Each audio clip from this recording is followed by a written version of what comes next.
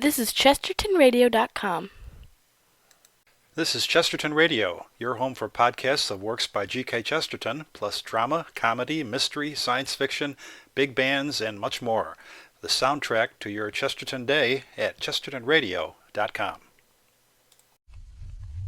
Lux presents Hollywood.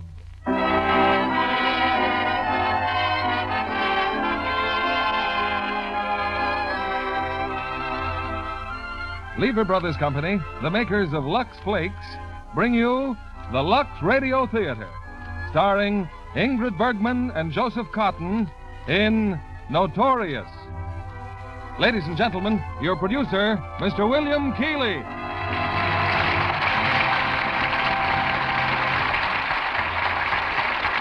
Greetings from Hollywood, ladies and gentlemen. With the collapse of Nazi Germany after World War II, it was commonly believed that many of Hitler's more fanatic followers escaped to the Western Hemisphere to pursue their relentless plotting for world domination. Our play tonight, while purely fictional, is a sample of how these isolated groups may operate and how they may be brought to justice.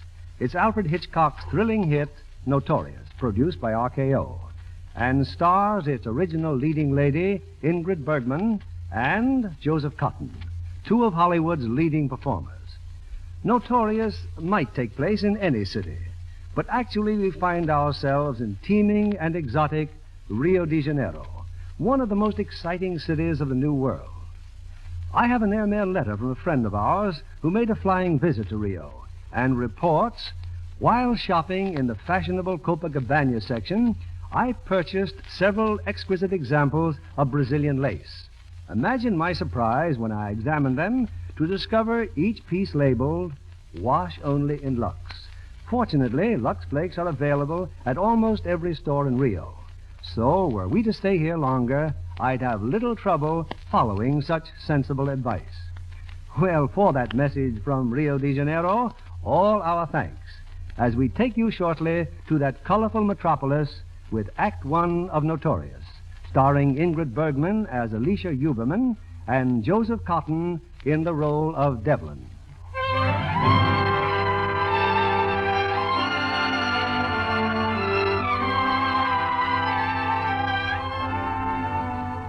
It's the height of the tourist season in Miami, Florida, and the passengers of a plane from New York have hastened to their hotels, all save one, a Mr. Devlin, who has gone directly to a building owned by the United States government.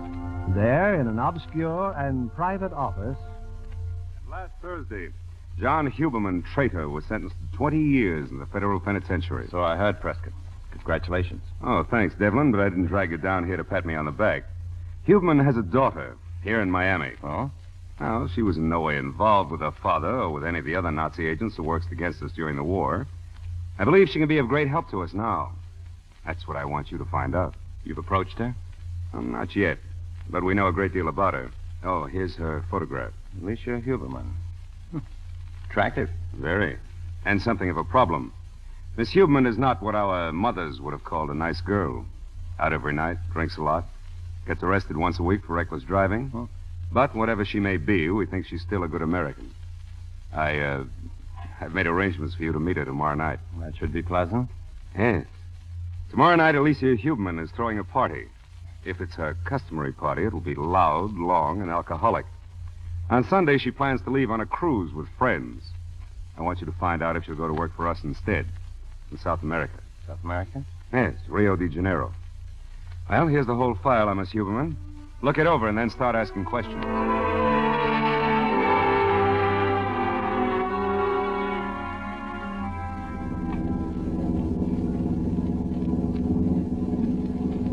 Do this often, Miss Huberman? Leave your party, go for rides at 2 in the morning? Oh, I thought you invited me to take a ride. Didn't think you'd accept. Oh, Yeah, oh. Don't you think I'd better drive? No, I thought that was understood. Or do you think I'm drunk? Oh, huh? no. You know something, Mr. Devlin. Devlin. How'd you get to my party? The Hopkins, remember? No, I don't remember. Anyway, you were saying... Anyway, I like you. You're quite a boy, aren't you? Oh, huh? terrific. How am I doing? 80 miles an hour. Oh, you can stop grinning. I don't like gentlemen who grin at me. I was really grinning at the man in the mirror. What mirror? What man? A man on a motorcycle. We're being pursued. Cops. Oh, they make me sick. Well, I'm glad you're stopping. I think this cop wants to talk to you. Oh, am I drunk? If I am, I go to jail. Oh, my whole family in jail. Who cares? Having a time for yourself, aren't you? Oh, people like you ought to be in bed. And drinking, huh? Just a minute, officer. No arguments, mister. Here. What do I want your license for? She was at the wheel. This isn't a driver's license. Huh? Oh. Sorry. Okay. Sure you can handle it? I think so. Well, you ought to know. Night. Night. Oh, wait. Oh, that cop. He saluted you. Did he? Why, you double-crossing. You're a cop yourself. We'll argue about that later. Right now, I'm taking you home. Get out of my Now, car. look. You're not taking me Move anyway. over. I'll Get out drive. of, get your hands off me, crashing Here. my party. You are a federal cop, aren't you? I Aren't said you? move over. Get out. Leave me alone. You're trying to get something on You me. gotta calm down. Get out. Get out. Well, I'm sorry, Miss Huberman. First time this week I've socked a lady.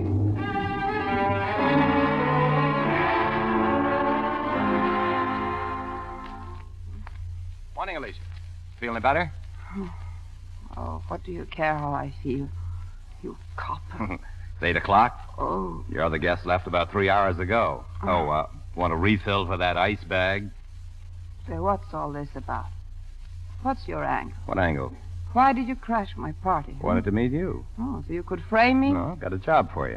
Don't tell me. There's only one job that you coppers would want me for, but I'm not a stool pigeon, Mr. Devlin. My department has authorized me to offer you a job in Brazil. Oh, go away. Some of the German gentry whom your father once worked for are in Rio now, busy as little bees. I'm not interested. We're working with the Brazilian government to smoke them out. My chief thinks that the daughter of a... Of a traitor. Well, he thinks you could be valuable to us, and you could make up a little of your daddy's peculiarities. Why should I? Patriotism. Patriotism. Waving the flag in one hand and picking pockets with the other? That's your patriotism, and you can have it. What'll you have? My own life. Go away and leave me alone. Your own life? What's that? Good times and laughs with people I like. No underhanded cops who want to set me up in a shooting gallery. People of my own kind who treat me right and like me and understand. I like Mr. Hopkins. What about Mr. Hopkins? Just phoned. Said to remind you his yacht sails at noon. They're all calling for you at 11. Oh, then why don't you get out of here? The plane to Rio leaves tomorrow morning. Then you must drop me a postcard, Mr. Devlin. Rio must be beautiful this time of year.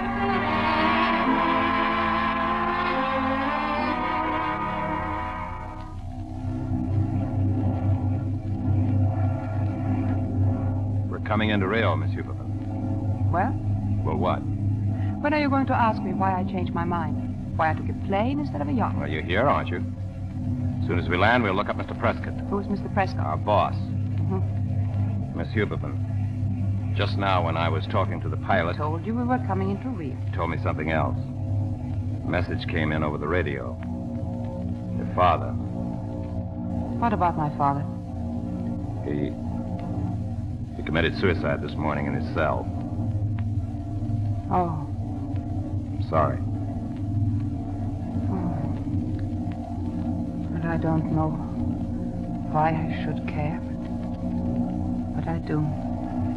When I found out about my father a few years ago, who he was, what he was doing, everything went to pot. I didn't care what happened to me, but now I suddenly remember how nice he once was. How nice we both once were. Anything I can do? No. It's a very curious feeling. As if something had happened to me, not to him. You see, I don't have to hate my father anymore. Or myself.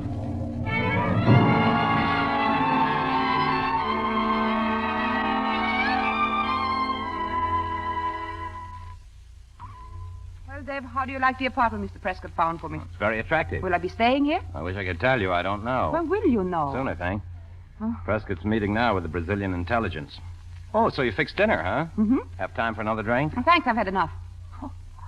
Well, aren't you impressed? I'm practically on the wagon. Oh, it's a phase. You don't think a woman can change? Sure. Change is fun for a while. For a while. You've been sober for 10 days now, and as far as I know, you've made no new conquests. Well, that's something, isn't it? 10 days. Practically whitewash. What a rat you are. I'm very happy, Dev. Why won't you let me be happy? Nobody's stopping you. Why don't you give that copper's brain of yours a rest? Every time you look at me, it tells you, no, stay away from her, it says. She's no good. She never will be. Alicia. Go on, Dev. Go on. You can take my hand. I won't blackmail you for it afterwards. Thanks. You are afraid. Afraid you're falling in love with me? That wouldn't be hard to do. Oh, no. Careful, Devlin, careful. You enjoy making fun of me, don't you? No. I'm making fun of myself. I'm pretending I'm a very nice, unspoiled child whose heart is full of daisies and buttercups. Nice daydream. Then what? I think I will have another drink. Yeah. Thought you'd get around to it. Why won't you believe in me, Dev? Just a little. Why won't you? How do you know I don't? I know because you're sore. You've fallen for me and you don't like it, no. People will laugh at you. Poor Dad, in love with a no-good gal, huh? It must be awful. Yeah. Don't say anything, Dad. Just kiss me. Don't say anything.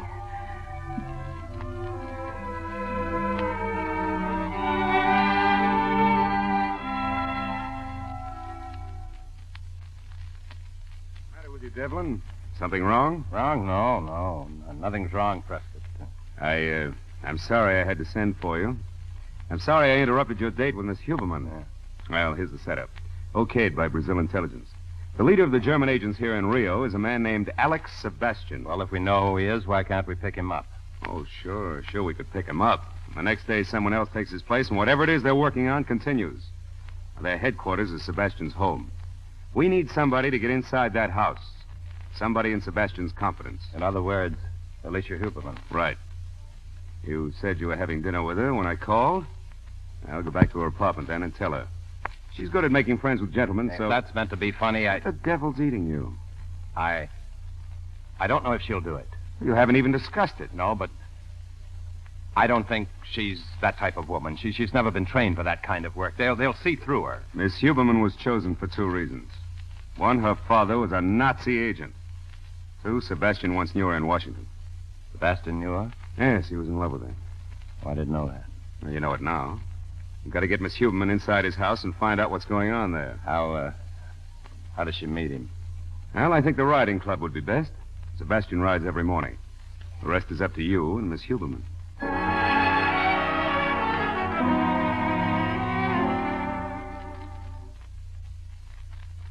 You've hardly said a word, Deb. My cooking isn't that bad. It's a little well done, maybe, but still. I'm sorry I was so late getting back. Prescott, What's the matter, Deb? Trouble? In a way. All this secret is going to ruin my little dinner. Come on, handsome. What is darkening your brow? Later. No, now.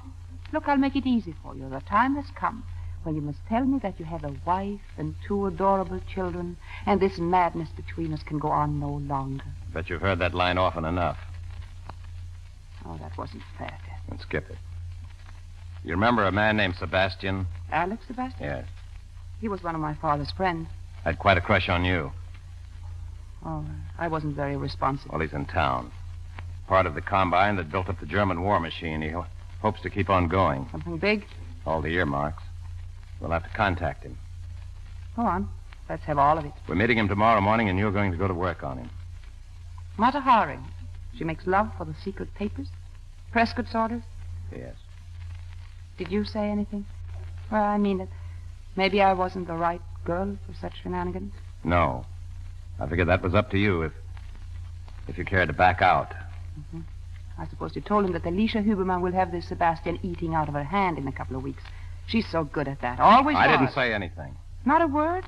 For the little lovesick lady who cooked dinner for you? I told you that's the assignment. Don't get cross, Deb. I'm only fishing for a little bird call from my dream man. One little remark such as, how dare you suggest that Alicia Huberman, then you, Miss Huberman, be submitted to so ugly a That's fate? not funny either. Oh, darling. What you didn't tell Prescott, tell me. That you believe I'm nice. And that I love you and that I'll never change back. I'm waiting for your answer.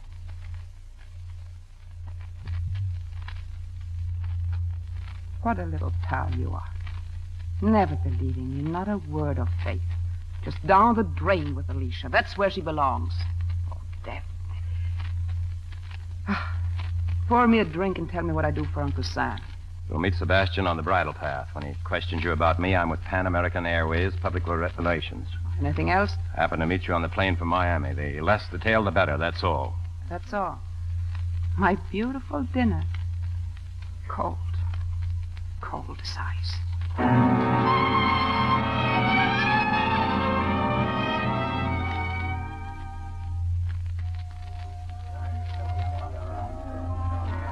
I can't get over it, Alicia. Meeting you this morning, of all places, a bridal path in Rio de Janeiro. Oh, how do you know I wasn't looking for you, Alex? Oh, if I could only believe that. You should. Didn't I prevail upon you to take me to dinner? Prevail. You look very well, Alex. After 4 years here, dullness and disintegration. You look younger than you did in Washington.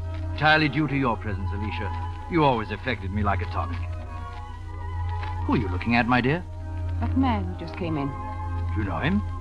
I don't think I do. His name is Prescott. Espionage. Oh. The American embassy is loaded with them. Really? They bothered you since you came here? No, not yet. That's one reason I left Miami, to get away from their snooping. I wondered why you left your father. He insisted, Alex. He was so unselfish. He kept begging me to leave. I had no idea he was going to die. Many have died, Alicia. We mustn't let our spirit die with them. Perhaps I can help you forget. Oh, Alex. There's someone else, of course. Is there? Who, Alicia? That, Mr. Devlin who was with you this morning? Mr. Devlin doesn't interest me in the least. I've just been so lonely. I could have gone riding this morning with Peter Rabbit. You will let me help your loneliness? Oh, you're very sweet to forget what a brat I was once. Well, then I'll test your repentance immediately. Will you have dinner with me again tomorrow night? My mother's giving a little party at home. Oh, Alex, how nice. Are you sure she won't mind an extra guest? Oh, an old friend is never an extra guest. Thank you, Alex.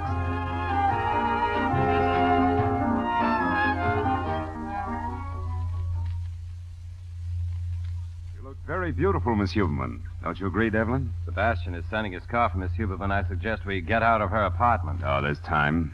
Now, part of your job tonight, Miss Huberman, will be to get the names of all the men you see in Sebastian's house. You mean the Germans? That won't be difficult. Don't underestimate them.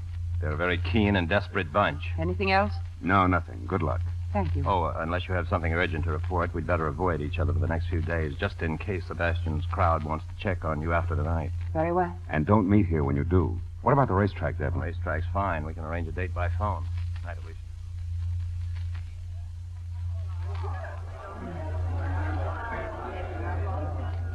Miss Huberman, well, good afternoon. Mr. Devlin, how nice seeing you again. Picking any winners? You alone? No, Alex and his mother. Where? A box in the clubhouse. I'm sure they can't see us. Play it safe and keep smiling. Well, I've seen Alex twice since the dinner at his house. who was there? His mother, her servant named Joseph, and 4 other men. William Rossner, Eric Matisse, Emil Hupke, and a Professor Anderson. Go on. Have you ever heard of Anderson? No. He's some kind of scientist. Medium height, gentle face, 60 years old, gray hair, deep crease on his forehead. You writing this down? Oh, I'm just trying to check these horses on my program. Look happy, will you? What about Emil Hupke? Heard of him? No. He made quite a scene at the dinner about a bottle of wine. Bottle of wine? Yes, it was on the buffet. Hupke became quite excited. He said it should be removed at once. Well, what happened? They just ignored him and kept this conversation going. Hupke seemed quite flustered, apologetic. I couldn't figure it out. Did they serve the wine? No, not that particular bottle. Do you think it had any significance? I don't know. What brand was it? All I saw of the label was vintage 1939, 1934. Has Hupke pulled anything since? I haven't seen him since. Well, what else? Just a minor item you may want for the record. Well, You can add Sebastian's name to my list of playmates. pretty fast work. That's what you wanted, wasn't it? His mother suspects me. What? Oh, don't worry. She believes I'm after her son's money. You betting on this race, Mr. Devlin? They're about to start. No. Alex says number 10 is sure to win. I can't help recalling some of your remarks about being a new woman.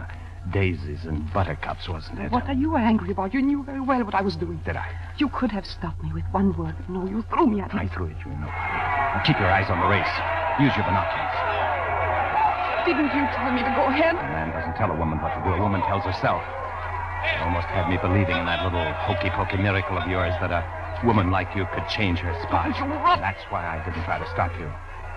The answer had to come from you. I see some kind of love. That's right. But you never believed in me anyway, so what's the difference? Yeah. That goes to number 10. What if I had believed in you? What if I had figured she could never go through with it? She's been made over by love. You only once said that you loved me. Oh, listen.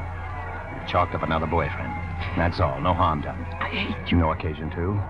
You're doing fine work. I'll see that they're told. Who? We're having a meeting tomorrow with Barbosa, Brazilian intelligence. In case you're interested, number 10 is winning the race. Sebastian knows how to pick them. That's all you've got to say to me. Oh, dry your eyes, baby. It's out of character, and be quick about it. Here comes Dreamboat. Oh, no. Mr. Devlin. Sebastian. Oh, Alex. Oh, what a wonderful race. Alicia tells me you had a bet on that number 10. Sorry I didn't meet you early, Alicia. Well, I'll see you soon, I hope. Yes. What's the matter, Alex? You're not at all excited about the race? I didn't see the race. I was watching you and Mr. Devlin. You had an appointment to meet him here? Oh, don't be absurd. I just happened to bump into him. You didn't appear anxious to get away. So? I watched you. I thought maybe you're in love with him. Alex, really, I detest him. I'd like to be convinced. Would you maybe care to convince me, Alicia?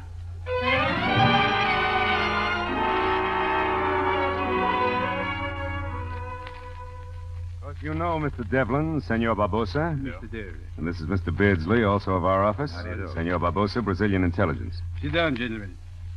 Well? Our little theatrical plan is working, Senor. Good. Thanks to Miss Huberman, we know that Otto Renzler is working here in Rio. He was one of Hitler's scientific wizards, now known as Professor Anderson. Anderson? And that body found in the surf 2 days ago. Yes, identify. His description fits Emil Hübke. One of the boys who must have said the right thing at the wrong time. I'd still like to know about that wine bottle. Excuse me, senor. Yes? Miss Huberman has seen Mr. Prescott or Mr. Devlin. Here? Yes, sir. Show her in.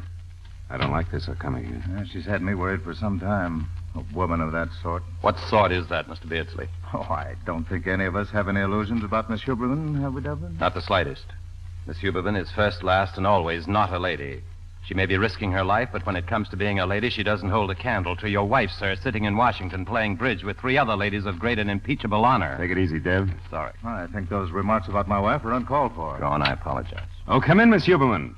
Mr. Beardsley, Senor Barbosa. How do you do? Senorita, you have the esteem of my Cotten. But we're worried about your visiting this office. I promised not to break the rules again, but I need advice. I couldn't find Mr. Something Devlin. happened? Yes.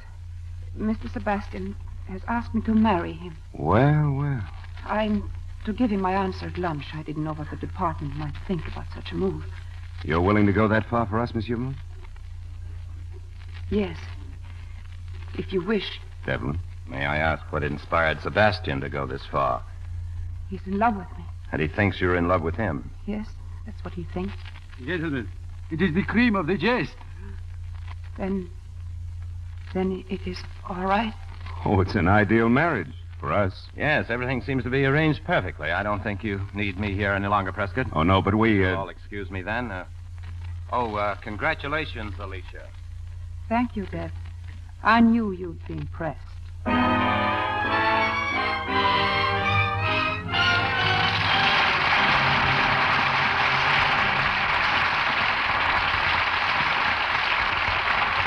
In a moment, we will return with Act 2 of Notorious. Meanwhile, here's Libby Collins, our Hollywood reporter. I looked for you last Monday evening, Libby, at the Metro Golden Mare premiere of Cass Timberlane. Oh, I was there, Mr. Keeley. But I don't wonder you didn't see me in those crowds. It certainly was an exciting opening. It looked as if practically every star in Hollywood turned out to see the screen version of Sinclair Lewis's powerful novel. You know, it seemed just as dramatic the second time, even though I'd seen a preview at the studio. Spencer Tracy is marvelous in the title role. With Lana Turner for romantic interest, well, it just couldn't miss. The triangular love story is always a great theme. Especially when Zachary Scott is the rival for Lana Turner's love. A perfect cast in a gripping play like that is every producer's dream. And every feminine moviegoer will envy Lana Turner when, as Ginny in Cass Timberlane, she goes on a shopping spree in New York. She buys herself an expensive glamour wardrobe, including some wonderfully wispy nylon stockings. I said to myself, if John Kennedy here had been technical advisor, He would have included a shot of her buying Lux Flakes to take care of them. Well, Libby, it's highly probable that Sinclair Lewis heroin did. Because smart women everywhere know that Lux makes stockings last long. Well, as a matter of fact, I know that the studio kept those stockings lovely as new for retakes by washing them with Lux Flakes after every wearing. A wise procedure for women everywhere. Because tests show that stockings actually last twice as long when they're washed with Lux. It was really surprising how quickly identical stockings, washed with a strong soap or rubbed with cake soap, went into runs. The Lux ones kept going twice as long, and the colors looked so much fresher, too. That extra wear is just like getting an extra pair of stockings every time you buy a pair. That's why Lux Flakes are America's favorite stocking care. We return you now to William Keighley. Continuing with Act Two of Notorious, starring Ingrid Bergman as Alicia and Joseph Cotten as Devlin.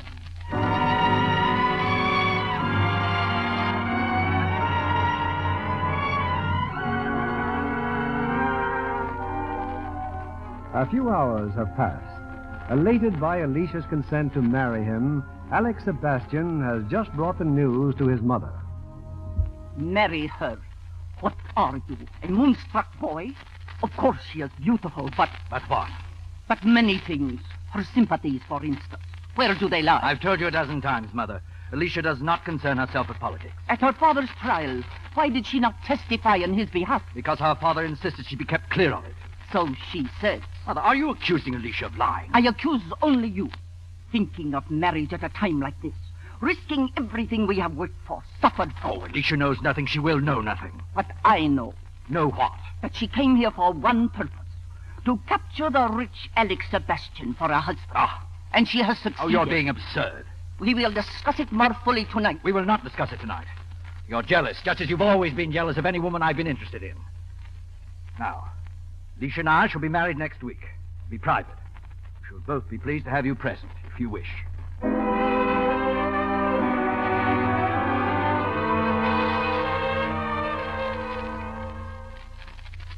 Come in, Joseph. Did you want something? Only to tell you how happy I am that you and Mr. Sebastian are home again. The house needs you, madame. Thank you. You had a pleasant wedding trip? Very. Oh, as long as you're here, Joseph, my clothes. I'd like all my dresses put out on the bed, please. I have aired all the closets, madame. But there isn't enough closet space in this bedroom. Isn't there a storeroom down the hall? Yes, madame. But the door, it is locked. Then bring me the key, please. Mr. Sebastian's mother, madame, she has all the house keys. Oh. Do you know where Mr. Sebastian is? I believe he is having a business meeting in his study. Business meeting? Professor Anderson, madame, and the other gentleman. What are you saying, Professor? That I have news for you, my friends. My work is done. Ah, you've been successful. Yes, Alex, yes. Oh, I'm terribly sorry. Oh, Alicia, my dear. Come in. I didn't know you were busy, Alex. Some of the closets seem to have been locked. Could you give me the keys? The keys? You mean my mother hasn't given... Yes, I'll get them for you at once. Excuse me, gentlemen. Shall I go with you, Alex? No, you'll just wait in your room, Alicia. Mother! Mother, where are you?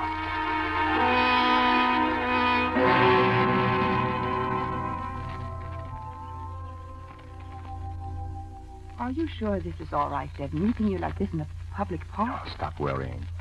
We're talking about keys. Yes. His mother keeps them. Yes, all but one. The key to the wine cellar. Alex keeps that one himself. Joseph told me. Then get it from him. Get it? How? Don't you live near him? What do I look for in the wine cellar? Look for a bottle of wine like that one that unnerved the late Mr. Hupka. Vintage 1934. All wine bottles look alike to me. I'm no mastermind. You're doing all right. It's no fun, Deb. Too late for that now, isn't it? Look, why don't you persuade your husband to throw a large shindig and introduce his bride to Rio society next week, say? Why? Invite me and I'll try to find out about that wine cellar.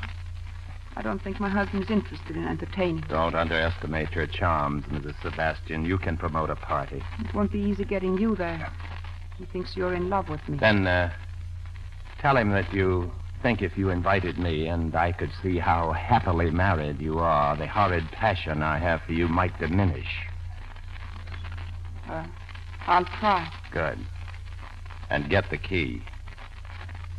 I'll be looking forward to seeing you, Mr. Devlin. It's always a pleasure meeting you, madame. Good day.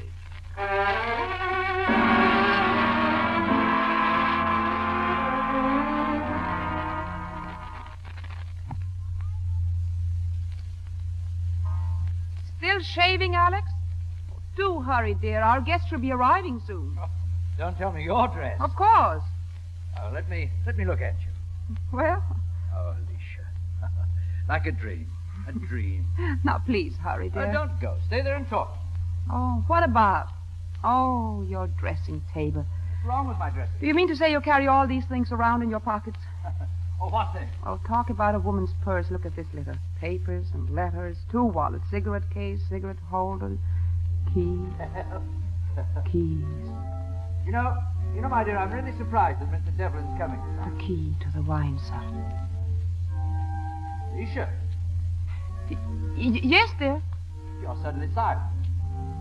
Don't worry. I don't blame anyone for falling in love with you.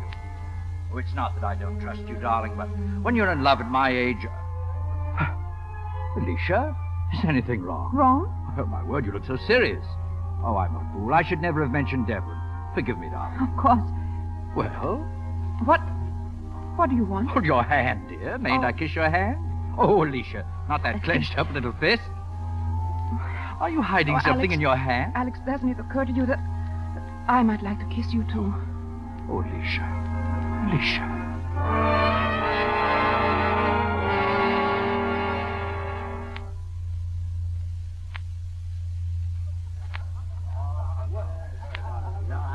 Good evening, Mr. Sebastian. Mr. Devlin, I'm glad to see you. It's kind of your bride to invite me. Well, we both invited you, Mr. Devlin.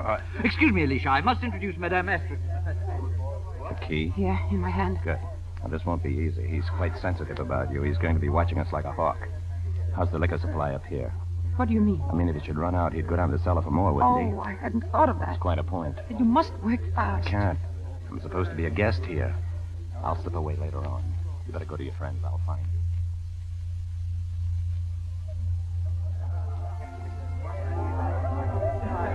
It's a nice party, isn't it, Alicia? It's a wonderful party. You handled things perfectly. I'm very proud. Thank you. Thank you, Alex. What happened to Mr. Devlin? I haven't seen him for an hour. Oh, he's around, I imagine, trying to drown his sorrows. Oh? Excuse me, dear. I think I'll ask the orchestra to play something livelier. We've had nothing but waltzes all evening.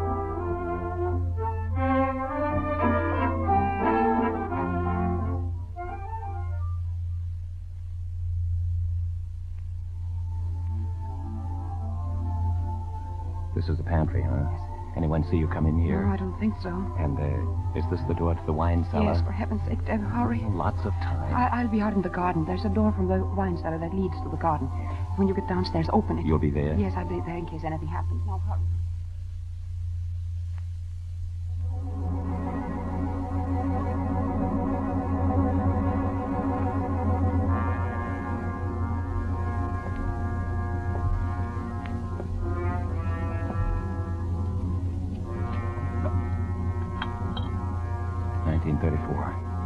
Vintage of 1934.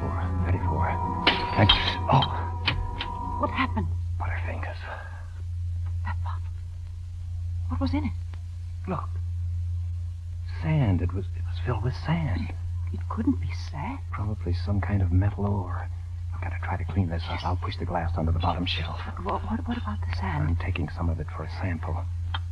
It's a little weird, isn't it? Here, I'll put this bottle in place of the one you broke. It has the same label. Stop shaking. Well, I have a feeling we're so slow. Shh. Someone's coming. No, relax. Look, there is. Listen. Yeah, get out of here. No, not upstairs. The door to the garden. But he's coming that way. Keep quiet. It's Alex. He sees us. Keep looking at me. No. I'm going to kiss you. No, he'll only think that... That's what I want him to think. Dad. Oh, Dad. It's almost as if we meant it, wasn't it? Now, push me away. I'm sorry to intrude on this tender scene. Alex, I couldn't help it. He's been drinking. Why are you out here? Or did he carry you off? Oh, Alex. You love him. Oh, no, I don't. Please go, Dad, please. For what it's worth as an apology, Mr. Sebastian, your wife is telling the truth. I knew her before you, loved her before you, but wasn't as lucky as you. Sorry, Alicia. He kissed you. Oh, Alex, don't. I came out here because he threatened to make a scene unless I'd see him alone. Kissed you? I couldn't stop him. I tried. All right. We'll talk about it later. We have guests inside. You're not coming with me? I came to get more wine. No, I'd better go back with you. People may wonder.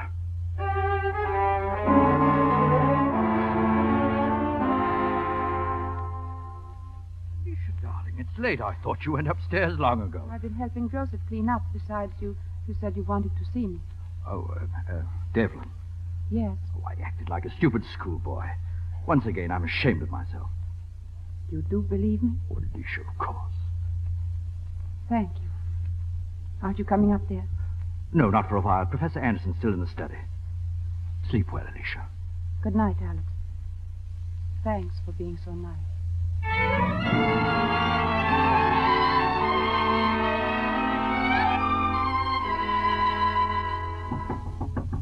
Mother! Come in. Why are you up so early? I need your help. Something is wrong. It's a great deal. Alicia. I have expected it. I knew it. I knew. Who is it? Mr. Devlin? No, it's much more serious than that. I am married to an American agent. Alicia. Late last night, after she went to bed, Joseph came to me.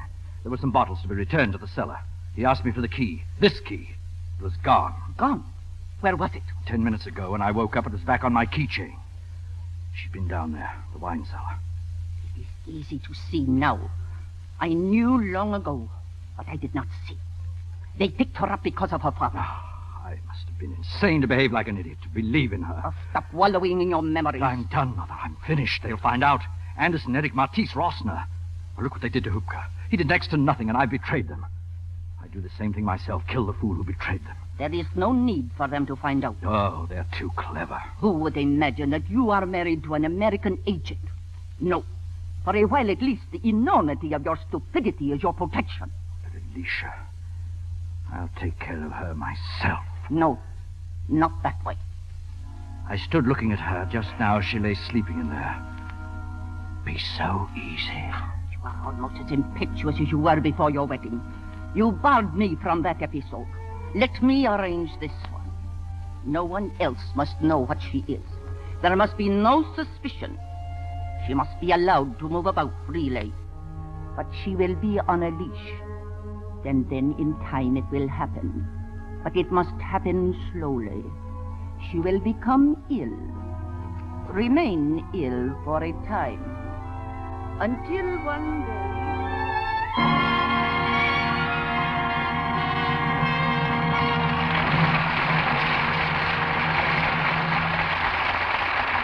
We pause now for station identification.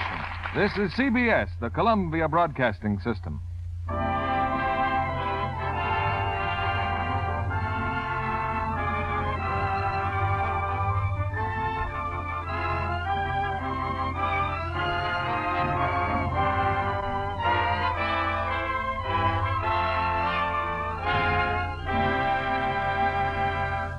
Our stars will return with Act 3 of Notorious in a moment. Our guest tonight is that rarity in movie town, a native Californian, blonde, blue-eyed Jacqueline White. I understand you've been interested in a movie career since childhood, Jacqueline. That's right, Mr. Keeley. And now you've seen your dream come true with many successful picture roles. Well, I was especially happy with my part in RKO's new picture, Night Song. You gave a very fine performance, Jacqueline, as Merle Oberon's best friend. She was wonderful in her role, Mr. Keeley.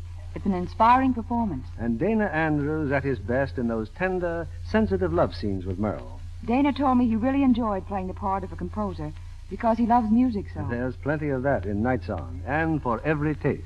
I loved every minute we were working. But I did have a twinge of envy when I saw those gorgeous clothes designed for Merle Oberon. One negligee in particular. It was very simply made, but the softest, most beautiful satin imaginable. Merle told me she was going to have it copied for her own wardrobe. And John Kennedy might be interested in something else she said about it. Something about Lux? Oh, yes. Because she didn't think it would wash until the studio luxed it, and it came out lovely. Was she impressed? RKO, just like other leading Hollywood studios, insists on Lux care for all nice washables. So what could be safer for a star's own lovely things?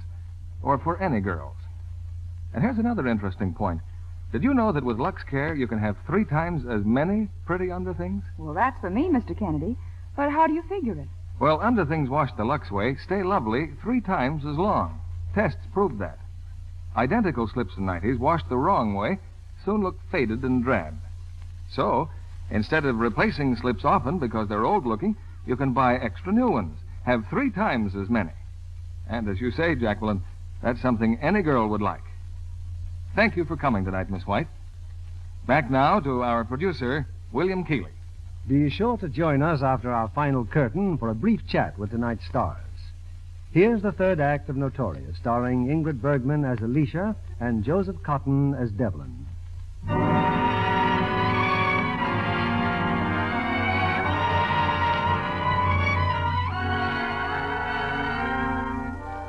The passing days have brought to Alicia not the slightest inkling that her husband and his mother are well aware of her real purpose in the Sebastian residence. Now, in response to a phone call from Prescott, Alicia meets Devlin in a quiet corner of a public park. I'm sorry I couldn't make it on time, Dad. Gets a bit lonely squatting on a park bench all day. I was ill. Oh, don't let it alarm you. I'm all right now. Prescott said you'd have a message for me. I want you to know you can be proud of yourself. That sample of sand I got shows uranium ore. Your job from now on is to help us find out where the ore is coming from. Anything else? Putting some new men on the case, you may soon have a new contact. You're leaving? Possibly. Paris may be more interesting. Yes. Yes, there really isn't very much for a brainy fellow like you to do here anymore. That's right. Going stale, Say, you don't look so hot. Well, this fresh air will help me. Getting too much sun? Oh, don't be so charitable, Dev. It could be a hangover, you know. Back to the bottle again, huh? It lightens my chores. Big party? Oh, just a family circle. Must have been quite an evening. Well, go on, have fun. There's no reason why you shouldn't. No.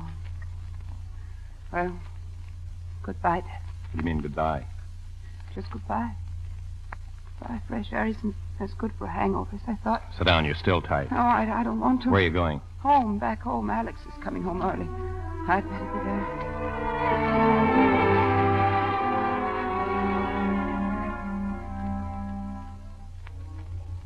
Alex, the drug. You were able to get some more. Yes, I've got it. Mother, you're sure? You're sure she doesn't suspect? She knows she is ill, that is all. She is going to feel a little worse after dinner. As a matter of fact, right after she drinks her coffee.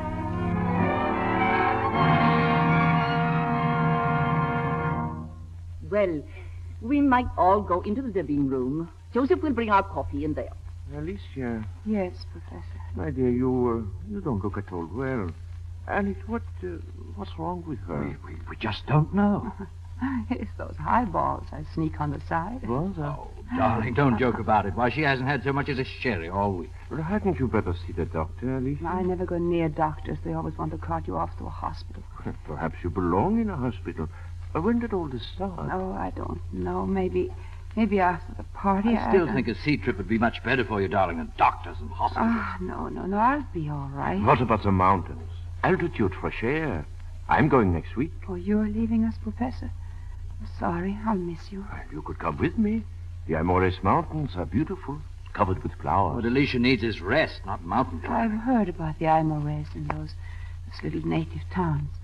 Are you going to Leopoldina? No. I am going to Santa Maria. Well, here's our coffee. Just leave it, Joseph. I'll serve. Yes, madam. I will not allow you to wait on me, madam. I can serve myself. No, that is not your cup. My cup? No, that's Alicia's cup. Well, but it's not quite full, you'll notice. Oh, you're giving our little secret away, Professor. Yes, we have a confession. You know how Alicia loves coffee, Professor. Alex and I think she has been taking too much. We cheat a little. Here you are, dear. Thank you. Is it hot enough? It's fine, Alex. Perhaps Alex is right, Alicia. About rest. When you are young, rest is the best, Doctor. Excuse me, Alicia. I want to go to bed, I think. Oh, the pain again, darling? I'm sorry to complain all the time. May I take you to your room? Oh, please forgive me. I'll be all right. Alex, I'm worried about her. We wanted to call a doctor yesterday, but she simply Mr. Sebastian! Mr. Sebastian! Yes? What is it, Joseph? Mrs. Sebastian! She collapsed.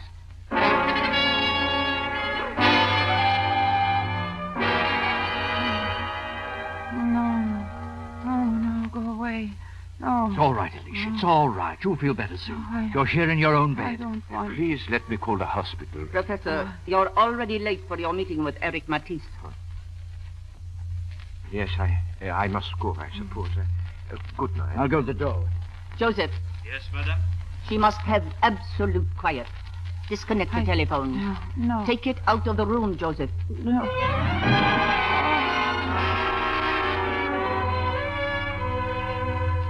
5 days now, Prescott. Alicia hasn't been near the park for 5 days. She was to check with one of us at least every other day. Yeah. That must be quite a binge she's on. No, I don't think so. Well, you were the one who said she was drinking. I've had time to think it over. I don't believe it now. Why should she lie about it? I don't know. I don't know, but it wasn't a hangover. She was sick. She looked like the Ragged Ann of nowhere. Yeah, well, it still sounds like a hangover to me. Well, I'm going to pay a call. Now, wait a minute. Don't worry. I won't mess anything up. Just a social call. I'm a friend of the family. Well, call me when you get back. I'll do that. For a man about to be leaving for I Paris, want to talk to you later about that. I'd like to see that transfer held up for a while. I am very sorry, Mr. Devlin. Mr. Sebastian asked me not to disturb him. Company? He's in the study with some business associates, sir. How long will he be tied up? I do not know. Mrs. Sebastian at home? Yes, sir, but she is very ill. Oh. How long has she been ill? A week, sir. Has she had a doctor? I believe so, sir. I really do not know. We are very concerned about her. If you will wait here, Mr. Devlin, I will tell Mr. Sebastian. Let's go on, Professor. This sounds serious to me. Yes. What happened Monday? The same thing, Eric. When I left the bank, a man was following me. And this morning when I went to the ticket office, he was there again. Yes? I'm very sorry, sir, but Mr. Devlin is calling. Oh, tell him I'll be with him in a minute. Yes, sir. Now, the ticket office. What man, Professor? What did he look like? Oh, obviously not a Brazilian. It's hard to describe Alex, him. Mr. Devlin, he's waiting. Well, let him wait, Eric. This is terrible news, Professor. This is terrible.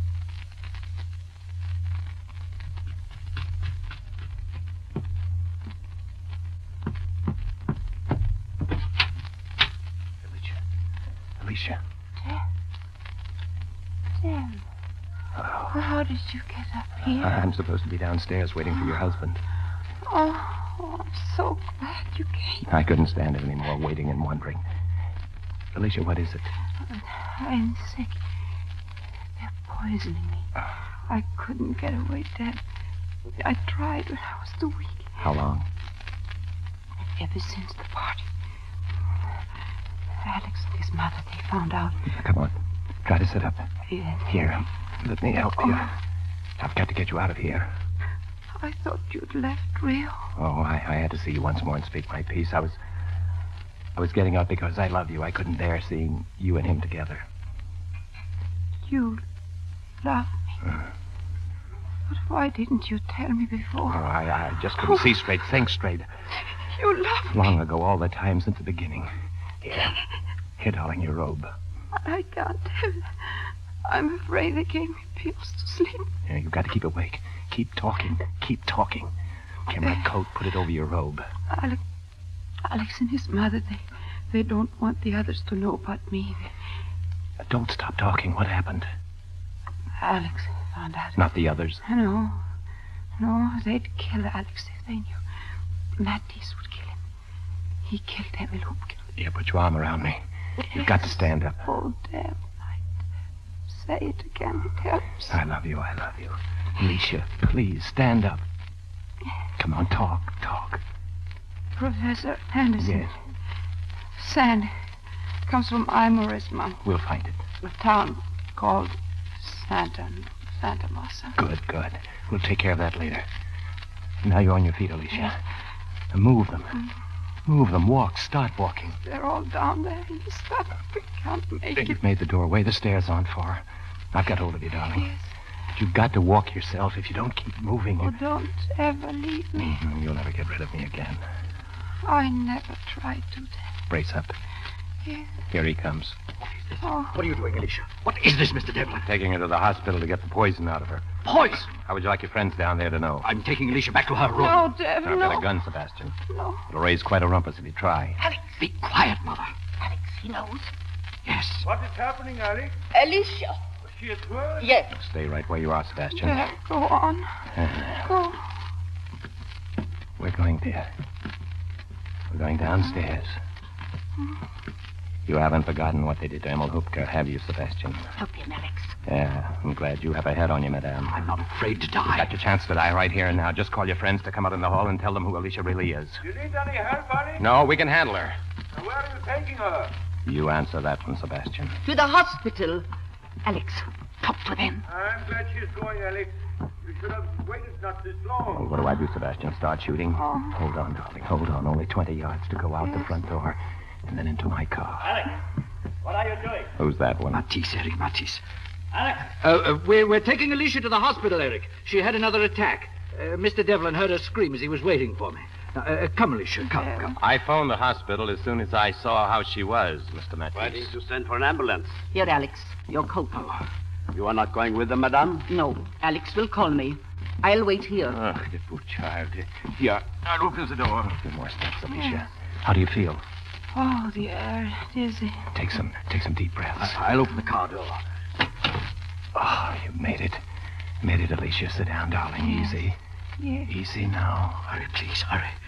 They're in the doorway. They're watching me. Close the door, Sebastian. Just a minute. I must go with her. No room, Sebastian. You must take me. I can't go back to That's them. your headache. Please, please. Please. Alex, come here. Alicia. I have just been up to her room. There is no telephone in her room, Alex. How could he have called the hospital? Alex, will you come in, please? We wish to talk to you.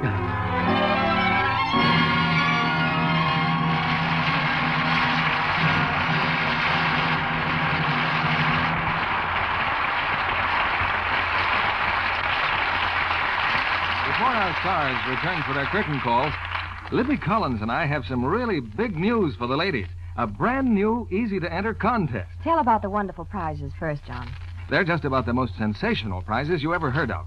$100,000 in gorgeous furs and cash. Imagine, first prize every week for 5 weeks is a $3,000 mink coat. And if there's a girl in this country who wouldn't like a mink coat, I haven't heard of her. And there are other superb prizes, too. 3 fur coats worth $1,000 each. 5 fur jackets worth $500 apiece. 20 fur scarves, each valued at $200. 50 scarves worth $100 apiece. And that's not all. There are 250 additional prizes every week. Each one a crisp $10 bill. And here's a really unusual feature. We don't select the fur for you. No, ma'am. You choose it yourself. The kind of fur, the style you want, at any furrier you want. Or you can take your prize in cash if you prefer. There's a contest every single week for 5 weeks. So if you don't win the first time, try again. This is just about the easiest contest to enter you ever heard of. Here's all you do. On entry blank, available at your dealer, or on any piece of paper, write 25 words or less telling why you like any one of 6 famous Lever products. Lux Flakes, Lux Toilet Soap, Lifebuoy, Rinso, Swan, or Spry. Yes, any one of these products, and you can send in as many entries as you wish every week. Just be sure to include with each entry a wrapper or box top from any one of these 6 Lever products. Print your name and address on your letter, together with the name and address of the dealer from whom you buy your Lever products. Mail your entry to Lever, L-E-V-E-R, Lever Fur Contest, Box 1, New York 8, New York. The first contest closes in just about 2 weeks, February 8th. So get your entry in tonight or tomorrow, sure. Entries received after this date will be entered in the next week's contest. Winners of the big prizes will be announced on this program. Incidentally, you have to live in the continental United States, Alaska, or Hawaii to enter. The contests are subject to all federal, state, and local regulations, and to the complete rules printed on entry blanks you can get from your dealer. Now, I'll repeat. Just write 25 words about why you like any Lever product. Lux Flakes, Lux Toilet Soap, Lifebuoy, Rinso, Swan, or Spry. Be sincere. Give us your own experience. Print your name and address on your letter. Print your dealer's name and address, too, because if he helps you to win, he, too, will get a prize. Enclose a wrapper or box top from one of these 6 products. Address your letter to Lever, L-E-V-E-R, Lever Fur Contest, Box 1, New York 8, New York. I'll repeat that. Lever Fur Contest, Box 1, New York 8, New York. There are 5 weekly contests. You can enter as often as you wish. So get busy, and a beautiful fur coat may soon be yours. Here's Mr. Keeley at the microphone. It's time for that tradition of the theater, a curtain call for our stars. And here they are at the footlights, Ingrid Bergman and Joseph Cotten.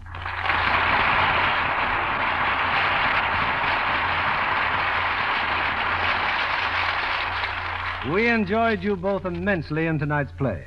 And incidentally, Ingrid, one could say that word notorious applies to the kind of character you play in your next Enterprise production. I guess you could say that of Joan Madou, Bill, whom I play with Charles Boyer in Archer Crime. Very different kind of Joan, then, from the one you're currently so famous for. Nothing alike but the names, Joe. I understand, Ingrid, you've become quite a winter sports enthusiast these days. Well, my husband and I just returned from 4 weeks of skiing, Bill.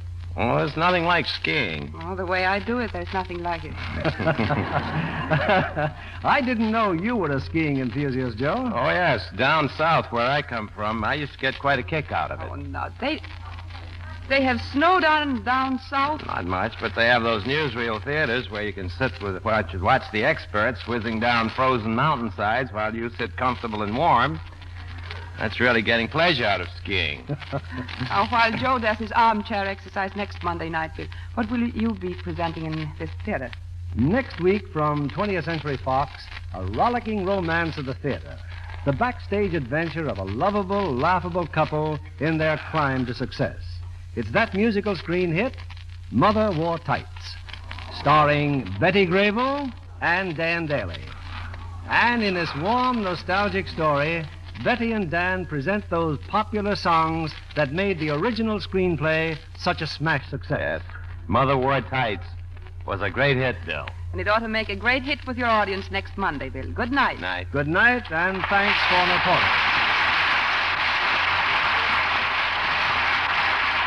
Most of us are happy insofar as we look forward to the future, to security and continuing to have those simple luxuries and pleasures we deserve through work and careful, conscientious saving. And there is no form of saving that is at once so easy and so safe and at the same time so helpful to your economic welfare as United States savings bonds. They offer you a cash reserve plus profit. For United States savings bonds, return $4 for every $3 that you invest. Buy them where you work through the payroll savings plan, or if you're self-employed, through the bond-a-month plan at your bank. Make United States savings bonds the basis for your future happiness.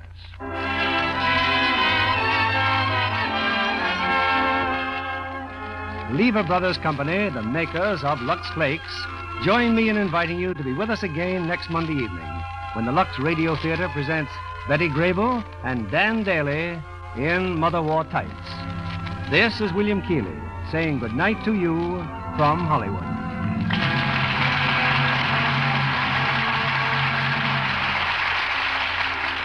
Joseph Cotten appeared by arrangement with David O. Selznick, producer of Alfred Hitchcock's The Paradine Case.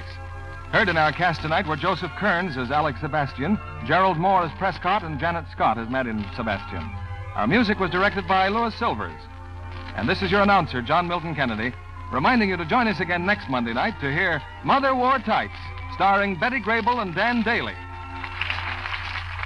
Pepsodent won by 3-1. Yes, in a recent survey, families throughout America compared new Pepsodent toothpaste with the brands they'd been using at home. By an overwhelming average of 3-1, they preferred new Pepsodent with Irium over any other brand they tried. They said new Pepsodent toothpaste tastes better, makes breath cleaner, makes teeth brighter. Yes, with families who made comparison tests, Pepsodent won by 3-1. Be sure to listen next Monday night to the Lux Radio Theater presentation of Mother Wore Tights, starring Betty Grable and Dan Daly. Stay tuned for My Friend Irma, which follows immediately over most of these stations. This is CBS, the Columbia Broadcasting System.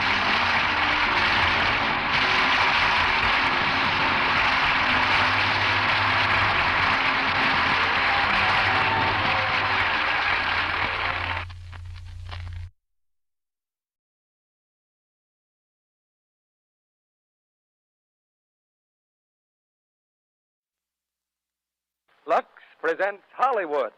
The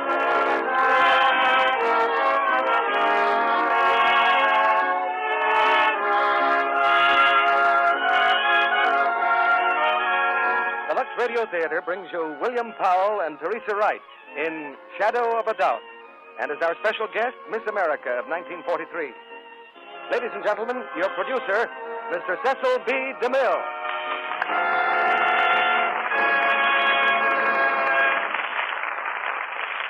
Greetings from Hollywood, ladies and gentlemen. There are connoisseurs of paintings, of wines, of furniture, and of all the other fine arts, but none quite so violent in their opinions as the connoisseurs of mystery stories. And tonight we offer these discriminating critics a collector's item, a piece known to the whodunit fraternity as a Hitchcock, so called because the director, Alfred Hitchcock, is a master of suspense, and the universal picture, Shadow of a Doubt, is one of his triumphs. Tonight we bring it to you with William Powell and Teresa Wright in the starring roles.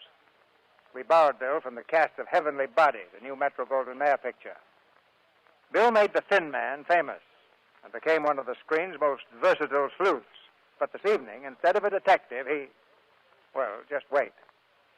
Those who saw Teresa Wright on the screen as Mrs. Lou Gehrig and in tonight's play know how fine a performance they may expect from her. Just the fact that she plays a girl named Charlie is a hint of the surprises to come. And speaking of surprises, I imagine it would be a very unpleasant one if you dropped into a store to buy a few cakes of Lux toilet soap and were charged $300 or $400. I have a newspaper clipping here, sent in by a listener.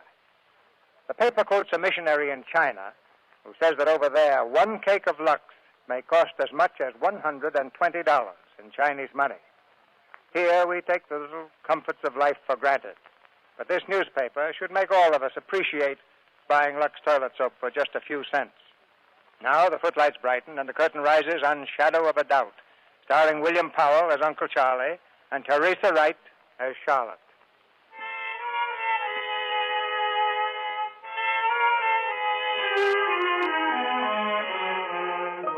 Well, did you get any dope on him? Yeah, he's living in a rooming house, 104 East Street, just outside of Newark. What name is he using? Spencer. The landlady says he's been there a week. Did you ask to see him? No, he wasn't in. Okay, we'll try it this afternoon.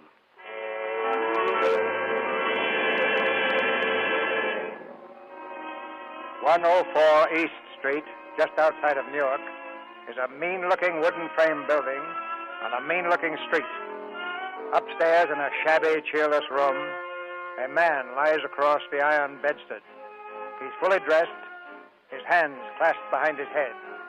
Through half-closed eyes, he gazes steadily at the cracked ceiling above him. Then, hearing a step in the hall, his eyes close, and his face becomes an expressionless mask.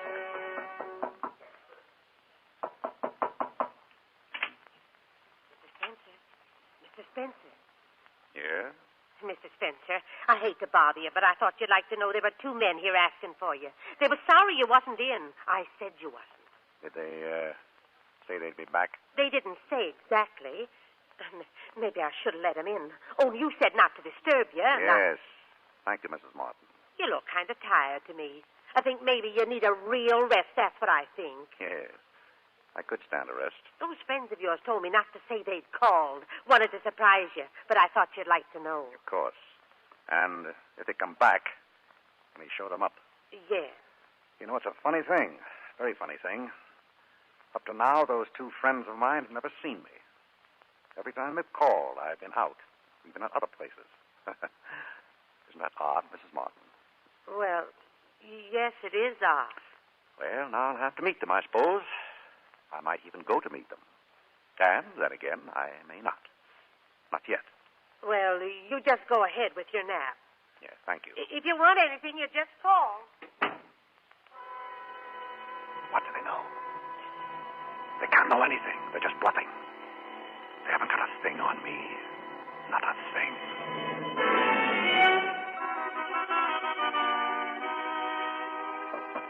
Mrs. Spencer? Mrs. Spencer? Mrs. Spencer, they're here again. Why, he's gone. Well, for land's sakes, he's gone.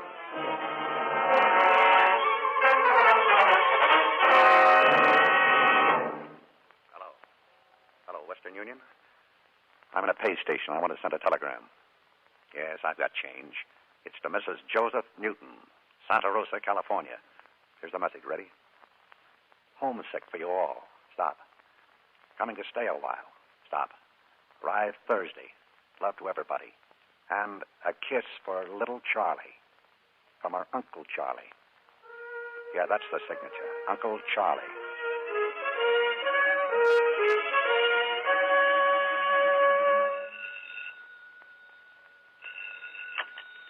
Hello, the Newton residence. A telegram? Well, who's it for, Mrs. Henderson? Well, Mother isn't home yet, so maybe she'd better call you back. Goodbye. Hello, Anne. Where's your mother? Oh, good evening, Father.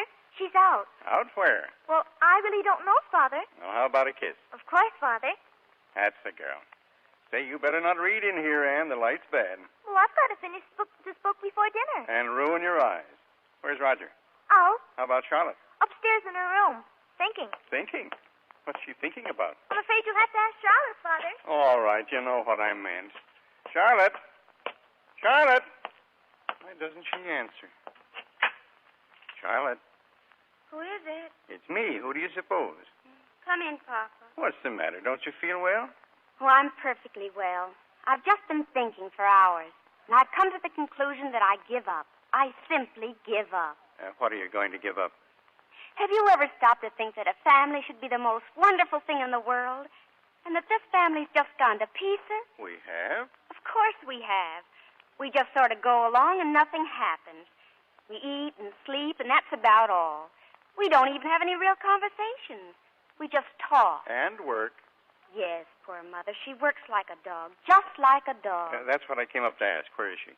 She's out. But when she comes back, it'll be the same thing. Dinner, then dishes, then bed. I don't see how she stands it. What were you thinking we can do about it? Oh, nothing, I suppose. I guess we'll just have to wait for a miracle or something. Oh, here she is. I'm in Charlotte's room, Mammy.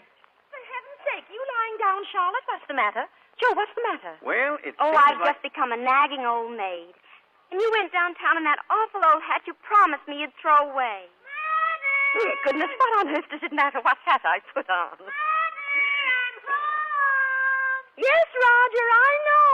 I don't see why you let that child yell at you like that, Mother. If he has something to say... I'll take care of him. Roger, stop yelling like that. Charlotte, dear, what is it? Mama, I'm going downtown and send a telegram. Why, Charlie, who do you know to send a telegram to? I know just the person to come and save us. A wonderful person who'll come and shake us all up so we'll be good and dignified and intelligent again. Charlie, have you gone crazy? What do you mean, save us? All this time there's been the one real right person to save us. Mama, what's Uncle Charlie's address? Charlotte, you're not going to ask Uncle Charlie for money. No, that wouldn't help us. I just want him to come. Oh, but think of asking a busy man like that to come all this way for nothing. He'd come for me. I'm named after him. With each present, he sends me a special little message. Besides, we're the only relatives he has in the world.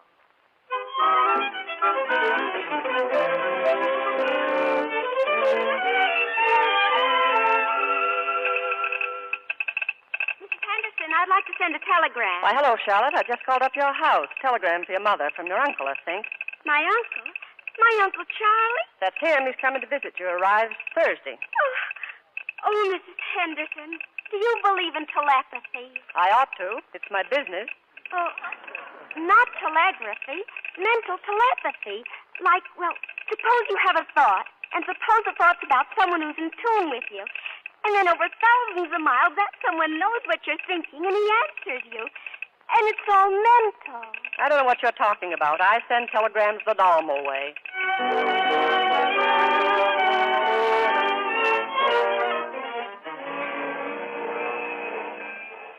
There he is. Isn't that Uncle Charlie down there? Hey, Charles. Papa, look, he's sick. Huh? Uncle Charlie must be sick. The porter's helping him off the train.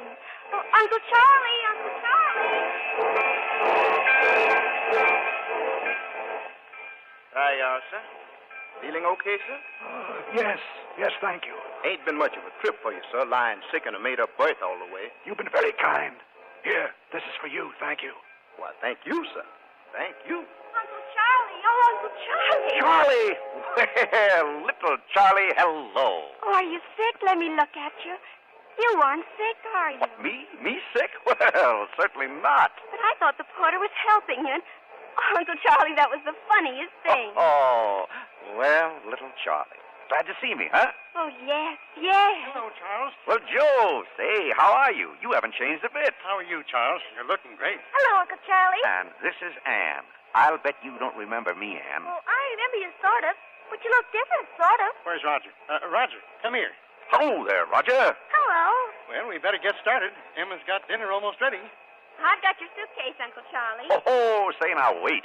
That looks pretty heavy for you. Oh, it's nothing. I love to carry.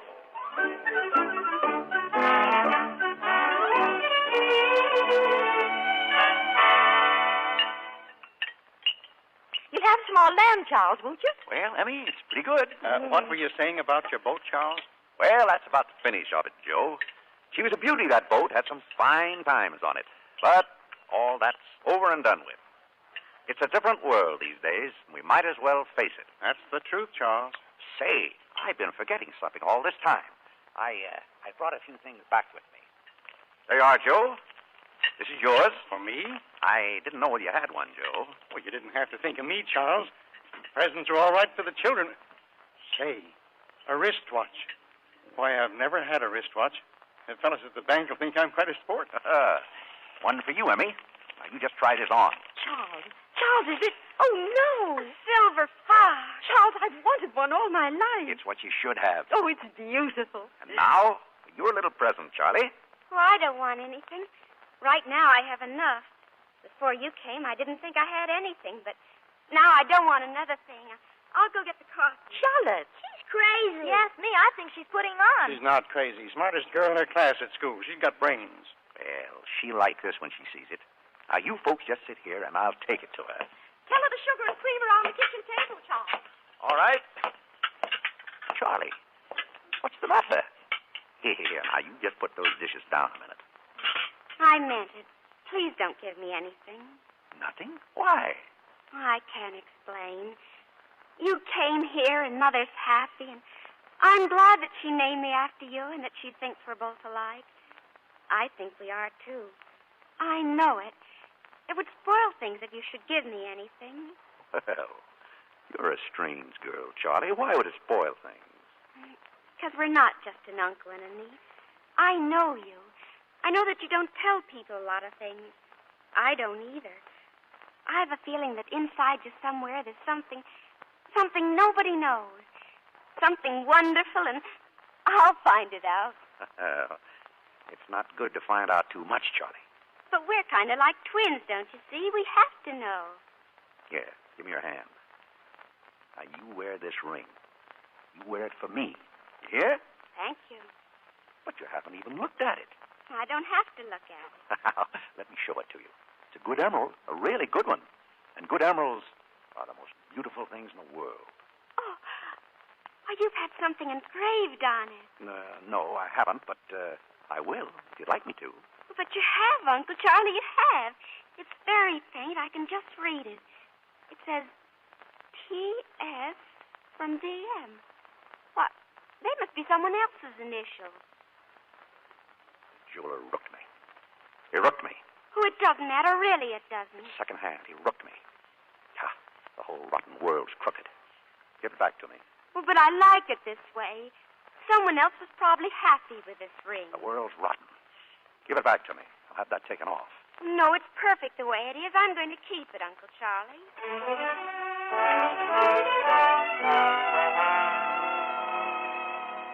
It's a beautiful ring. You're too good, Charles. Well, nothing's too good for my favorite niece.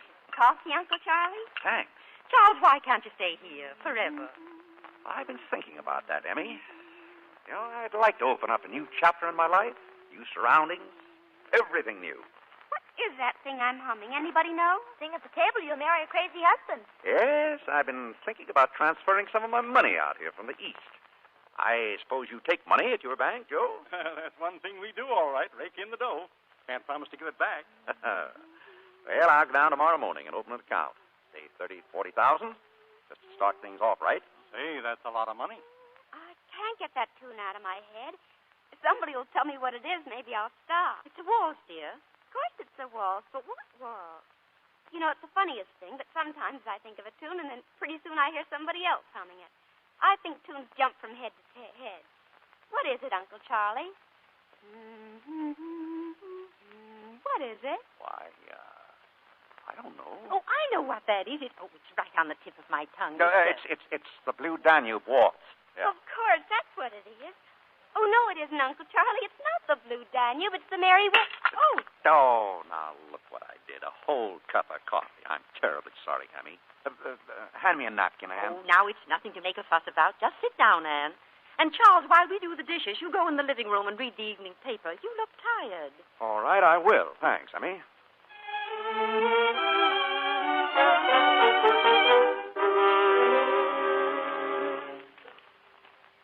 Uncle Charlie, when you get finished with the paper, will you give me the funnies? Oh, you can have them now if you want. I can wait. Anytime you say. Oh, well, nothing much to read these days, Rogers. Nothing but trouble. You know, sometimes I think that... What's the matter? What's the matter, Uncle Charlie? What are you looking at? Say, you better not do that to Papa's paper. He gets mad. Oh, Roger. Roger, come here. Huh? Look, did you ever make a house out of newspapers? You see what I mean? Now, first you stretch them all out on the floor, see? And then you, look, you cut out a door. See, now, this is the doorway. Hey! Roger, Papa wants the paper. Here you are, Anne. And look what we've got, a real Eskimo's igloo. You've got Papa's paper.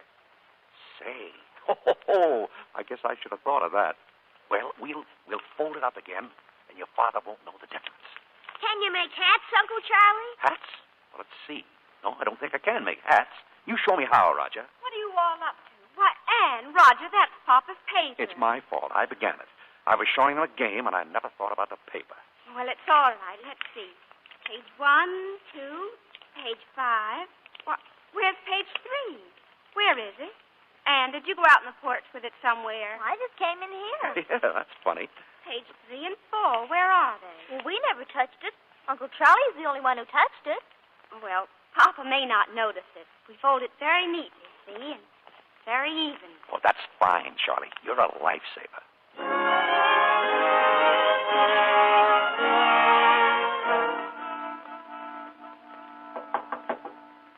Come in.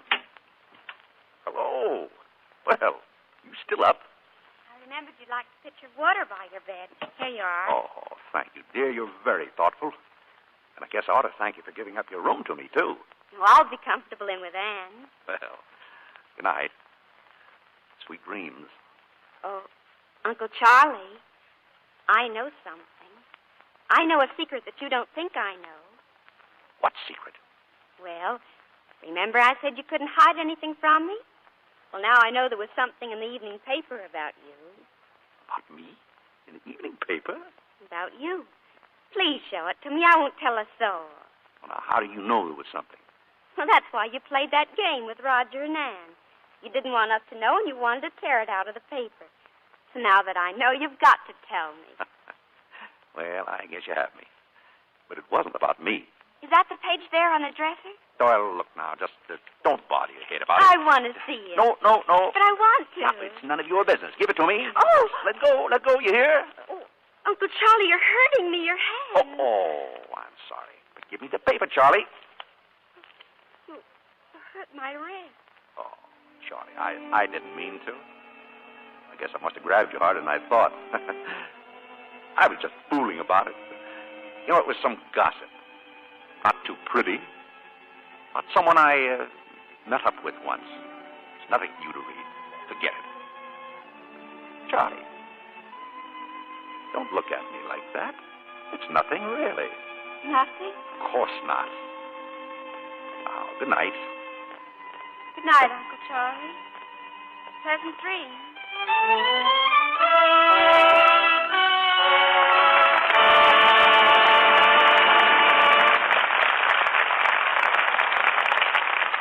In just a few moments, Mr. DeMille presents William Powell and Teresa Wright in Act Two of Shadow of a Doubt. Mr. Kennedy, Yes, Sally? Isn't it nice that there's still time to make a New Year's resolution? Yes, I guess January 3rd is still under the line. Why, Sally? Have you something special in mind, may I ask? Well, I've been thinking how many women must have made up their minds that they're really going to do right by their own good looks and look their prettiest during 1944. A very fine resolution, Sally, and one that should make life brighter for everybody. But it's one thing to decide you ought to do that, and another thing to do it. So here's one simple, easy way I've thought of that will help any woman to be lovelier. Aha! Something involving Lux toilet soap, maybe, Sally? Of course. If every woman who really wants her skin to be softer, smoother, more appealing, would say to herself, I'm not going to neglect my Lux soap facials for even a single day. And if she should stick to that resolution... In a very short time, she'd be delighted at how much nicer her skin looks. You bet she would. Daily facials with Lux toilet soap give complexions real beauty care. Famous screen stars depend on that rich, active lather to give their skin protection it needs. Right, Sally. 9 out of 10 Hollywood stars use Lux toilet soap. It's so gentle and mild, they say, and it leaves skin feeling soft and smooth. And now, I'm going to ask the ladies in our audience to take your tips, Sally. They'll find they never made a wiser beauty resolution than to use this fine white soap regularly. Day by day, it helps skin to be lovelier. Recent tests show actually 3 out of 4 complexions improved with regular Lux toilet soap care. Why not ask for Lux toilet soap tomorrow? And if your dealer is out of stock due to wartime conditions, he's sure to have more soon. Remember, Lux toilet soap, the beauty soap of the stars, is worth waiting for. And now, Mr. DeMille returns to the microphone. Act 2 of Shadow of a Doubt, starring William Powell as Uncle Charlie and Teresa Wright as Charlotte.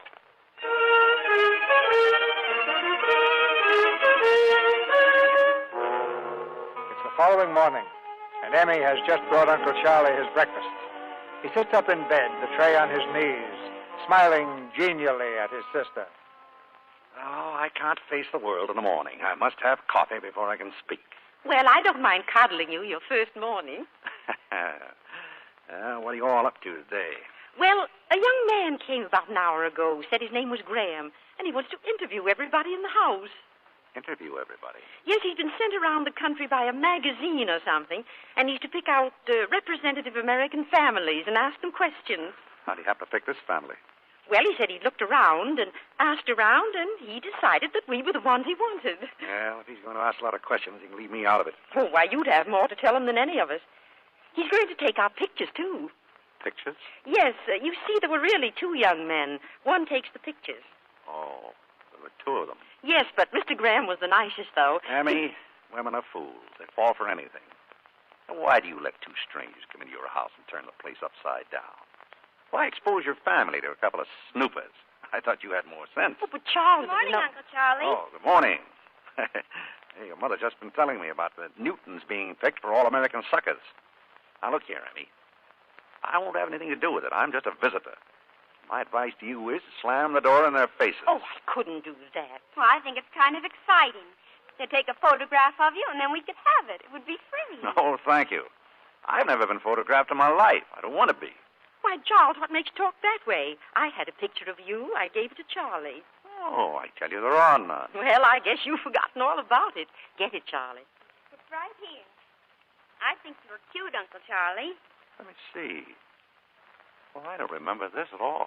You were 9, Charles. You had it taken the Christmas you got your bicycle just before your accident.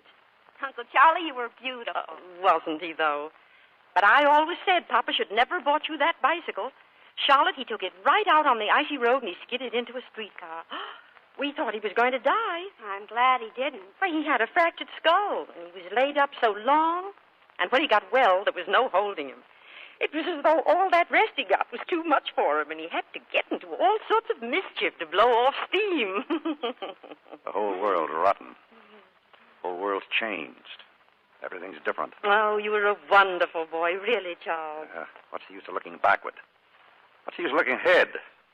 Today's the thing. That's my philosophy. Today. Well, Charles, if today's the thing, you'd better get your clothes on and get to the bank. Joe will be waiting. He's going to take you into Mr. Green. He's the president.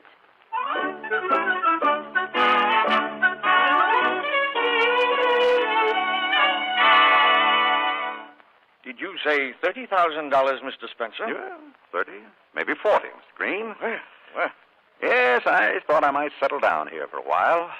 Great country, great country. we think so. What have you been doing, Mr. Spencer? Well, I suppose you'd call me a promoter. Real estate, shipping, South America. It's not hard to make money, Mr. Green. The only trouble I find is that once I make it, I'm not interested in it. Not interested in money? Well, Harry, I wonder... Oh, dear, I didn't know you were busy. I could come back. Come in, Ella. Now that you're here, come in. Mr. Spencer, this is Mrs. Potter. Oh, Emma's brother. Oh, we've heard so much about you, Mr. Spencer. how do you do, Miss Potter? Oh, no, Mrs. Potter. I'm a widow. Oh, I'm sorry. There was something about you that made me think... Yes? What did you want, Ella?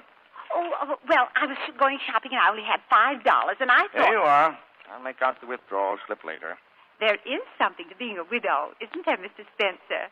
One doesn't have to ask a man for money anyway. Goodbye. Goodbye, Mrs. Potter. Now, Mr. Spencer, where were we? Very attractive woman, that Mrs. Potter. A widow, huh? Yes, Potter left her quite a bit of money. You don't say.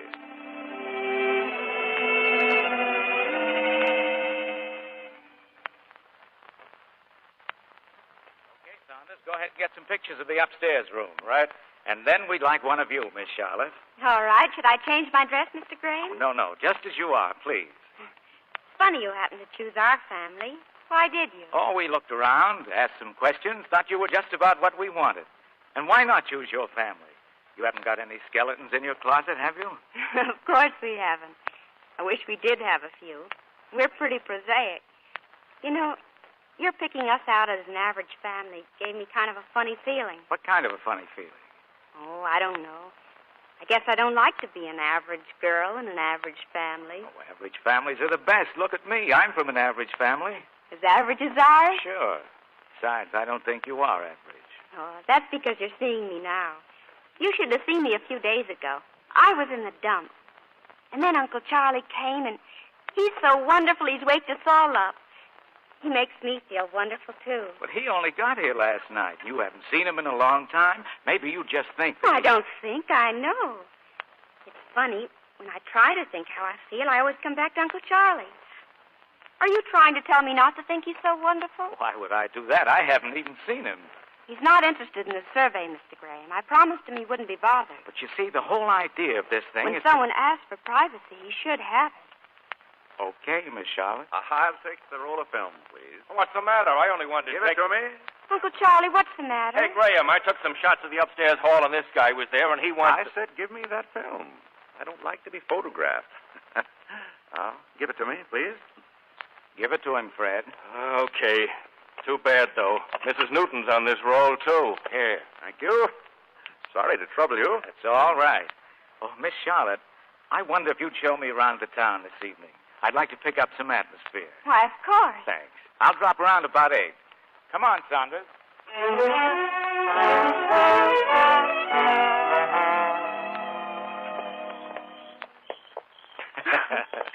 I can't get over your breaking your arm when you were 10 and my breaking my arm when I was 10 in exactly the same place. Am I wanting to run away from home and you wanting to run away from home? I didn't want to, really. It was just a gesture. No, I didn't want to either. I guess I was just showing off. Well, you don't have to show off with me. Shall we sit down? Sure. You know, Mr. Graham, I think you must have an awfully interesting job. Going into people's houses, asking a lot of questions. Just like an international spy. That tune you're whistling. Yeah? Why did you whistle that? No particular reason. Why do you ask? There's something strange about you. All those questions, the things you want to know. Charlotte, listen. I know what you are. You're a detective. There's something the matter, and you're a detective. Listen to me. I don't want to listen. I came here to this town to find a man. I hadn't counted on you. Find a man? What man? There's a man loose in this country. We're after him. We don't know much about him. We don't even know what he looks like. Charlotte, think. How much do you know about your uncle? Why, he's my uncle. He's my mother's brother. What has he done? I can't tell you what he's done, but this man we want may be your uncle. I don't believe you. We're after one man. Your uncle may be the man. We think he is. But in the East, there's another man who's being hunted, too. Hunted through Massachusetts and into Maine. He may be the man. Uncle Charlie hasn't done anything. He knows it would kill my mother if he'd done anything. Why, he's her brother just like Roger is mine. Why don't they arrest the man in Maine? Why don't you go away and leave us alone? Charlotte, I'm going to try and make it easy for you. If your Uncle Charlie's the man we want, we'll get him out of town quietly. We won't arrest him here. Arrest him here? In this town? I'm trying to tell you we won't.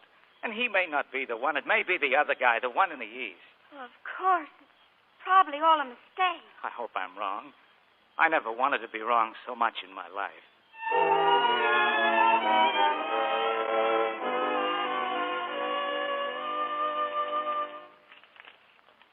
Charlotte, the library's supposed to close at 9 o'clock sharp. Yes, I know, Miss Cochran. I just want to look at this newspaper. If I make one exception, I'll have to make 1,000. Anyway, that's yesterday's paper. It's the recipe I wanted. Someone tore it out at home. Well, hurry up. I'm closing right away. Police hunt murderer. Boston, Massachusetts, February 8th. In their search for the so-called Mary Widow murderer, the police have thrown a cordon around the northeastern states, and the announcement of his arrest is expected daily. All names the accused are thought to be aliases. When found, he'll be charged with the murder of 3 wealthy women. His victims have uniformly been widows of large means. His latest victim was Mrs. Bruce Mathewson, the former musical comedy star known to audiences at the beginning of this century as Teresa Shenley. P.S. From the end. The ring. P.S. Teresa Shenley.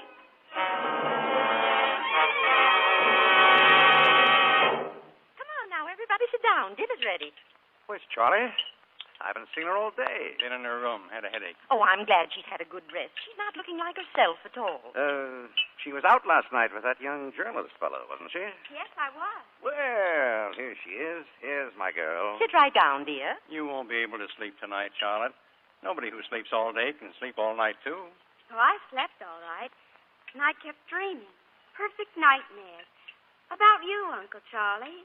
Nightmares? About me? About you. I'll tell them to you if you like. You were on a train, and I had a feeling you were running away from something. And when I saw you on the train, I felt happy. Terribly happy. But, Charlotte, how could you be happy seeing Uncle Charlie on a train? I hope he stays here forever. Well, I suppose he'll go sometime. He has to go sometime. We have to face the facts. Now, Charlotte, what's the matter with you? I guess Charlie slept a little too long. She's not awake yet. I suppose that young fellow kept her out half the night. No, she got back quite early. I was surprised. Well, Charlie's a pretty girl. I suppose he's been hanging around today. He called twice, but she didn't see him. Oh, Charles, you're going to kill me when you hear what I've done. Emmy, I'd never kill you no matter what you've done. Well, I've simply promised Mrs. Potter, the president of our club, that you'd speak to the ladies. Oh, is that all? Well, I guess we can manage that. For Mrs. Potter, yes. She's a widow, Uncle Charlie. She'll be so pleased, Charles. What kind of audience will it be? Oh, women like myself. Pretty busy with our homes, most of us. Yes. Yes, most women keep busy in towns like this. The cities is different. Cities are full of women, middle-aged widows. Their husbands are dead. The husbands who spent their lives making thousands, working. And then they die. Leave the money to their wives. Their silly wives. What do the wives do? These useless women. You see them in hotels, best hotels, by the thousands, eating the money, drinking the money, losing the money at bridge, proud of their jewelry, proud of nothing else. Horrible, faded, fat, greedy women. But they're alive. They're human beings. Are they? Are they, Charlie? Are they human? Or are they just fat, wheezing animals? What happens to animals when they get too fat and too old? Mama, I'm going for a walk. I'll be back soon. Charlotte! Well, what in the world is she... Roger, go after her. No, I'll go. I'll catch up with her.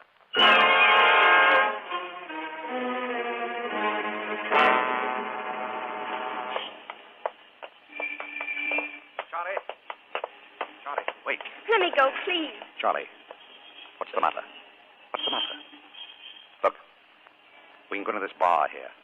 I want to talk to you. You're hurting my arm again. Then come in with me. I can't. I've never been in a place like this. It's all right. Why do you make me come in here? It's an awful place. What does it matter where you are? Sit down. Yeah, what'll it be? Nothing. Bring her a ginger ale, and I'll have a double brandy. Brandy? Okay. Well, Charlie, Well, you think you know something. That young fellow told you something. Jack, why should he know anything about you? Look, Charlie, something's come between us. And I don't want that to happen. But we're old friends. More than old friends. Like twins. You said so yourself. Don't touch me, Uncle Charlie. Don't touch my hand. What did he tell you? What did that boy tell you? How could you do things like that? You're my uncle. You're my mother's brother. We thought you were the most wonderful man in the world. Charlie, what do you know? I want to give you back your ring, Uncle Charlie. T.S. from B.M. Teresa Shenley from Bruce Mathewson.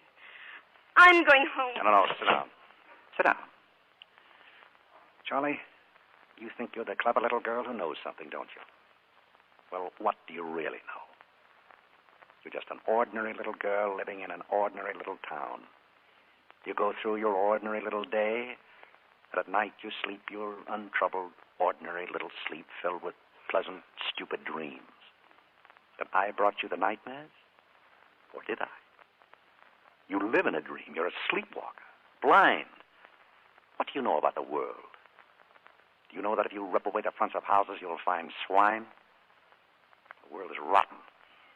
What does it matter what happens in it? Are you silly enough to imagine that what I've done is important to anyone? Wake up. Use your wits, Charlie. Learn something. Let go of my hand. Let me alone. Charlie, come back. You've got to listen to me, Charlie. Oh, please. So you think you found me out, you and your young friend Graham? I don't know. I'm not going to tell him what I know. He may find out, but I won't tell him. He won't find out. I'm only asking you one thing. Go away and leave us alone. No. I'm staying, Charlie. I'm not going away.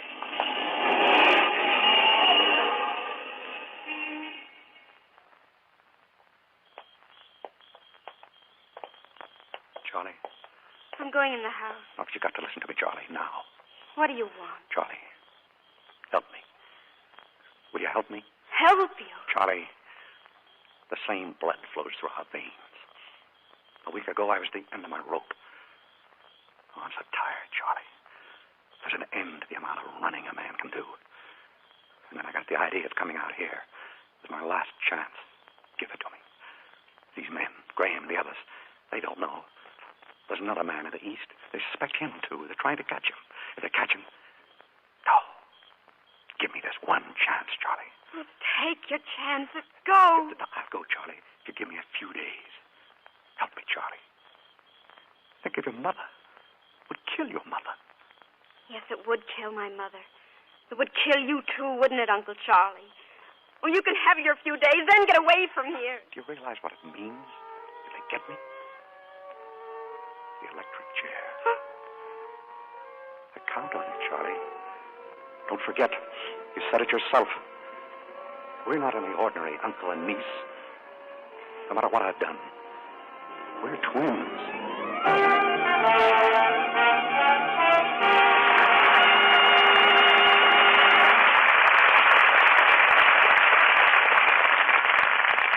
We pause now for station identification. This is the Columbia Broadcasting System.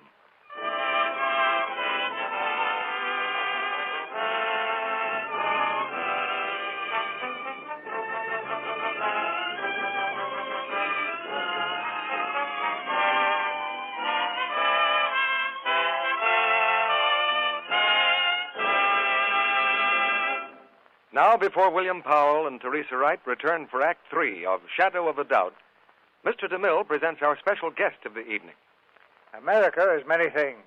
A little white house on an elm-shaded street, 50,000 people yelling at an umpire, sodas at the corner drugstore, and pretty girls who'd like to be Miss America. And we have Miss America here with us now. Ladies and gentlemen, the glamour girl of the year, Miss Jean Bartell, who is Miss America of 1943.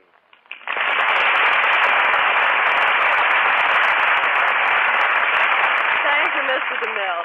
I hate to disillusion you, but I'm not a glamour girl. No, my eyes can't be that far wrong. This year, Miss America was to be a typical American girl who might be able to carry out a mission for her country. In ordinary years, Miss America makes theater appearances, sings in nightclubs, haunts Hollywood for a contract, and usually makes herself quite a tidy little fortune. But this year, things are different. The fortune is $2.5 million. and it went to the United States government. Mm-hmm. Since last September, Miss America has been going up and down America selling war bonds. I'll bet that $2.5 million represents a lot of kisses. Not a single one. Well, that's unheard of. You can't sell bonds without kisses. Well, I thought the customers would rather kiss a movie star. That's what you think. I don't want to sound like the Chamber of Commerce, but I must point out that before Jean became Miss America, she was Miss California and a co-ed at the University of California in Los Angeles. How'd you get started on the road to Atlantic City, Jean? I was singing at a war bond rally, and someone suggested I try for the contest. The next thing I knew, someone was putting a crown on my head. The key to a city in your pocket. I do have quite a collection. Keys to about 40 cities, everywhere but Los Angeles. We knew you didn't need one to get home with, Jean. What were the exciting moments of your tour? Well, I saw snow for the first time. That was in Minneapolis. Then I had Thanksgiving dinner at 4 of New Orleans' wonderful restaurants. I know just what you mean. I've sampled their cooking. Those things were all fun, but I think the biggest thrills came in places like a war plant in Cleveland at 2 o'clock in the morning and a hospital in Denver late on a winter afternoon. Did you sell bonds in the hospital? No, I went to sing for the boys. But as I was walking around the wards, one of them called me over and said, listen, baby, I'm not very well healed with dough at the moment, but I could manage a few war stamps. Here's the money. He was just back from North Africa. To that boy, you were really Miss America. I suppose now that you're home in Los Angeles, you'll settle down for a good long rest. I'm leaving tomorrow for New York to help open the 4th War Loan Drive on January the 18th. After that, I'm going to continue with my career, which is singing. Well, I think you're singing a very sweet tune for the Treasury Department right now. It's not a solo, Mr. DeMille. It's a chorus of 130 million people. They know there's a war on, and they and their sons and daughters will finish it. Thank you for asking me to come here. Now I'd like to join the audience for the 3rd act. Good night. Good night, Miss America. Your hometown is proud of you. After the mystery is solved, we'll have a chat with our stars. But now here's the curtain for the 3rd act of Shadow of a Doubt, starring William Powell and Teresa Wright.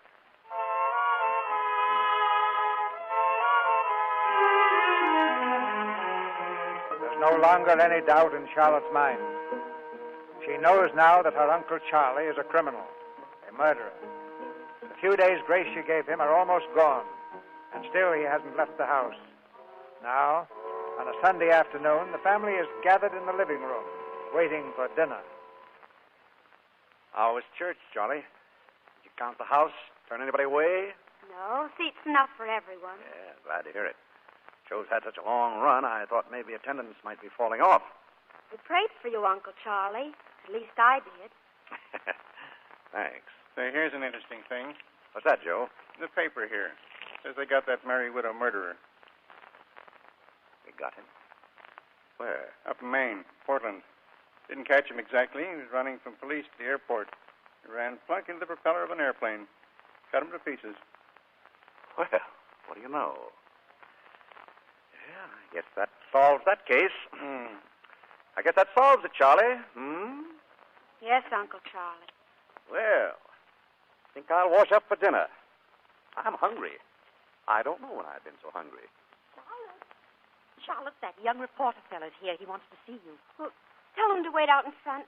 I'll be right there. See you at dinner, Charlie? Yes, of course. Fine.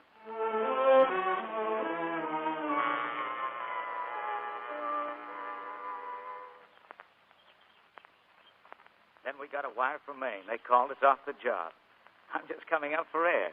Well, me too. Now that it's over, Jack, I don't want to talk about it anymore. I want to pretend that nothing ever happened. Well, you won't have to pretend much. Nothing did happen. I'm glad you never did know what we suspected your uncle of. Yes. Well, I guess that's all. Well, look, Charlotte, Saunders and I know. You have to go away. Yes. I knew you'd have to go away, but I hadn't thought about it. I'll be alone again. Alone? In that beehive you live in? Besides, I'm coming back. When? When are you coming back? As soon as I can make it. I don't want you to go. I feel... How do you feel? You're not frightened now, are you, Charlotte? Frightened? Oh, I know what I did to you. And don't think I haven't tossed around every night for a week worrying about you. Why? Why, Jack? I don't know. I guess it's probably because I'm in love with you. Are you? That's why I'm coming back. Oh? I thought if we got engaged now, today I mean, why, and maybe we could get married when I get back. I suppose it is better to be engaged for a while, even if it is only for a little while. We'll get married. That's all there is to it. Oh, Charlotte. Oh, there. Oh, hello, Mr. Spencer. I was just saying goodbye to Charlotte. Oh, all finished here? All finished. I'll be back. You'll be seeing me around. Oh, yeah? Not on business, though. Well, sometimes I'm pretty obtuse, but I think I understand about your coming back. Charlie's a fine girl. I think so, too. Goodbye, Mr. Spencer. Goodbye. Bye, Charlotte. Goodbye. Come back soon, Jack. You bet. Take good care of her, Mr. Spencer. Oh, I will. I certainly will. Fine boy, Charlie. Fine boy. When are you leaving, Uncle Charlie? Oh, no need to hurry now. We're all happy here. When are you leaving, Uncle Charlie? Look, I just told your mother.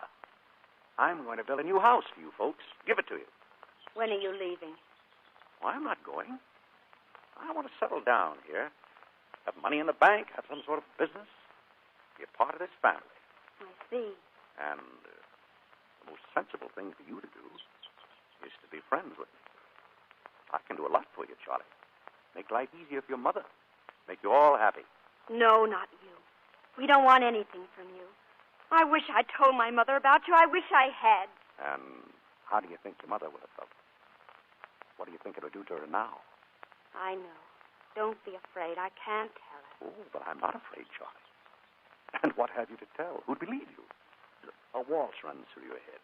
You don't like the initials in a ring. You connect it all up with a newspaper clipping. And now you haven't the ring. I don't know what became of it. You have it. Have I? Oh, no. I gave it to you. I don't want you here, Uncle Charlie. I don't want you to touch my mother. So go away. I'm warning you. Go away. She's the only one who knows. The only one. If it weren't for her, I'd never have to worry. I'd be safe. Safe.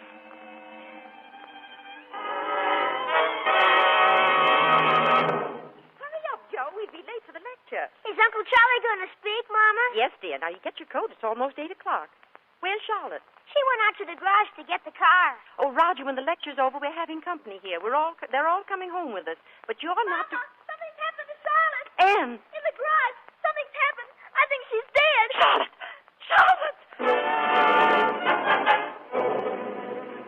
Charlotte! Charlotte, dear, are you all right, darling? Yes, yes. Oh, sure, she's fine, Emmy. Don't worry. See? She's fine now. She was locked in the garage. I heard the car running. I opened the garage door, and she was lying there on the floor. Carbon monoxide. Very common type of accident. Charlotte, how did it happen, dear? It was so funny. When I went to get the car, the motor was running. I couldn't find the key. The key was gone, and then I heard the garage door close behind me. It must have been the wind. Yes, the wind, but the keys. Why weren't they in the car? Oh, why, they were, Charlie. When Anne found you, I went in and turned off the motor myself. Oh, I see. It was you, Uncle Charlie. Yes, I turned off the motor. I see. Well, come on now. I'll carry you upstairs. No, Charlotte. I don't want him to carry me. I'm all right, Mama. Well, I'll call and postpone the lecture. No, Mama, please go. I want you to go, all of you. Please. All right, dear. All right.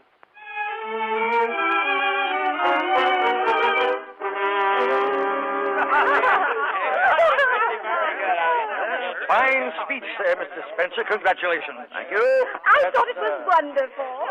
Thank you, Mrs. You haven't Potter. had a drop of wine, Mrs. Potter? Why, I believe I will. Ladies and gentlemen, I want to propose a toast to... Oh, is that Charlie? Charlie, how are you feeling? Oh, I'm all right now, thank you. I feel fine. My favorite little niece. Well, now, you don't think you ought to be in bed, Charlie? Oh, no, I wanted to come down. I wanted to show everybody my new ring. Your ring? The one you gave me, Uncle Charlie. I found it. You know where? In your room. I must have gone in and left it there. Force of habit. Oh, yes, probably. It's a beautiful ring, dear. Just beautiful. Yes, it has an inscription, too. Shall I show it, Uncle Charlie, or shall we keep our little secret? Charlie. Oh, do show it. Well, Uncle Charlie? Well, we'll talk it over later. Charlie, you're just in time for a farewell toast. I hate to break the news like this, but tomorrow I must leave Santa Rosa. Oh, you can't leave us that way.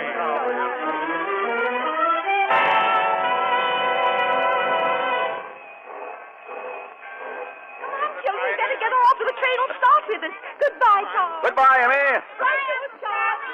I will. You write me. I'm coming. Oh, Charlie, wait. I'll go out the platform with you. Goodbye, Uncle Charlie.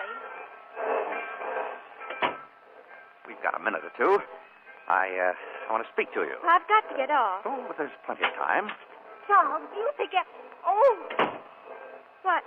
That was Mrs. Potter. Oh, was it? The widow Potter. Is she going with you? Oh, now, don't be a little fool.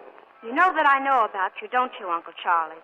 And if I ever hear or read about anything, well, you know what I'm talking about, don't you? You're being a foolish girl. I'm warning you. Charlie, listen. The train's moving. Charlie. Let me go. No, Charlie, listen. You did a fine thing for your mother. Right not to let her know. My arm, you're hurting me. You're not getting off yet, Charlie. Wait a while. You see? We can just open the door like this. What are you doing? What? Then you can get off in just a minute or two. You're mad. You're a mad. Wait, just a little faster. A little faster. I don't want you to be hurt, so just a little faster. Don't scream. No, Charlie, it's all so simple, isn't it? She tried to get off while the train was moving. She was killed. Nice girl. Too bad. Now, Charlie. Now. Don't fight, Charlie. It's better for you if you don't. Oh! Miss, what is it? Charlie fell off the train.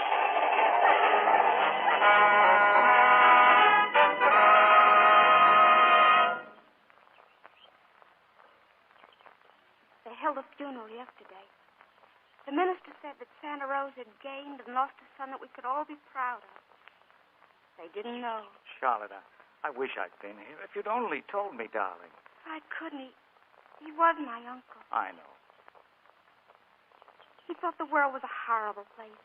He couldn't have been very happy ever. No. He didn't trust people. He hated them. He hated the whole world. Do you, Charlotte? Hate the world? No. Oh, it sometimes needs a lot of watching, I guess. Seems to go to pieces now and then, like him. But it gets better. Almost in spite of itself, it gets better, and there's still love in the world. So much love.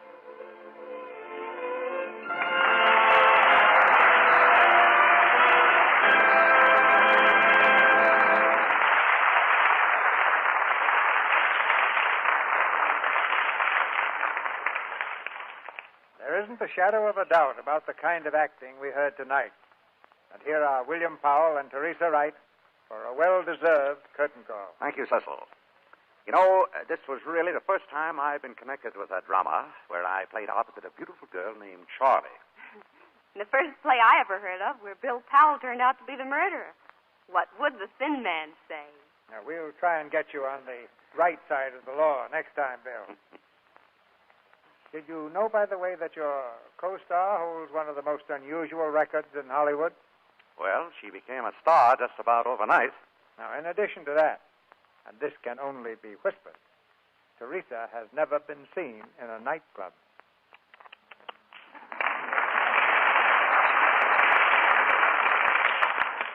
That's practically a scandal in Hollywood. I may never live it down. We'll forgive you if you keep up the standard of performance you've already set. What was your background in the theater, Teresa? I played in summer stock. Naturally, that included building scenery, wrestling props, painting backdrops, taking tickets, and sweeping up the theater. That sounds like old home week to me. Then, just before Mr. Goldwyn brought me to Hollywood, I was in Life with Father in New York. From life with Father to life with Goldwyn.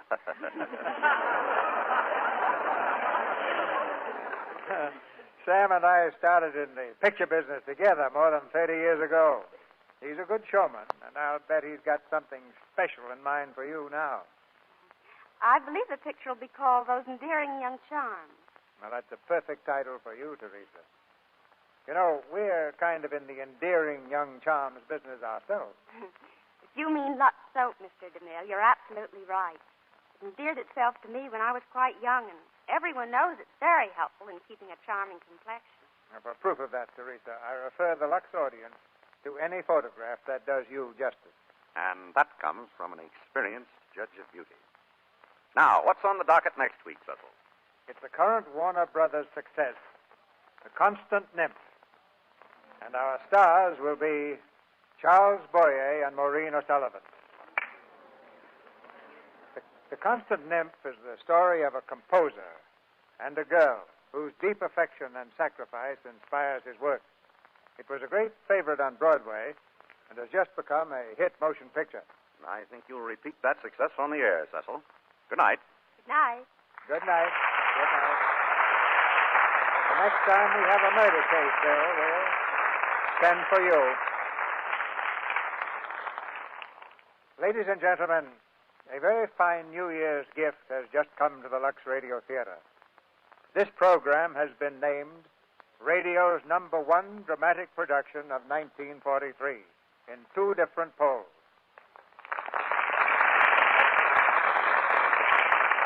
One conducted by Radio Daily, the other by Motion Picture Daily. We're grateful to the editors and to you, our audience, for this honor. We'll regard it as a challenge for all of 1944. And now, I'd like to tell you about a new radio program that starts this week. On Wednesday night, over these same stations, Frank Sinatra, he of the famous voice, will begin a show of his own with Bert Wheeler. Ginger Rogers will be Frank's first guest. And I understand Mrs. Nussbaum is coming over from the Jack Benny Show. The Vims Chorus and Orchestra rounds out a program that I think will be an important radio event of the week.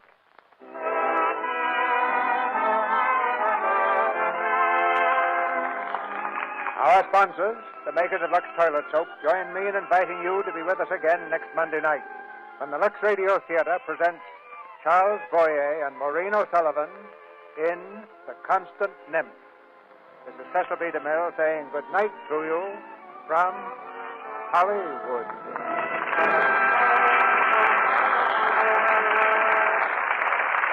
Shadow of a Doubt was produced by Universal Pictures, whose current release is the Walter Wanger production, Gung Ho, starring Randolph Scott. Teresa Wright will co-star with Gary Cooper in the International Pictures production, Casanova Q. Brown. Heard in tonight's play were Ed Emerson as Jack, Regina Wallace as Mrs. Newton, Norman Field as Mr. Newton, and Verna Felton, Mary Lou Harrington, Tommy Cook, Leo Cleary, Charlotte Treadway, Myra Marsh, Buck Woods, and Charles Field. This program is broadcast to our fighting forces overseas by shortwave through cooperation with the Armed Forces Radio Service. Our music was directed by Louis Silvers. And this is your announcer, John M. Kennedy, reminding you to tune in again next Monday night to hear Charles Boyer and Maureen O'Sullivan in The Constant Nymph.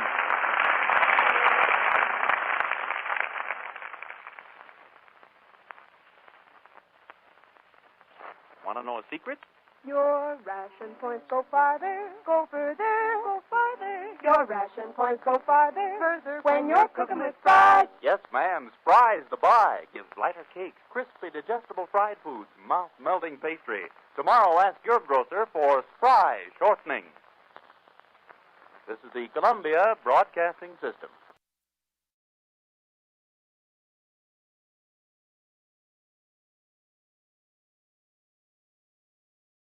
This is Chesterton Radio, your home for podcasts of works by G.K. Chesterton, plus drama, comedy, mystery, science fiction, big bands, and much more. The soundtrack to your Chesterton day at chestertonradio.com. Lux presents Hollywood.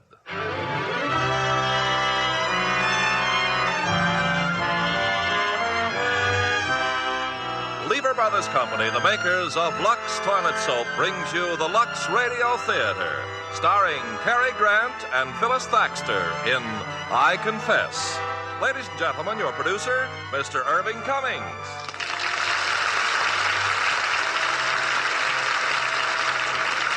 Greetings from Hollywood, ladies and gentlemen. Tonight's play, I Confess, has one of the most unusual plots for sustained interest and suspense I have ever seen. And of course, when that master director, Alfred Hitchcock, adds his individual touch to the action, it's bound to be another screen hit for Warner Brothers. And for our stars, we have one of the finest actresses on the screen, Phyllis Thaxter, co-starring with Cary Grant, who will again prove his great versatility in a highly dramatic role. You know, there's no soap quite like mild and gentle Lux. Lux toilet soap has been a Hollywood custom for years. Once our glamorous Hollywood stars start using Lux, they won't use any other soap. And once you start using it, you'll know why 9 out of 10 screen stars depend on Lux soap for their complexion care. Now, I Confess, starring Cary Grant as Father Michael Logan and Phyllis Thaxter as Ruth.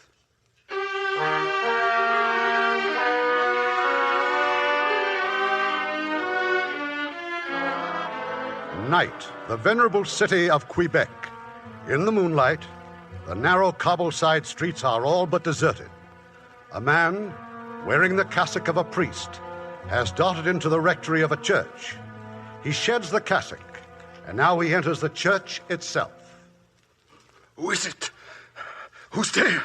It's Father Logan. Oh, Father Logan. I did not recognize you in the dark. Is that you, Keller? Yes, Father.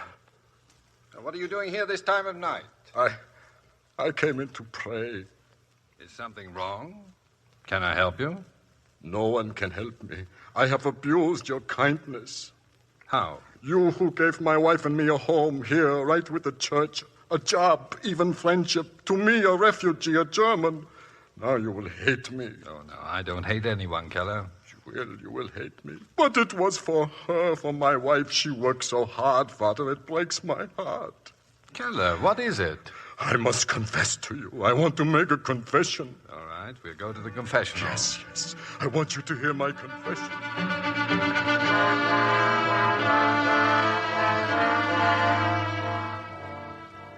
So, you've been to the house of Mr. Villette. Go on, Keller. Yes, Villette, the lawyer. I killed Mr. Villette. Keller. I went to steal his money. I wore a cassock. If anyone saw me, they would think I was a priest. I was looking for the money when Villette surprised me. I did not mean to kill him. You must believe me, Father. I did not mean to kill him.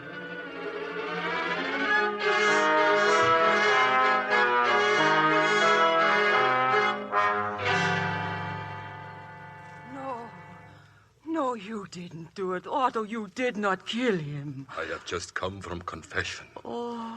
Father Logan is my priest. You are my wife. It is right that you should also know. But why, Otto? Why? I am not a murderer. It was an accident. It was the money. How could I watch you work so hard? I lie awake night after night, and I think all we need is $2,000, Alma. With $2,000, we can start a new life. And Villette was rich. Otto. Oh, it's so dangerous. They will catch me. They will hang me. I cannot. Father Logan will go to them. He will tell them. He will tell them? No, he cannot tell them what he heard in confession. Police will come. Why, Alma? Why should they come? I have told them nothing, have I?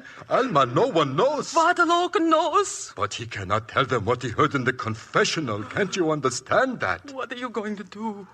Nothing at all. In the morning you are going to the police? Tomorrow is Wednesday, Alma. Isn't that the day when I attend to Mr. Villette's garden? But he is dead. I always work in Mr. Villette's garden on Wednesdays. Tomorrow is Wednesday. Now go to bed. You need to rest. Rest, Alma.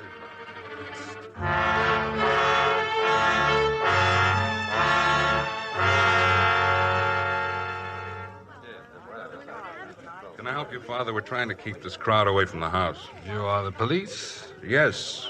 You've heard, haven't you, Mr. Villette's been murdered? Yes, I had an appointment here this morning. With Villette? Yes. Is there anything I can do? Well, if you had an appointment, you better go in the house. Do you mind? Not at all. Inspector LaRue's in there. Maybe he'd like to talk to you. This way.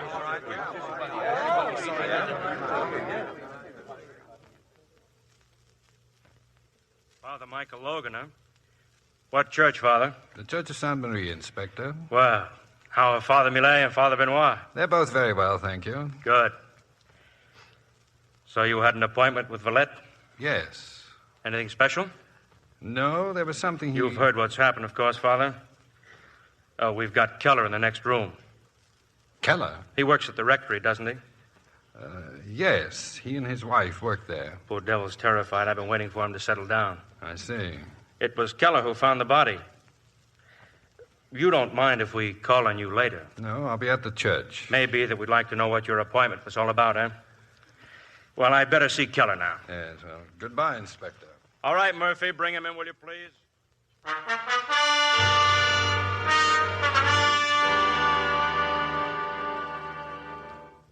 have told policemen. I have told them everything. Now, there's no need to be frightened, Keller.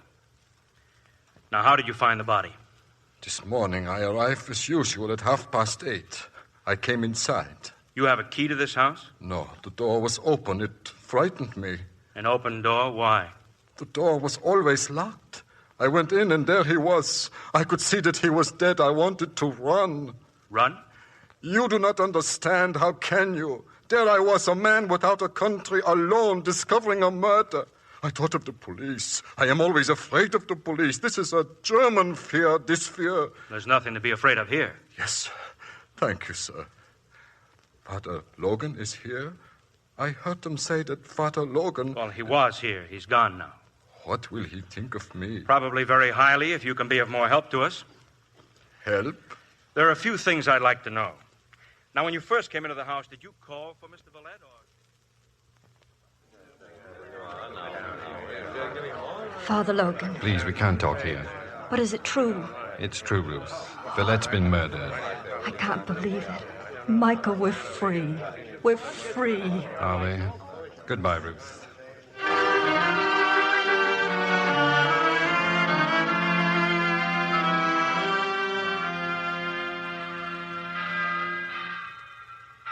Father Logan?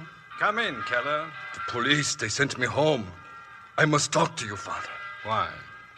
Why did you come to Villette's house? I know what you must think of me, but I can't give myself up. They would hang me. Has not God forgiven me, thanks to you?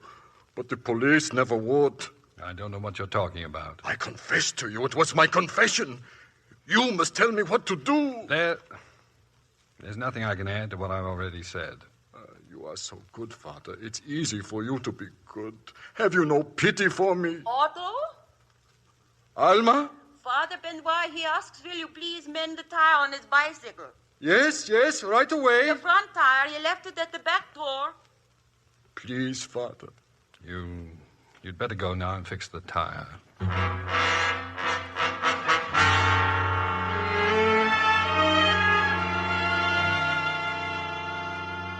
That's about it, Mr. Robertson. I said to myself, you're in no position to go to the Crown Prosecutor. You've got nothing to give him. But I'm here just the same, Mr. Robertson. Oh, you're quite a man, Inspector. Quite a man. Now, we know that Villette was murdered, strangled, and that robbery may have been the motive. But we're not certain. And no fingerprints and no suspects. Oh, this should be very simple for you, LaRue. I took the liberty of bringing a girl along. A girl? Schoolgirl. Oh. Murphy's got her out there in the hall. Just a possibility, Mr. Robertson. All right, LaRue. Let's hear what she's got to say. Thank you, sir. So, you are Augustine. Yes, monsieur. Sorry you had to be dragged out from school, young lady. Oh, but I like to be dragged out from school, monsieur. Well, this is Mr. Robertson. He's the Crown Prosecutor. Now, your mother called to say that you passed the Villette house last night. That's right. And what time was that? 11 o'clock. A little after 11. I was babysitting for Madame Germaine, and I left her house at 11 o'clock. Well, shall we say the time was between 11 and 11:30? Yes. And I saw someone leaving Monsieur Villette's house. A man. A priest, monsieur. What? A priest. Augustine, this is very important. Are you sure? Quite sure, monsieur. I was walking by the Rue Valentin, and then suddenly there was this priest. He was coming out of the house and walking away. Did you see his face? No. How tall was he? Well, like you, monsieur. And was he fat or thin? Not fat, but not thin either. Did you notice anything special about him, anything at all? No. Did he see you, Augustine? I don't think so, monsieur. But you are absolutely sure he was a priest? Yes. Thank you. You may go now. Oh, I must ask you a favor. I don't want you to say anything to anyone about this. Promise? Oh, yes, monsieur. Goodbye. Goodbye, little one. And if you should need me again... Yes? It would be very nice if you could drag me out of school. You know what this means? We'll have to check every rectory in town, find out which priests were out late last night. It's ridiculous to think a priest would be involved. LaRue, you don't really think it could be a priest? Yes, maybe. There was a priest this morning who... Well? Nothing. I'll have to check further. Don't be so mysterious. Well, I should know something more by tomorrow. Good day, Mr. Robertson, and thank you.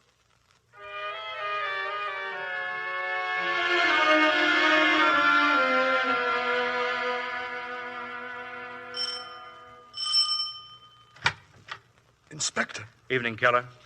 Father Logan, do you suppose I could see him? Father Logan? Oh, sit down, please. I'll see if I can find him. Thank you. Who was it, Otto? Who at the door? A man to see Father Logan. They drove away in the man's car.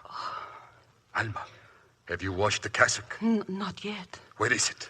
Upstairs in our room. Do not wash it. I do not want it washed. But why? Listen to me. There is something you must never forget.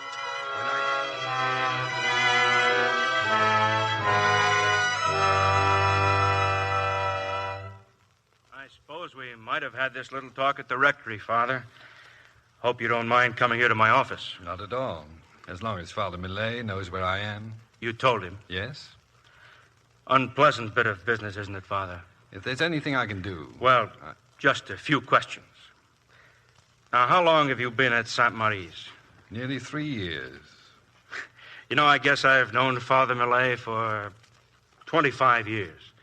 I was a choir boy when he was over at the Basilica. Yes, he told me tonight what a fine voice you had.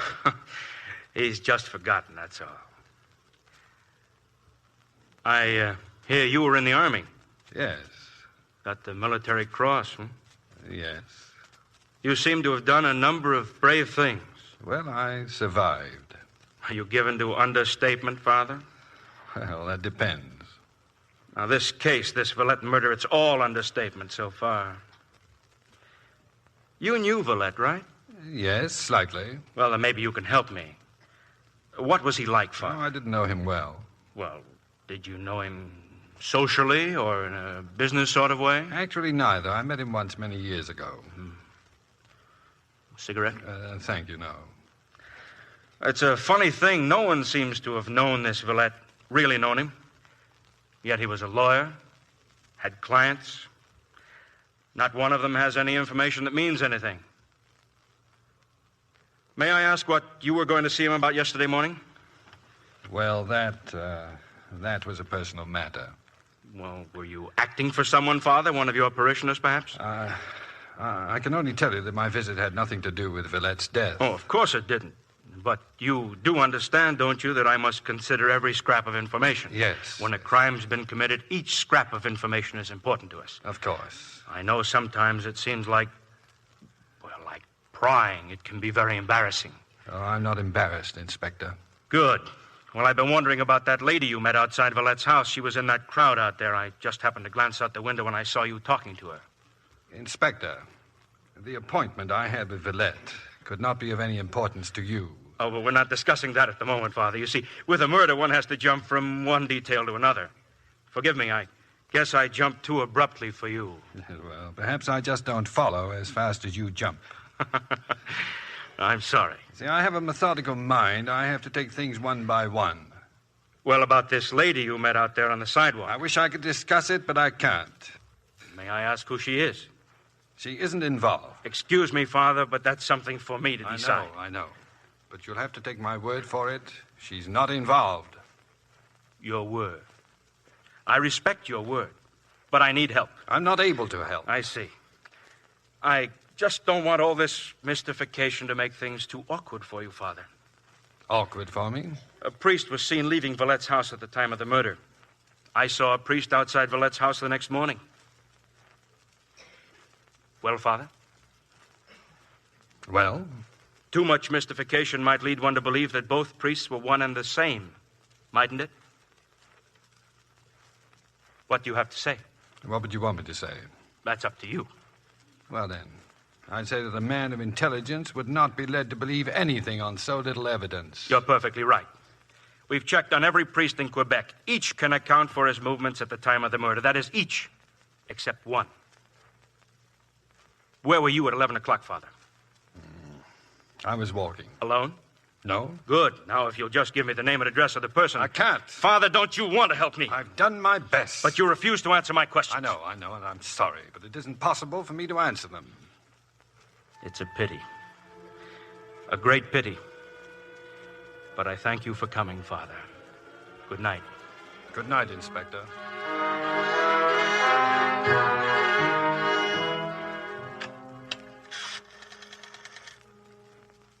This is LaRue. Get me Mr. Robertson. Yes, the Crown Prosecutor. Try his house. If he isn't home, find out where he is. I've got to talk to him.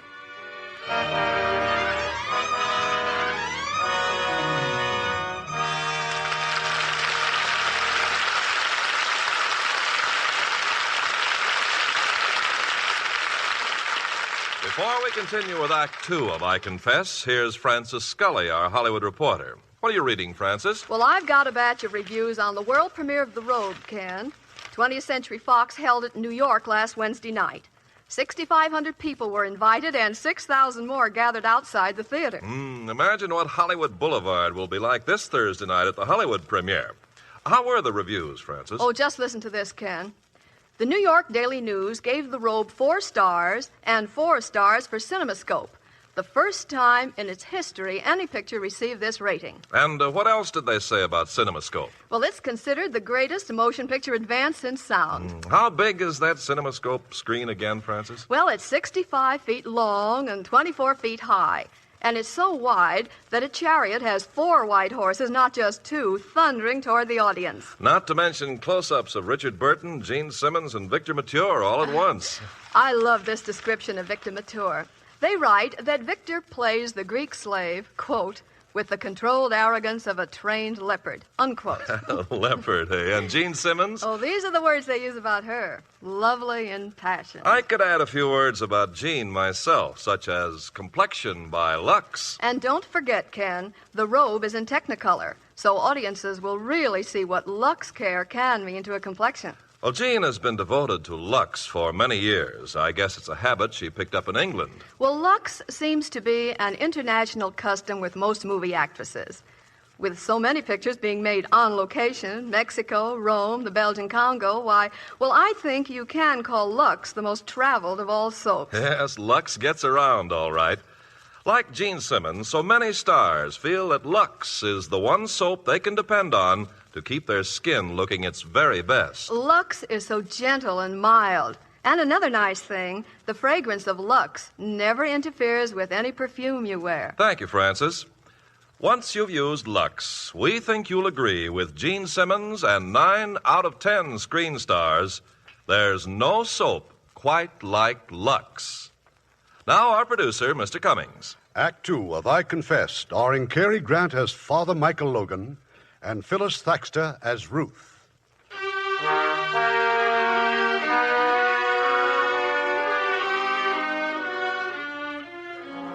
It's a few moments later. Mr. Robertson, the Crown Prosecutor, is not at home, but Inspector LaRue has found him. He's been a guest tonight in the home of some old friends, Pierre Granfort and his wife, Ruth. Sorry, Ruth. Looks like I've got to say goodnight.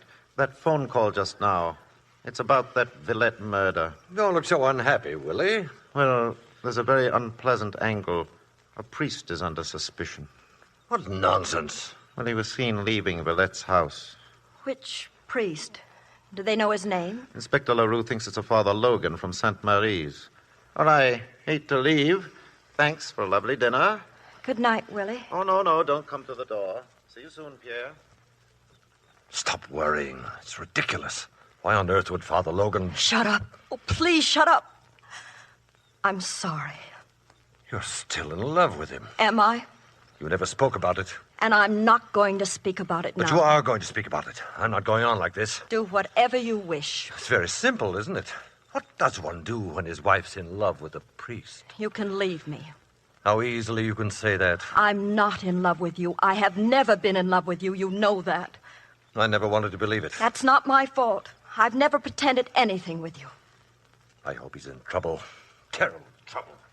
Oh, Michael. Michael.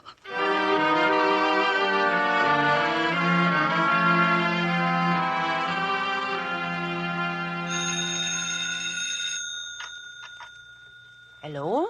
St. Marie's Rectory? I want to speak to Father Logan, please. Father Logan? Oh, but he is asleep. I'm not asleep, Mrs. Keller. Oh, it is very late. I'll take it. Thank you. Good night, Father. Hello? Michael, I've got to see you. Ruth, please. That's impossible. I've got to see you tomorrow morning. I've got to meet you somewhere. Michael, aren't you listening? I hear you. I'm going to Levis tomorrow morning. The ferry, Michael. The 9 o'clock ferry. All right. Good night.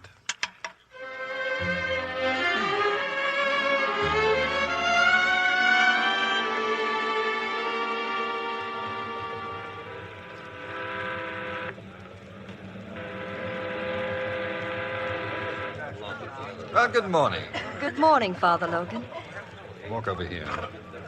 We shouldn't be seen together for your sake. I had to see you. Ruth, the police have been questioning me. They saw the two of us talking outside of Villette's house. They're trying to find out who you are. I don't care. I've got to tell you, you're being suspected. I know that. The only thing is for me to tell them that you were with me that night. You can't. They want to know why. I'll tell them everything if I have to. You've got to think of yourself. You've got to think of your husband. Think of him before I think of you. I've never been able to do that. You must. It's too late to think of him. I'm not that good. I love you. I've always been in love with you.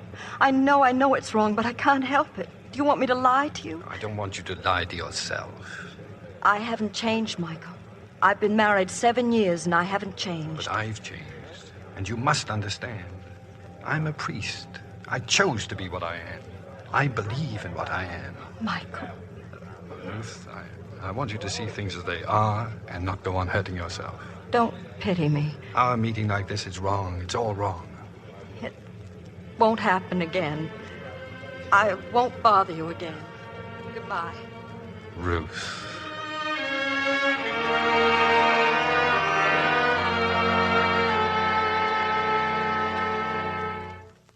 Ruth, who was it? Who just telephoned? Willie Robertson. He wants me to come to his office now. Why? I was seen on the ferry this morning with Michael Logan. Apparently, I was being followed by a detective. Would you like to tell me what you're going to do? Answer whatever questions they ask me. I'm going to tell them why Michael could not have killed Villette. Oh. Has Father Logan cleared himself to your satisfaction? He didn't have to. I was with him at the time. Would you like me to go with you? I'm in no position to ask favors, am I? Get ready. I'll get the car. Thank you.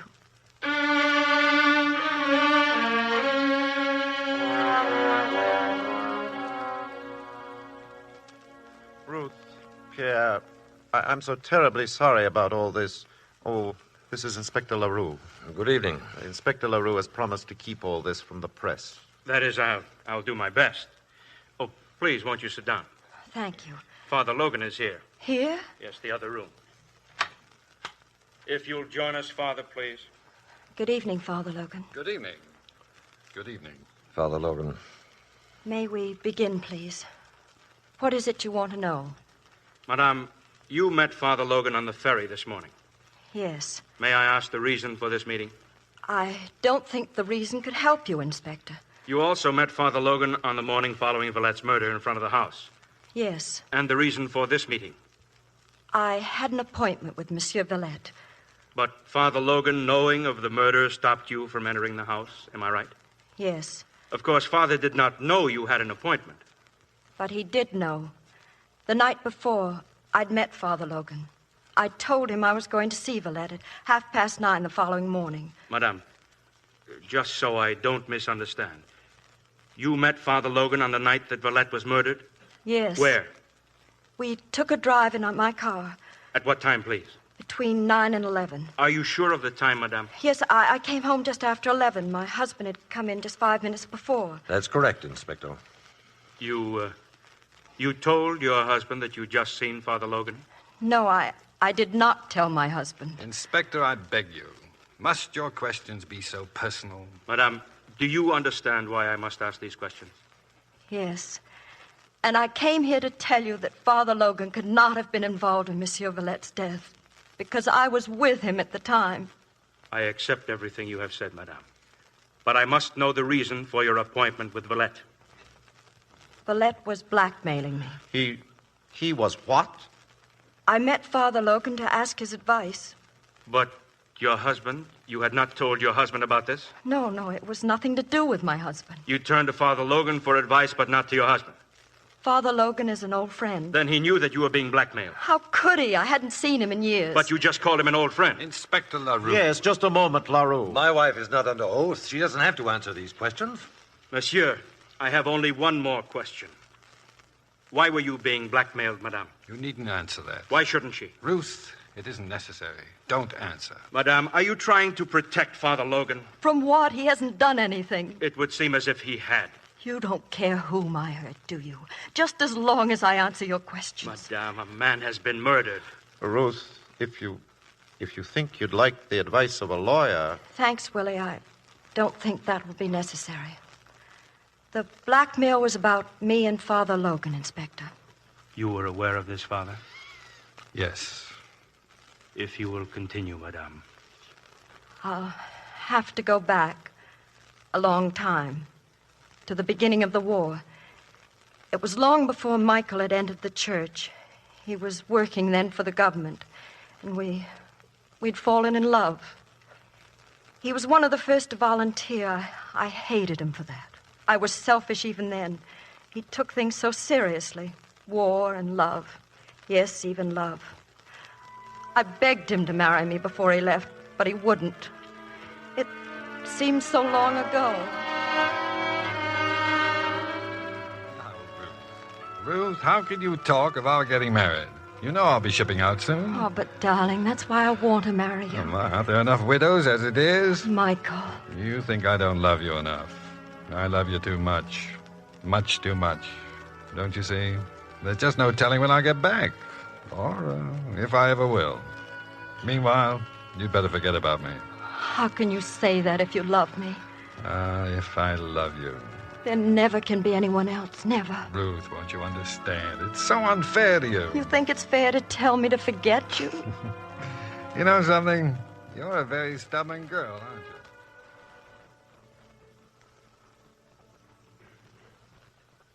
you? His letters were long at first, but after a while there were no letters at all.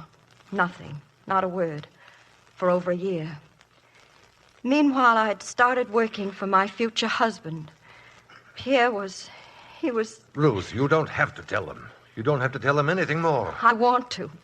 You were very kind to me, Pierre. You realized I was unhappy, and like all kind people, you never asked me why. I was in love with you. Anyway, 6 months later, we were married. When the war was over, Michael came home. I was at the dock the day the boat arrived. We arranged to meet the following afternoon. It was a lovely day, the end of the summer. We took the ferry and went over to the island. We started to walk, and Michael told me the thoughts that had come to him during the war. The war had changed him. Then suddenly a storm came.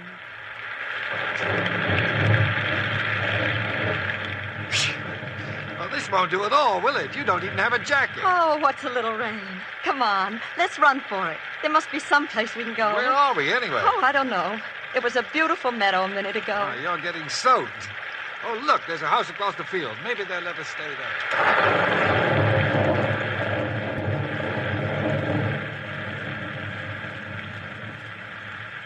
The house was closed, Inspector. Locked. The storm grew worse. There was a summer house in the garden, a roof and lattice and ivy. It was the only shelter we could find. Sometime during the night, the rain stopped. It was sunlight that awakened me. Michael was seated at a table, his head on his arms. He was still asleep. And then a man came walking through the garden. Hello. Well, I've been entertaining guests, I see. He called again, and Michael wakened. What a charming rendezvous. I trust you and the lady were not disturbed during the night. But what a compromising situation, monsieur. Michael, no, don't. He only defends your honor, madame. Get out. Get out? From my own garden? That doesn't give you the right to insult Madame Grandfort? Oh, yes, I know, madame. Ruth? That is, I know of her husband, the distinguished member of Parliament. I've seen you quite often, madame, waiting for him in your car. Oh, how exciting it must be to be young. Young and beautiful. This man, Villette? Villette. What could I say to Michael? I hadn't told him I was married. Father? Let her continue. I didn't see Michael again for 5 years, nor Villette either. Not till the day that Michael was ordained a priest. Villette attended the ceremonies. And after that, I started to run into him all the time. One day as I left the house, he was waiting for me on the sidewalk. And those are the facts, Madame Grandfort. If I don't act quickly, there'll be a terrible tax scandal. Only your husband can help me. Then go to my husband. There's nothing I can do. But your husband is so righteous, Madame. You could persuade him to use his influence, couldn't you? You can't be serious. Madame, must I tell your husband about you and Father Logan? Must I? There's nothing you can tell him. We did nothing wrong. Think it over. I'll give you 24 hours.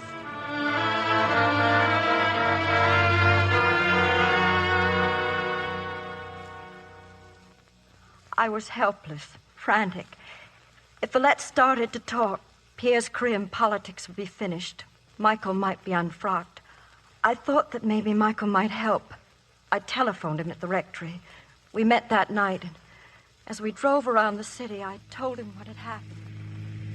I want you to take me back to the rectory, Ruth, and then I want you to go home. What are you going to do? Leave Villette to me. I'll talk to him. Can you meet me in front of his house tomorrow morning, say at 9:30? Yes, of course. It'll be all right, Ruth. Villette will listen to reason. Don't worry about it anymore. So that explains your appointment with Villette. Yes, I see. I arrived at 9:30. I couldn't understand why the crowd had gathered. Then I saw Michael, and he told me Villette was dead. I couldn't believe it. I was free. The rest you know. Some of it, anyway. Inspector, may my wife leave now? Certainly. Father Logan has his alibi now, doesn't he, Willie? Of course. Thank you. Ruth, come. Good night. Thank you, Madame, for your help tonight. Yeah, Willie. Would you like to go now, Father? I said, would you like to go now? Go? It's been a terrible ordeal. We're very grateful. Yes. Well, good night. Well, it's over, Inspector. Is it, sir? I'd like you to see this report. What report? Dr. Bonnard, the autopsy surgeon. He claims that Villette could not have died before 11:30. Oh, wait Madame a moment. Grandfort said that she left Father Logan at 11. You can do a lot of things in 30 minutes. I had never quite understood why Father Logan should have killed Villette. But now I think I can understand. And I thought it was over. I'm afraid not, Mr. Robertson. Only beginning.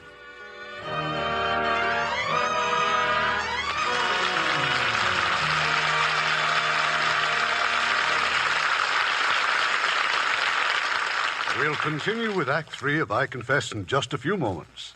Now we're going to meet lovely Joan Weldon, who was signed by Warner Brothers while singing in Song of Norway. What singing haven't you been doing lately, Joan? I'm in So This Is Love, Mr. Cummings, but I don't sing. I'm actually more interested in becoming a dramatic actress like Barbara Stanwyck. You don't come any better than Barbara. I saw her in the new Milton Sperling production, Blowing Wild, at the studio recently. Gary Cooper, Ruth Roman, and Anthony Quinn are stars in it, too. It was shot in Mexico, mostly near Cuernavaca, and the cast lived in one of those old, established world places. Built in 1527 by Cortez, the Spanish conqueror. Sounds like the picture Blowing Wild would have some wonderful scenery in it. Oh, it has, Mr. Cummings, and a very exciting story involving oil fields and armed bandits. Judging by the looks of Miss Stanwyck at the end of the picture, well, I hope she had Lux toilet soap along with her. Why is that, Joan? Miss Stanwyck was covered with oil and debris. She plays the part of an unscrupulous woman, infatuated with Gary Cooper. And I guess you'd say she gets her just desserts in the end. Well, Joan, knowing how much Barbara Stanwyck likes Lux, I'm sure she brought several cakes along. Lux is my favorite soap, too, Mr. Carpenter, for my complexion and in my bath. Most screen stars feel that way about Lux, Joan. They believe there's nothing more refreshing than a Lux bath. It's a great pick-me-up after a strenuous day. It certainly is, Mr. Carpenter. Well, thank you, Joan, and I'll be looking forward to seeing you in a dramatic role soon. Use the generous bath-size Lux. We think you'll like its creamy lather and pleasant fragrance as much as 9 out of 10 Hollywood screen stars do. We pause now for station identification. This is the CBS Radio Network.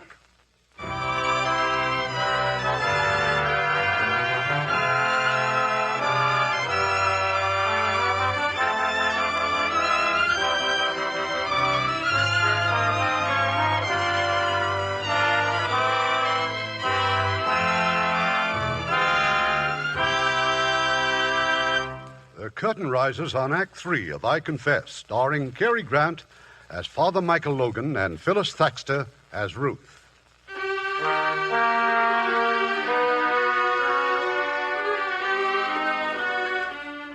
It's very early the following morning, but already the phone has rung in the Granfor home. An urgent call from Mr. Robertson, the prosecutor. And now Ruth has rushed to the church of Sainte Marie. But I can't talk to you now, Ruth. There are people waiting at the confessionals. Mr. Robertson phone. They're going to arrest you. Oh, Michael, what can we do? I don't know. You're not going to let them bring you to trial. Don't you know what that would mean? I've done this to you. I've done it all. No, you mustn't say that. They're going to call me as a witness, and all because of what I told them last night. They claim I've given them the motive they've been waiting for. Ruth, please. I must go now. I should have lied, but I told the truth. And now they'll twist everything I've said. They'll turn it. They'll use it. I wanted to help you. To help you. Well, it doesn't matter. There's nothing either of us can do.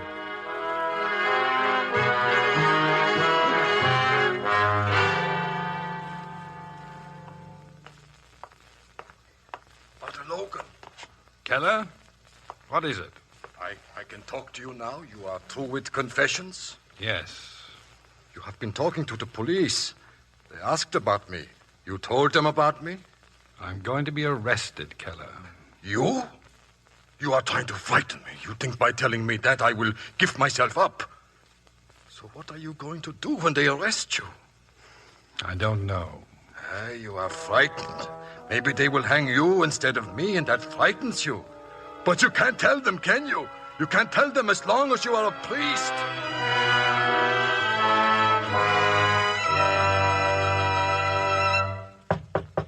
Come in.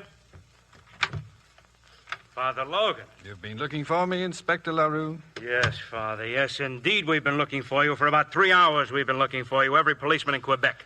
I've been walking. I've been trying to think. You can call it off, Murphy. You just walked in. You had lunch yet, Father? No. Well, let me order something for you. Oh, you're under arrest. Yes, I know. Priest arrested for murder. Father Logan charged with Villette murder. Robertson plans speedy trial of accused priest.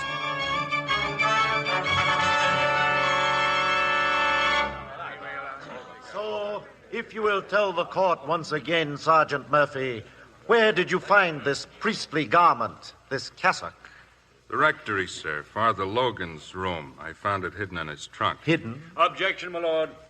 On what grounds can the witness claim the article was hidden? Sustained. Sorry, my lord. The Crown is content to establish only the fact that the cassock was in the accused's trunk. Now then, Sergeant, what did the police do with this cassock? We sent it to Dr. Bernard, pathologist at Laval University. I have his signed report here, sir. It's Dr. Bernard's opinion that the cassock was stained with human blood. Whose blood? The report says that the blood type is identical to that of the murdered man, Villette. Thank you. If it please the court, the Crown would like to recall the witness whom we heard yesterday, but very briefly. Will Otto Keller take the stand? Now then, Mr. Keller, you told us yesterday that you spoke with Father Logan on the night of the murder at approximately 11:45 o'clock. Yes, sir. Under what circumstances? My wife was asleep, sir. I was just about to go to bed, so I opened the window. I saw someone entering the church. Who? I could not tell at that distance, sir, so I went downstairs and walked out of the rectory and across to the church. I saw someone kneeling against the altar rail. As he lifted his head, I saw it was Father Logan, sir. Was there anything about his manner that seemed out of the ordinary? He seemed so distressed, sir. I asked him if he were ill. He said no. He said I should go back and leave him alone. And did you go back?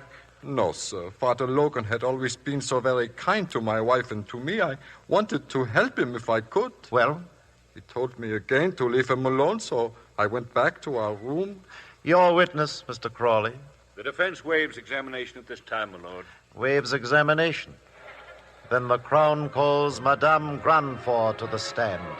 Madame Ruth Granfort, please. I can't answer your questions in any other way. How can I, when you repeatedly twist my words around and rephrase them? The witness will kindly confine herself to answer as to the facts. Madame Granfort, you just told us you were in love with the accused prior to the war. Yes. But what we are trying to find out is whether or not you were still in love with the accused on that night of Villette's murder. Yes, yes. Thank you. And how often had you met with him between the night at the summer house on the island and the night Villette was killed? Never, never. You want this court to believe that a woman in love doesn't make some attempt to meet her lover? My lord. This line of questioning doesn't seem particularly relevant. But it is, my lord. I am trying to discover whether or not Villette's blackmail was based on his knowledge not merely of a single meeting between the accused and the witness, but of a continuous, uninterrupted series that's not true. It's not true. My lord, the witness appears to be on the verge of hysteria. May I excuse her for the moment and call the accused? Does the defense object? No objections, my lord. Call the accused. Father Michael Logan.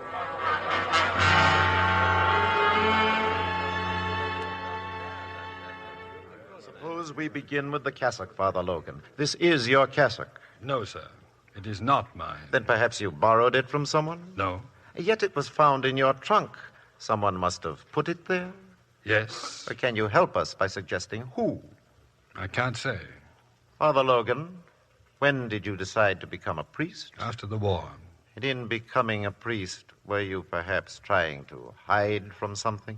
I've never thought of the priesthood as offering a hiding place. It involves certain responsibilities, certain morality. Yes. And yet you saw nothing wrong in having a clandestine meeting with a woman. Are you trying to imply that I was a priest at that time? I was not a priest. But did you consider that this woman was married?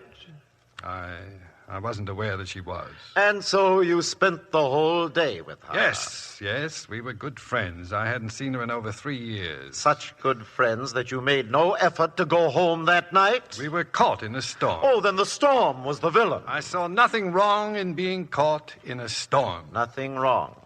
Then why, on the following morning, did you hit Villette with your fist Were you anxious to protect Madame's reputation? Yes. Oh, then her reputation was endangered. You suddenly realized there was something more than merely being caught in the storm. Villette made insinuations. My argument with Villette had nothing to do with any sudden realization. But you hit him in anger. Yes. You hit a man when he merely intruded upon a harmless situation.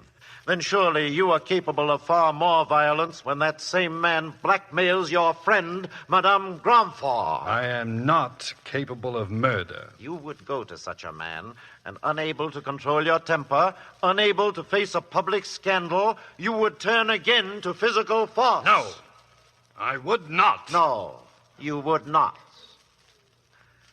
You say that you and Madame separated at 11 o'clock on the night of the murder. That's right, yes.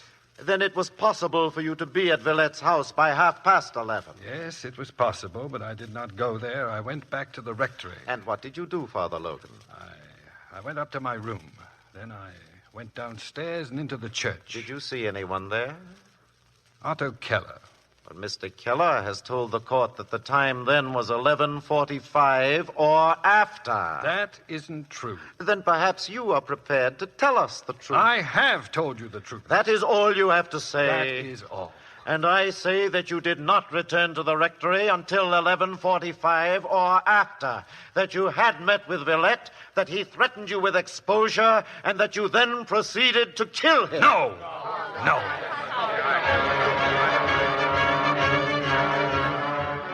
Prosecution rests case. Defense blasts circumstantial evidence. Judge charges jury. Church withholds all comment. Verdict awaited. Priest to hang if guilty.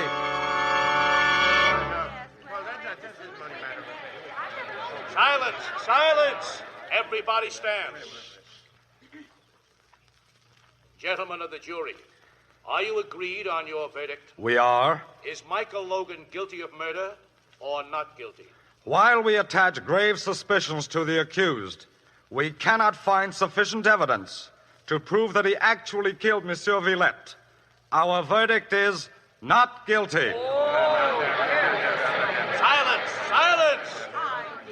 Michael Logan, while I have no doubt, as judge of this trial, that the jury reached their conclusions in utmost regard for justice, I must express my personal disagreement with their verdict.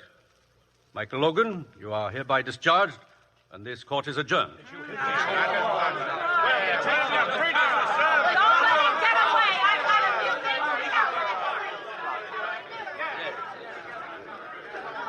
Well, LaRue, I told you the cassock wouldn't be enough. They've ruined him. Why couldn't they just have said not guilty and let it go at that? Are you satisfied, Willie? Are you satisfied with all this? Do you think I enjoyed it, Pierre? Someday, perhaps, you and Ruth may forgive me. Ruth? Here, look. Here out the window. What are they doing to him? People are angry, Madame. If he were anyone else but a priest... They're throwing things at him. They're hurting him. The police will handle it. There, you see? I can't even help him now. And after all I've done to him... LaRue, look. Isn't that Mrs. Keller out there? What's she doing? Yes. She's shouting something. She's pointing to her husband and shouting, I better get down there. Those were shots. Mrs. Keller. Someone shot Mrs. Keller.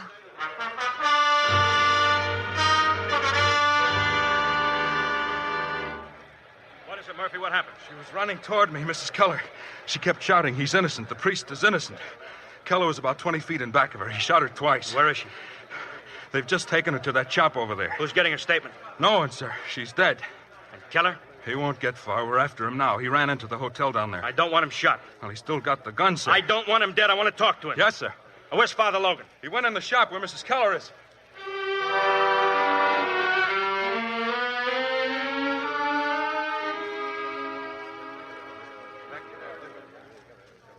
Well, Father?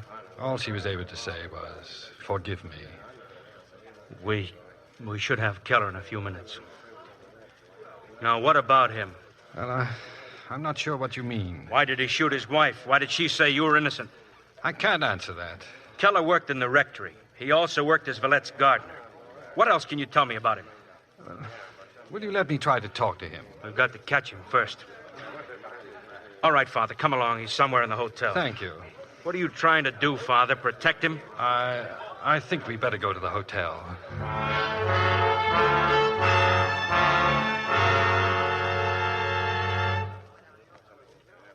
We've got him cornered, Inspector. Behind those doors is a ballroom. No place to hide. Just the floor and a stage. Every exit's covered. All right. We just sent Farouche for tear gas. Oh, no, please. Let me try to talk to him. No. Murphy, open the doors. Now, the rest of you stand back. Ready? Go ahead. Keller, What do you want? I want you to give yourself up. Why would I do that? You shot your wife. Isn't that enough? And what about Villette? Villette? So the priest talked. Logan, where are you, Father Logan? Keller. Ah, so you are there. How kindly you hear my confession, and then a little shame, a little violence. That's all it takes to make you talk. I'm going in there. Now get back, Father, or kill you. Oh, you show yourself the hypocrite, the pretender. I thought you would rather die than to betray your faith. Keep him covered, Murphy. Yes, sir. Now get ready. Aim for Keller's shoulder. Make him drop the gun. Be easier to hit his leg, sir. Shoulder, the right shoulder. Gonna shoot now, Keller. Drop your gun or we shoot. Oh, no, please. Don't make them do it, Keller. That is all you have to tell me? Oh. Drop your gun, Otto. There's been enough bloodshed. You must not come closer, Father. I'll shoot you, you know. You won't shoot me, Otto. Why will I not shoot you? Because you call me Otto in such a friendly way, like Alma used to call me Otto. Where is my Alma? She's dead.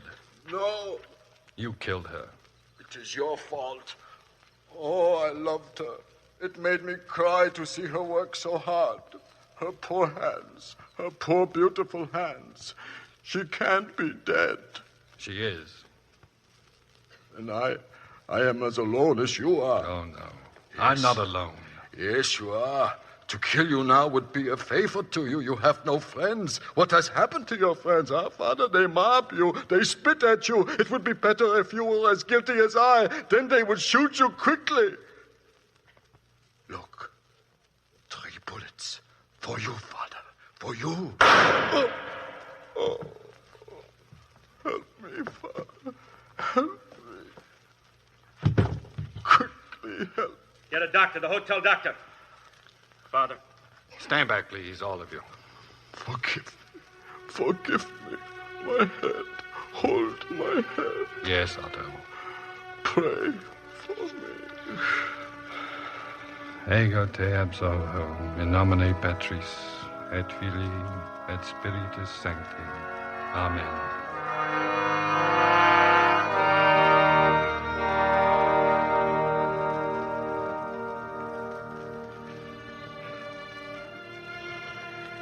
Michael. It's all over. Yes. I want you to know I'm going home with my husband.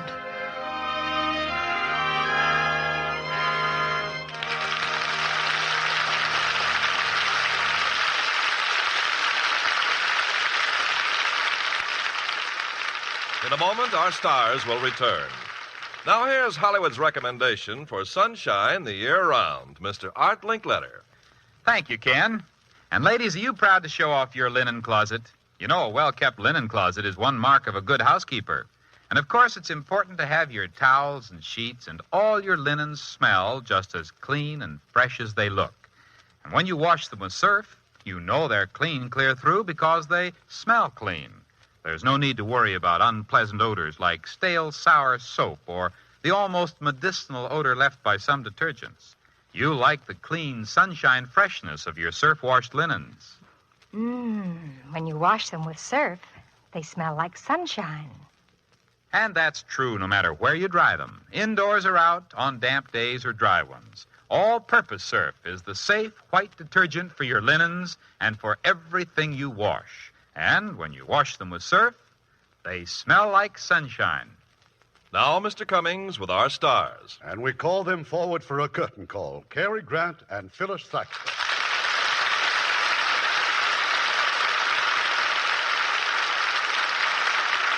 Carrie, I certainly enjoyed your work in a dramatic part. I think people are inclined to forget what a fine dramatic actor Carrie is. Well, of course. Oh, well, it was nothing. I just play anything at all. Anything from comedy to opera. Bang, bang. You sing opera, Carrie? Well, of course. I used to be in those romantic musicals, you know, where everybody raises a stein to dear old USC.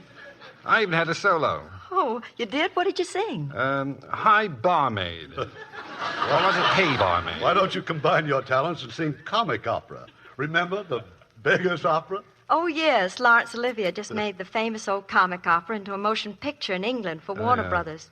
He's pretty versatile, too. Yeah, well, I think I'll leave singing in Shakespeare to Sir Lawrence, and I'll just stick to drama and comedy. Very wise, Carrie. I believe in staying with whatever you have confidence in. You said it. That's why I've always been a devoted fan to Lux toilet soap. It certainly is a dependable complexion care. Yeah, we can always depend on the Lux Radio Theater for the best in motion pictures. So, what's for next week, Irving? It's not only one of 20th Century Fox's finest pictures, but it tells the story of some of our most exciting American history. It's the great love story of Rachel and Andrew Jackson in The President's Lady. And as our stars, we'll have dynamic Charlton Heston recreating his original role. And as his co-star, lovely and talented, Joan Fontaine. Oh, that will be a wonderful show. Good night. Good night. Good night. See you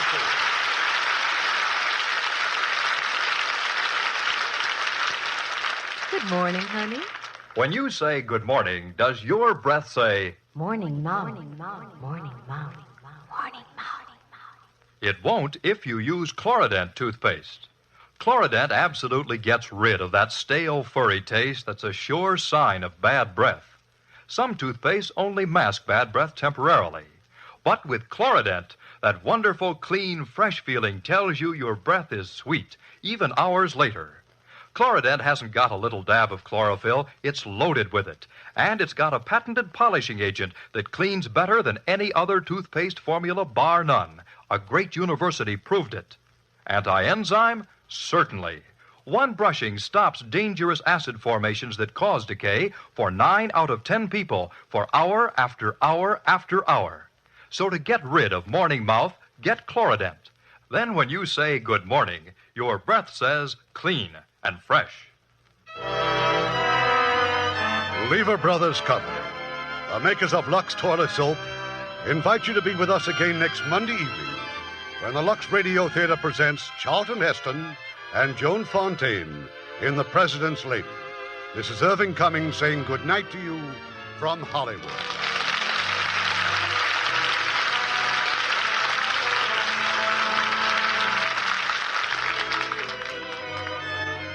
Heard in our cast tonight were Jack Crucian as LaRue, Leonard Penn as Keller, Edgar Barrier as Robertson, Shep Menken as Murphy, George Baxter as Pierre, Ann Morrison as Alma, Charlie Lung as Villette, Jill Oppenheim as Augustine, Bill Johnstone as the defense attorney, and Herb Butterfield, Tony Michaels, and Eddie Marr.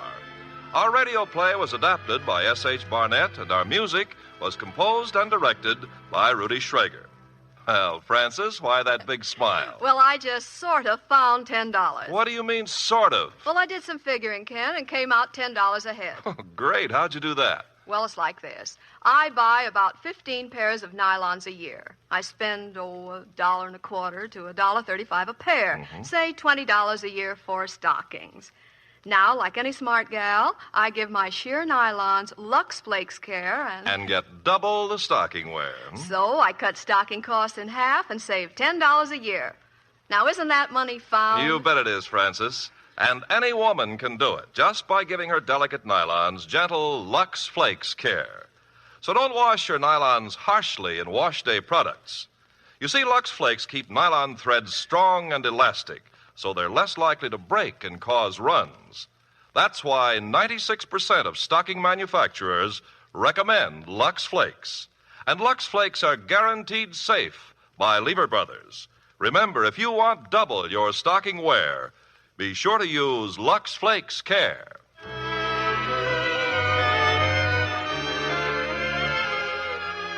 Lever Brothers Company unconditionally guarantees the quality and performance of Lux Toilet Soap, Lux Flakes, Chlorident Toothpaste, and Surf, or your money refunded. This is your announcer, Ken Carpenter, reminding you to join us again next Monday night to hear The President's Lady, starring Charlton Heston and Joan Fontaine.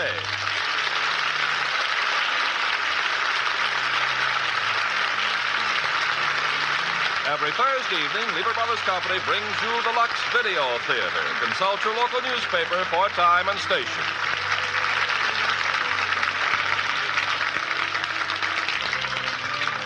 This is the CBS Radio Network.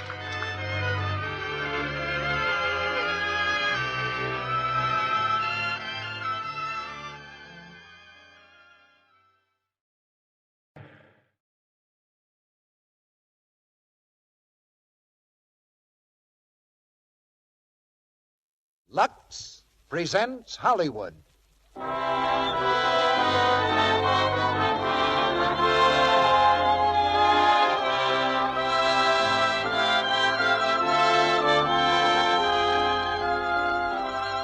The Lux Radio Theater brings you Joan Fontaine and Brian Ahern in Suspicion with Nigel Bruce. Ladies and gentlemen, your producer, Mr. Cecil B. DeMille.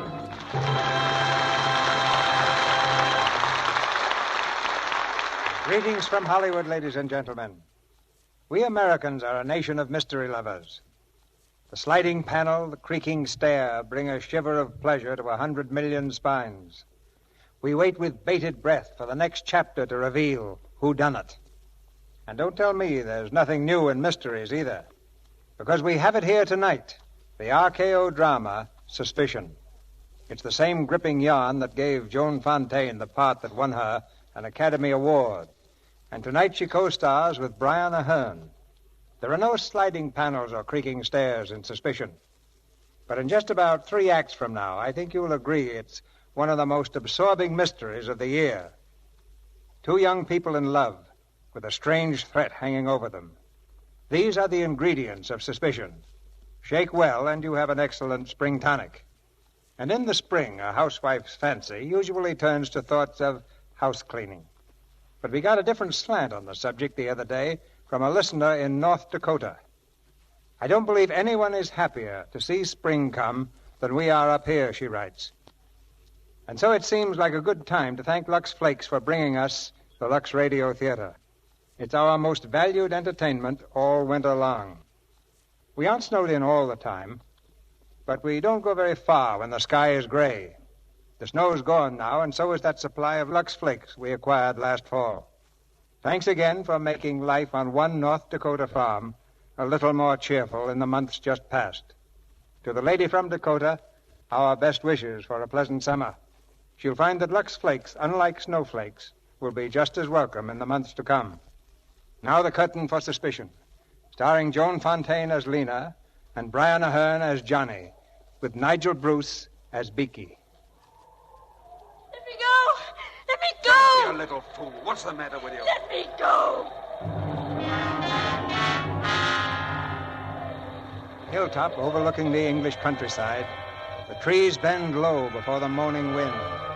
Smoke-gray clouds weave swiftly across a smoke-gray sky. Against this sky are silhouetted the figures of a man and a woman. The man's arms are about her shoulders. She struggles wildly, fiercely, then breaks away.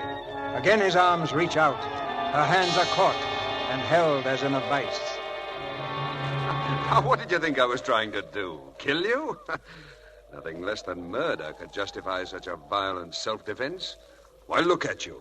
Let me go. Oh, I'm beginning to understand. You thought I was going to kiss you, didn't you? Weren't you? Well, of course not. I was merely reaching around you, trying to fix your hair. What's wrong with my hair? I'm glad you asked me that. It would have been extremely discourteous for me to bring the subject up. Are you serious? Of course I'm serious. You always give me the feeling that you're laughing at me. No, I give you my word. Well, what's wrong with my hair? Let me show you. No. Don't back away. I'm not going to hurt you. Now, let me see. Yes, this'll do it. What are you thinking of? A week ago, I'd never even seen you. And now here we are on a Sunday morning missing church while I unbraid your hair. I think you've done enough fooling with my hair. There we are. Have we got a mirror? You look splendid. I must be quite a novelty by contrast to the women you're photographed with in the newspapers. Oh. Well, how do you like your hair? Oh, Nan, don't screw up your face like that. You look like a monkey. What does your family call you? Monkey face? I'll have to go now. I'll be late for luncheon. Anyway, if my father saw me come home both late and beautiful, he might have a stroke.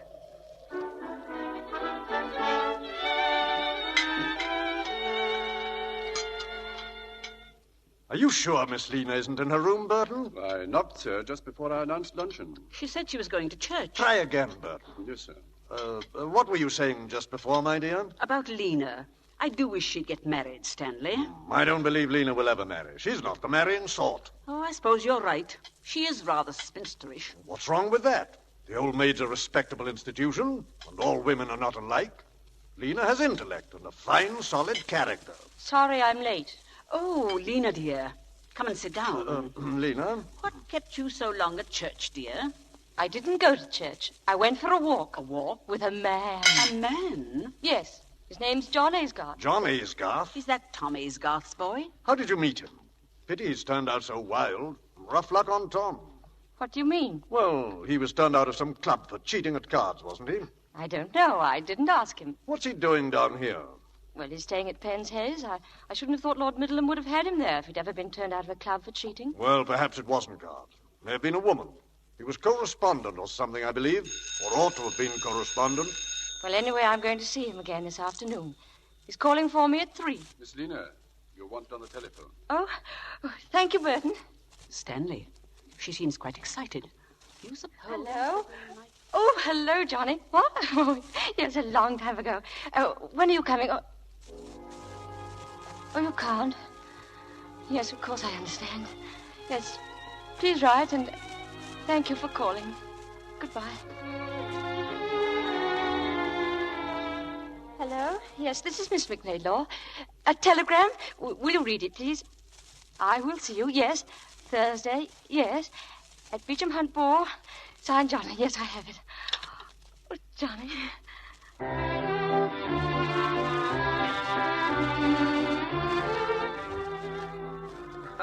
I believe this is our dance, isn't it? Hello, Monkey Face. Hello. Hello, Monkey Face. Hello, Johnny. Come on. We're getting out of here. Oh, but we can't. Oh, of course we can. This way, Monkey Face. Johnny, where are we going? Now then, which is your car? Oh, but this is ridiculous. It's over there. Good. Come on.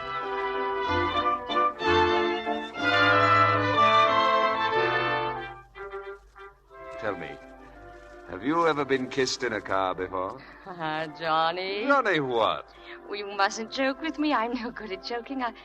I don't know how to flirt. But I'm not joking. I'm serious. Have you ever been kissed in a car? No. Would you like to be? Yes. Well, you're the first woman I've ever met who says yes when she meant yes. What do the others say? Oh, hanged if I know. Anything but yes. But they kiss you. Well, usually. Have there been... Have there been what, Monkey Face? Well, have there been many? I'm afraid so. Quite a few. Are you always frank with them like this? No, not particularly. Well, then why are you frank with me? Because I'm different? Oh, no, it isn't that. I'm honest with you because I think it's the best way to get results. Johnny, I hope I'm not saying the wrong thing, but I love you. No. No, you haven't said the wrong thing, Monkey Face. I think I'm falling in love with you, too. That's why I stayed away for a week. I was afraid of you. I never thought it would happen like this. Oh, neither did I.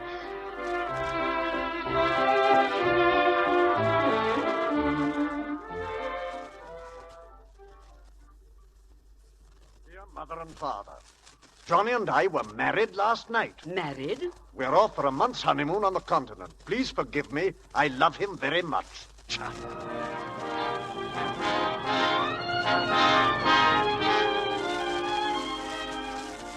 Just put those grips there. Thank you. The trunk goes up on the landing. Well, darling, how do you like your new house? Oh, darling. Because if you don't like it, just blame it all on Mr. Bailey here. He rented the house while we were on our honeymoon. Yes, sir. Why, he even decorated the place. Oh, I adore it. Mr. Aysgarth, I shall have to be getting along now, so what shall I do about the bill? Oh, just drop it on that pretty little table on your way out, old boy. Oh, yes, thank you, Mr. Aysgarth. Thank you, Mr. Bailey. Johnny, I never dreamt I'd ever have such a gorgeous place. Are you sure you can afford it? Here, look. Just press that button there on the phonograph. There we are.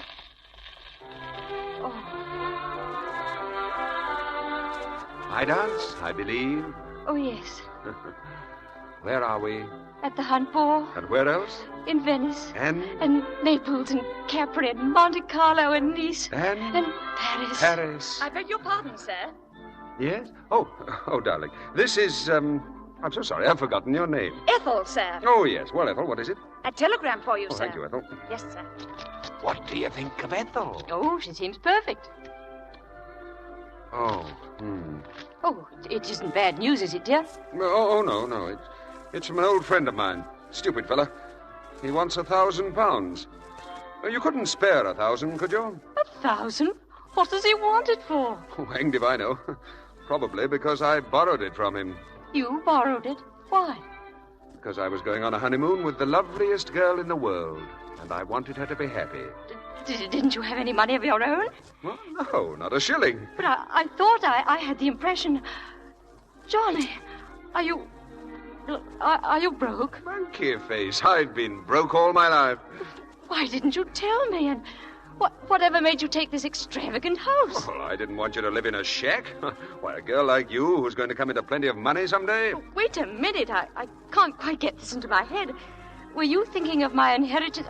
Oh, I don't know what to say. Oh, now, darling, really? Isn't it silly to spend the best years of our lives waiting? Why not be comfortable now? Johnny, I'm just beginning to understand you. You're a baby. Oh, I know you didn't marry me for my money, but my income will never pay for all this, never. But what about your father? I couldn't possibly ask my father or even mother. Anyway, you wouldn't actually want to live on your wife's allowance, would you? Of course not, darling. Well, then. Well, I suppose if the worst comes to the worst and there were no other way out of it, I suppose I'd have to... What? Well, borrow some more. I haven't touched old Middleham yet. Why, he ought to be good for a month or two's housekeeping. I think you must be mad. Oh, darling, let's Johnny, not... listen to me. Well? There's going to be no more borrowing. Well, what else is there to do? You've got to go to work. Work? Yes, work. What, you mean put on old clothes and go out with a shovel? Don't be flippant. Well, what do you mean? Would you realize that in order to be a plumber or a carpenter or an electrician... Oh, darling, you just haven't been around. There are all sorts of jobs, Johnny. Well, I'm broad-minded. Let's have some tea and talk it over. We can make out a list of jobs. Why, it might be fun. Hello, who's that, I wonder? There it is, right behind you, darling. Hello? Oh, hello, Mother. Oh, yes, it's wonderful. A most beautiful house. And, would you tell Father how badly I felt? And, oh, is he? Oh, wait a minute, and I'll tell Johnny. Johnny. Huh? Father is sending us a wedding present. No. Oh, I can't tell you how much this means to me. Oh, me too. Yes, Father, yes. Go on. Ask him when he's sending it. Shh, it's coming over right away by messenger. Well, invite them over for dinner. And if you can slip it in, just say that we were in the throes of job hunting when he telephoned. Johnny, really, you are the limit. What, Father? Oh, yes. Johnny and I were just discussing that very subject, and he has several interesting ideas of the kind of job he'd like to do. Oh, Mr. Aysgarth, there's a messenger from General McLeodlaw. Oh, it's just come, Father. Hold on. Bring it in, Ethel. Yes, ma'am. Oh, I think I know what it is, and... Oh, Johnny, you'll be thrilled. In here, please. Oh, it is. Oh, how wonderful, Johnny. Look. What the... Yeah, what is that thing? It's a chair, darling. A Queen Anne chair. Ah. Here's another one, ma'am. Yeah, how many more, for heaven's sake? Just these two, sir. Oh, he sent us both of them. Oh, Johnny, these are our first heirlooms to be handed down to our children and then to their children. Ah, that's the thing to do with them, all right. Oh, well, I must tell him. Oh, Father, you're so good to me that it makes me want to cry. You've made me so very happy, and you've made Johnny very happy, too. Oh, yes. Wait a minute, Father. He wants to say something to you. No, I don't. Say something very nice. These chairs really belong in a museum. Now, go on. Hello, General. Yes. Oh, but really, sir, shouldn't you have sent them to a museum? Oh, but of course we're thrilled, yes. What? A job? Oh, yes. Lena and I were just going into that. Well, I have several excellent opportunities. I've just had a letter from my cousin, Captain Melbeck. He wants somebody to manage his estate for him, you know. I thought I'd take the job. Yes, well, I'm glad you approve, sir. Yes. Well, we'll get together soon. Goodbye, sir. That was a fib about Captain Melbeck, wasn't it? Was it? Listen to this letter. We'll give your idea the fullest consideration. Let me know if you would like to take the job. Yours sincerely, George Melbeck. Did you have this letter all the time? I did. Why didn't you tell me? Because, dear, I never dreamed I'd be using it. Any more than I ever dreamed we'd be receiving these two beautiful chairs.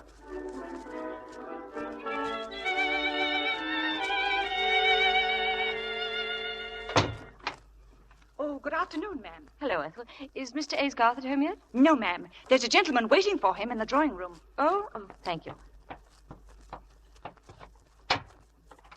Hello. I say, a nice place old Johnny's got here. Oh, yes, I'm Beaky Thwaite. You must be old Johnny's wife. Yes, I am. Well, didn't he ever tell you about me? Beaky? Oh, you're Beaky. That's what they used to call me at school. I happened to be driving by. I thought I'd just pop in for a cup of tea. Oh, I've heard so much about you, Mr. Thwaite. Yes, Johnny told me about you, too.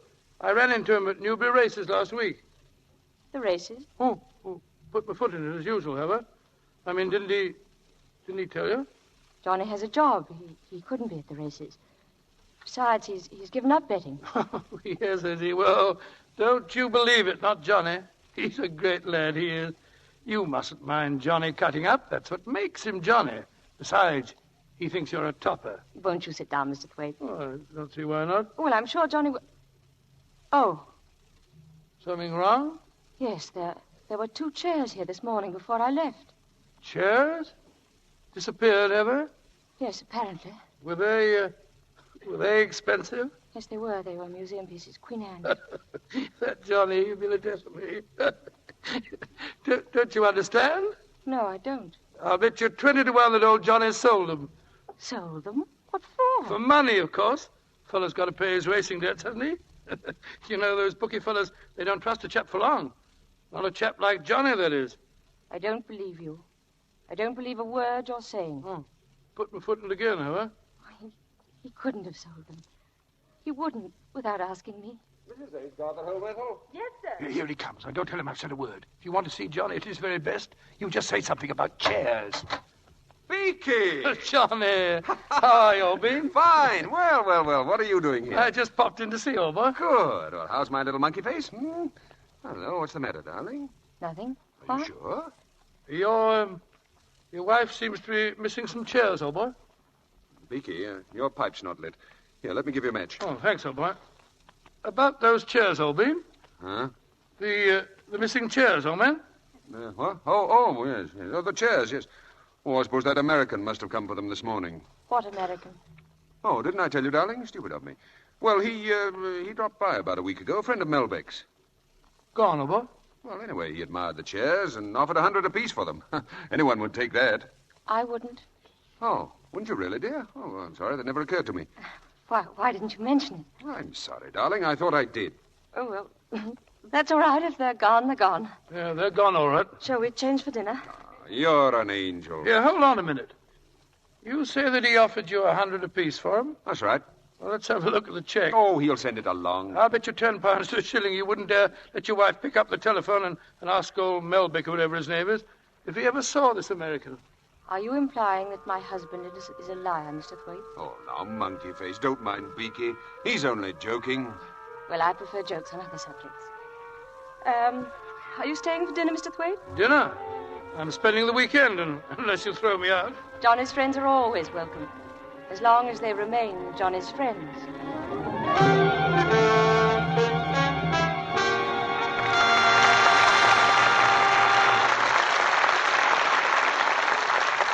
Mr. DeMille presents Act Two of Suspicion, starring Joan Fontaine, Brian Ahern, and Nigel Bruce, in just a moment. Now, here's a last-time announcement about the Lux Flakes Garden Club. Yes, this is the last time we can tell you on the air about our wonderful flower bargain. 3 hardy vitamin-treated chrysanthemum plants, a whole $1's worth, for only 10 cents on the opening tab from a large box of Lux Flakes. Single and double chrysanthemums, pom-pom and button types, in all their full range of glorious color, are included in our offer. Some will grow as big as 3 or 4 inches across. Plant them now, and from early next fall right up until killing frost time, you'll have armloads of blossoms, dozens from each plant, to cut and arrange indoors at a cost of almost nothing. These Lux mum plants are all first-quality, well-rooted, field-grown plants. They'll bloom year after year, and one in each set of 3, the feature mum, blooms in a soft, glowing shell pink color that's specially lovely indoors under artificial light.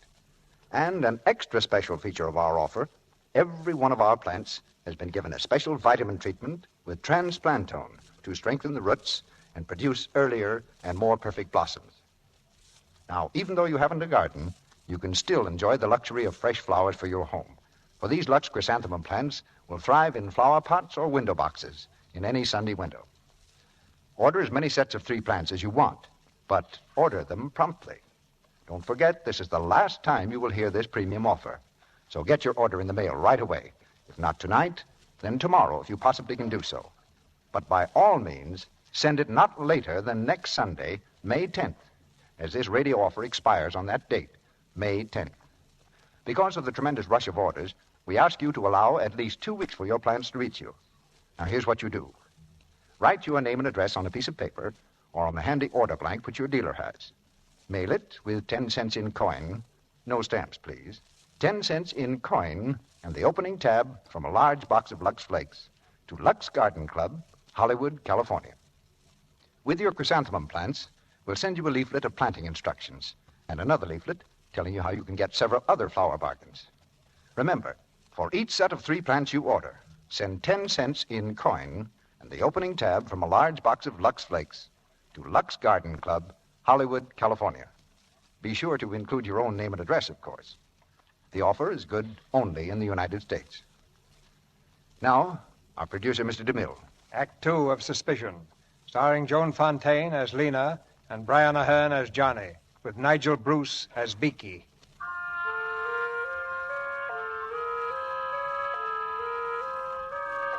A week has passed, but in Lena's mind, there's still a dim shadow of doubt, a faint, indefinable fear, the dawning of suspicion. Now in the quiet main street of the town, she meets the local celebrity, a writer of mystery stories. Lena, dear. Oh, hello, Isabel. I've just been admiring your display in the bookshop. Murder on the Footbridge? Yes, they're doing very nicely by it. How's Johnny? Oh, he's fine. He's an ardent admirer of yours. I don't believe there's one of your stories he hasn't read. Splendid. By the way, have you seen Telbrook's window? The antique shop? No, not lately. Well, my dear, they've got the most beautiful things. 2 lovely old Queen Anne chairs. I'd give my soul to own them. Chairs? Lovely. Oh, goodbye, my dear. See you for dinner soon. Yes, of course. I'll phone you, Lena. The chairs. He said he sold them to an American. He lied to me. Why did he lie to me?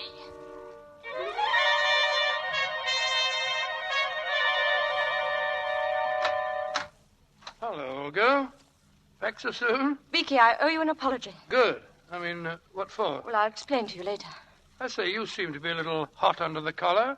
Must be about old Johnny. Would you excuse me? My dear, you mustn't be angry with Johnny. It's a waste of time. Now, if you want to get sore with me, it's a different thing altogether. I know everybody always did. Lena! Beaky! Where are you? Oh, hello. Now then, don't move either one of you. Just stay like that. I must watch the expressions on your faces. I say, what have you got in those packages, old Bean? You'll find out soon enough. Oh, Beaky, this is a red letter day. Lena, look. Do you remember that little necklace you admired in the shop window in Regent Street? Here. I say.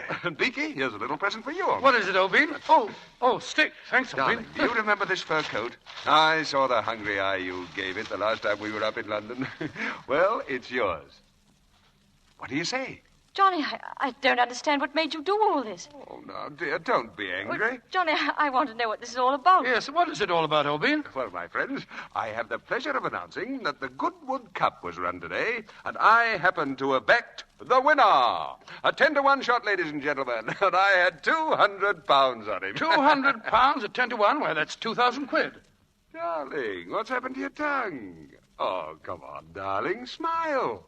Johnny, where did you get the £200? I say, old girl, that's not a very tactful question. Where did you get it? Oh, you know very well there was no American. I got it for the chairs, of course. You sold the chairs to gamble all your money on a horse. Well, not exactly. I owed the bookies some money, but then along came this hot tip. Oh, darling, come on, give us a smile. Yes, come on, old girl. Come. Oh, I know. What? You tickle a chin, I'll make a noise like a duck. Come on, old man. More duck, more duck. More duck, Obin. No, it's no good, Beaky. No. Oh, I forgot something. Darling, look at this. It's a receipt from a certain antique shop. Paid in full for a certain pair of chairs. They'll deliver within the hour. Johnny. There, you see? She's smiling. Hi, Julia, so she is. Oh, Johnny, darling. Well done, old Beat. I say, what about celebrating? Oh, trust old Beaky to say the right thing at the right time. Come on, darling, look at me. Are you happy? Yes. Of course she is. Here you are, Lena. This is yours, old girl. Thank you, Beaky. And here's yours, old Bean. And now for a toast. Yeah, wait a minute, Beaky. What are you drinking? Brandy? Oh, just this once, old Bean? You know that's not good for you. All right. Oh, well, maybe just this once. Oh, thanks, old Bean. Monkey Face, I drink to the last bet that will ever be made by Johnny Aysgarth. The last bet, old Bean. Well, bottoms up. Beaky. What's the matter with him? Sit down, Beaky, sit down. Here. Johnny, get some water, quick. It won't help. I've seen this happen before. There's nothing much you can do about it. Open his collar, he can't breathe. That's no use, darling. It'll either kill him or it'll go away by itself. Sorry, old Bean. One of these days, it'll kill him.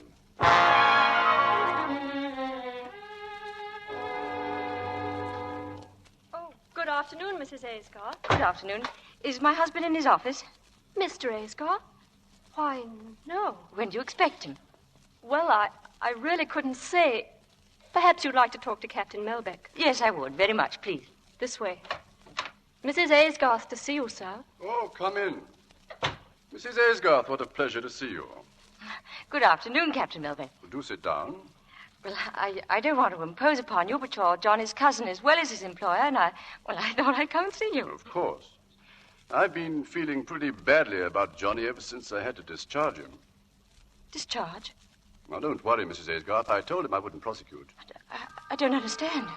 I told him I wouldn't prosecute. What on earth are you talking about? When did you discharge him? 6 weeks ago. We had an unexpected audit, and the accounts showed a deficit of £2,000. When I looked into Johnny's records, well, I'm terribly sorry, Mrs. Aysgarth. He should have told you.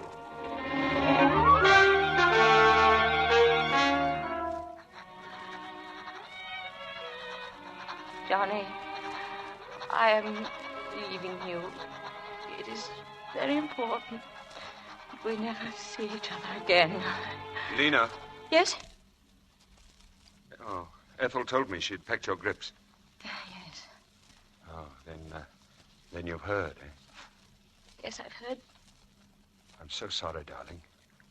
I'm terribly sorry. This telegram just came from the doctor. It tells how it happened. Telegram? There aren't many details. I deeply regret your father died early this morning from heart failure. Your mother wishes you to come at once. Lena.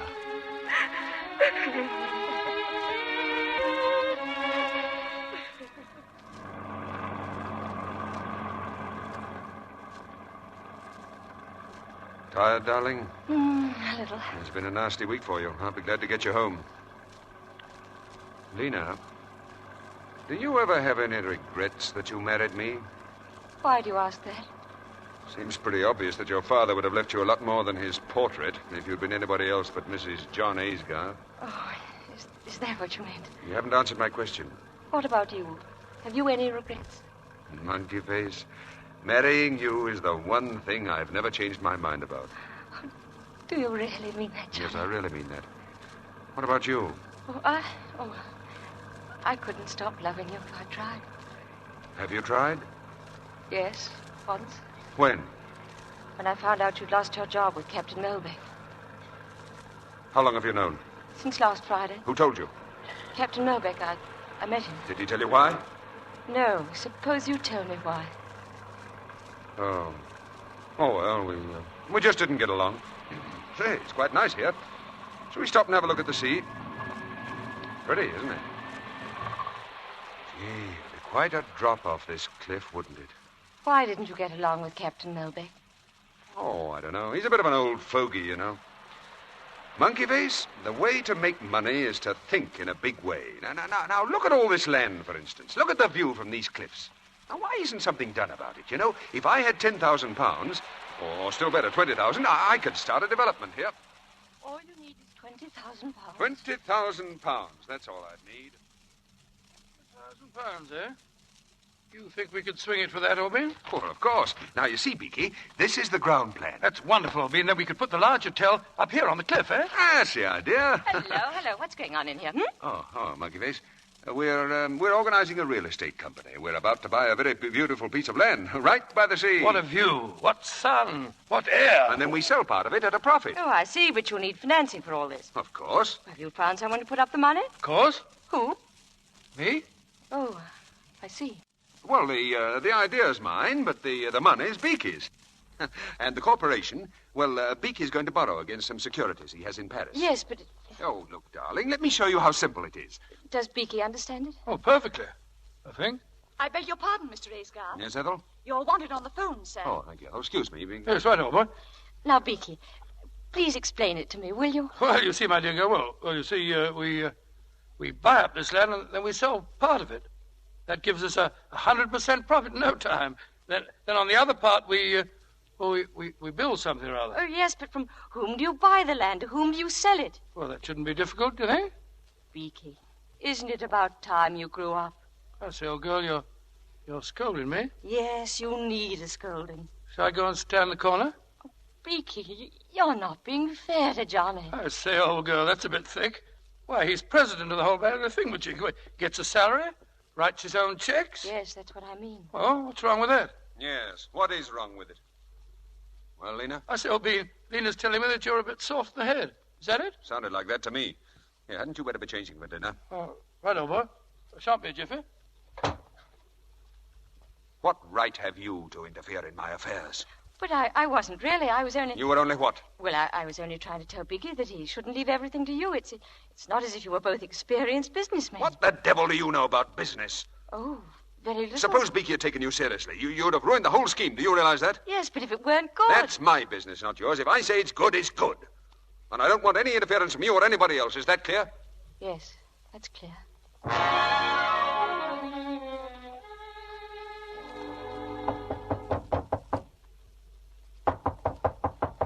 Yes, who is it? Yes, darling? Oh, I thought you might like to know. I'm calling off that real estate plan. Why? What happened? Oh, I don't know. Perhaps the land isn't any good, or perhaps I don't like the idea of risking Beaky's money, or perhaps it's a stiff job, and I'm just too lazy.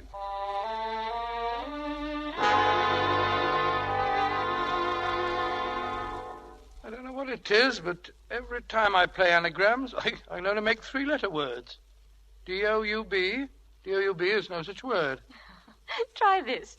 D-O-U-B-T. Doubt. Oh, thanks, old girl. I said, Johnny, I don't see why you want to call off this real estate business. It's no good. But the corporation's formed already. The money's been put up in your name, old boy. The deal is off, Beaky. Why do we have to drive all the way up there to look at it? I won't be responsible for calling the scheme off without first proving to you that it's no good. So we're going up to the cliffs early tomorrow morning and take a look. Well, why are you so insistent? Because, as I told you, I won't be responsible. Oh, all right, old boy. That's it. What's that you got there, Lena? M-U-D-D-E-R? There's no such word, is there? Try the R instead of the D. M-U-R-D-E-R. Murder. That's more like it. Murder. Okay, Johnny, I don't like going up there in the morning. Well, why do we have to go up so early? Now, Beaky. Murder. Oh, well, if we have to, well, let's get on with the game. It's your turn, old girl. The money in his name. Murder. The cliffs overlooking the sea. I say, Lena. The edge of the cliff. Stay away, Beaky.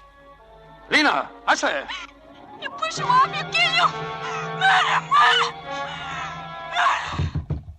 Lena, what's the matter? Lena. Here, give me a hand here, Beaky. She's fainted.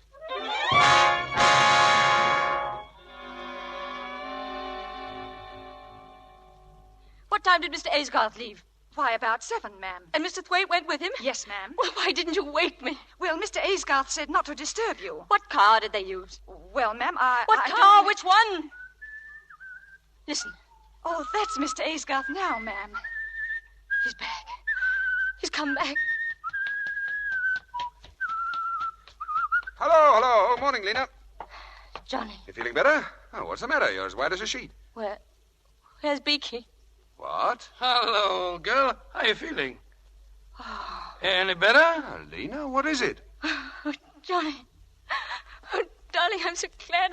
Well. What is all this? Why, I've only been away a few hours. It seems like 1,000 years. Yeah, seems like that to me, too. Oh, shut up, Beaky. It was nothing. Nothing. I came very near to losing my life. Do you call that nothing?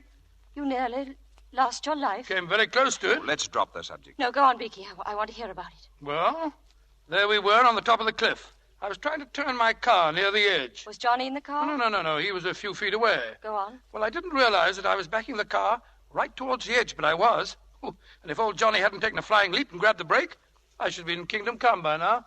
Johnny saved your life. Johnny. Oh, I can never tell you how much this means to me. To you, darling? Yes, it means a good bit to me, too. I mean, the old fellow deserves a reward. I say, how about a night out? A spot of celebrating on me, Obin. Very kind of you, Beaky, but don't you have to go to Paris? Paris? Oh, yes, of course, so I do. My security's over there. I got to go over and cancel the arrangements for them. I say, why don't you come over with me? Why, the cat seems to forget that I'm a married man. I tell you what I might do, Beaky. I might drive up to London with you. Hey, how about that, Monkey Face? Yes, Lena, do let him come. Well, it seems to me... Yes, I know. It seems to you that I should be looking for a job. Well, it seems to me I'll have much more chance of getting a job in London than I would anywhere around here. Yes, of course he would. I say, do let him come, Lena. Well, I don't see very well how I can stop him. Good girl.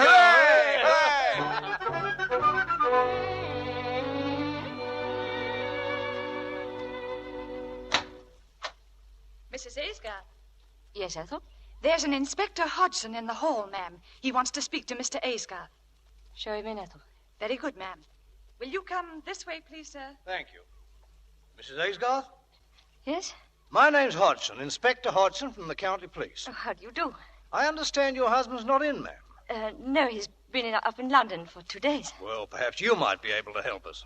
Yes, of course. I believe you know a Mr. Thwaite. Yes, he's a close friend of my husband's. Well, I don't know how to put it quite.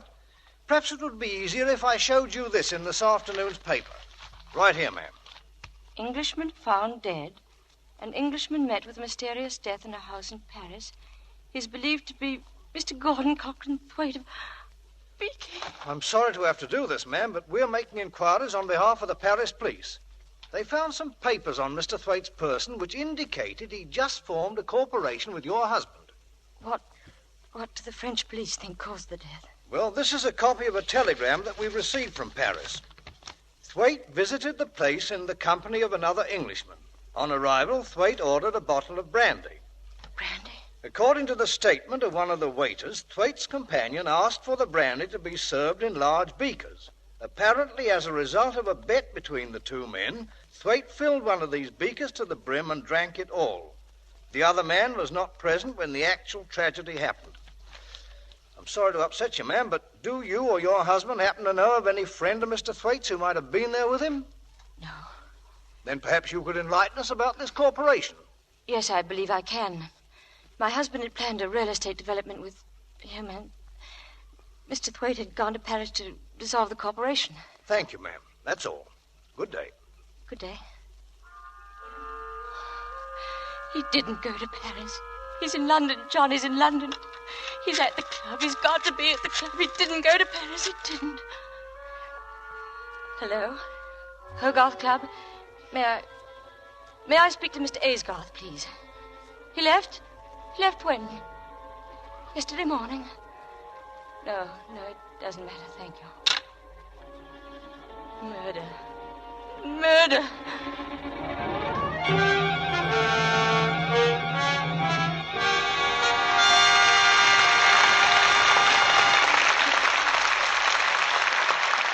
Pause now for station identification. This is the Columbia Broadcasting System.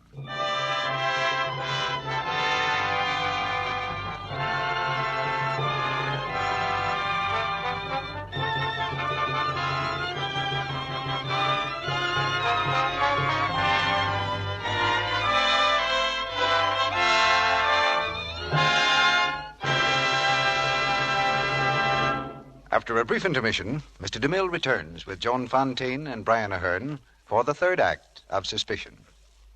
Meantime... Say, Mr. Ruick, do you know how Mother Goose did her dishwashing?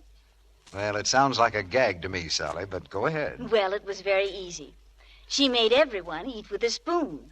And when they were all through eating, Why, the dish ran away with the spoon. Now, Sally. Why, it was a wonderful system. Quick, easy, no dishpan hands. But you couldn't exactly call it thrifty, Sally. There's no record that the dishes and spoons ever ran back again. Now, I can tell you a way to wash dishes that saves you from dishpan hands and is thrifty, too. The Lux Flakes way. You're right, Mr. Ruick. Scores of tests have proved how gentle Lux is, have shown that hands, reddened and roughened by strong soaps in the dishpan, grew lovely again after changing to Lux Flakes. Yes, simply changing to Lux took away that red, rough look without the use of any creams or lotions. And new Quick Lux goes further, gives you more suds, ounce for ounce, even in hard water, than any of 10 other soaps tested. It's very thrifty. So you needn't have red dishpan hands. You save your hands when you wash dishes the thrifty Lux soap way. Get the generous big box first thing tomorrow morning and use it for your dishes every day. One big box of new Quick Lux will do dishes for about 45 meals. Now, Mr. DeMille returns to the microphone. The curtain rises on the third act of Suspicion, starring Joan Fontaine and Brian Ahern.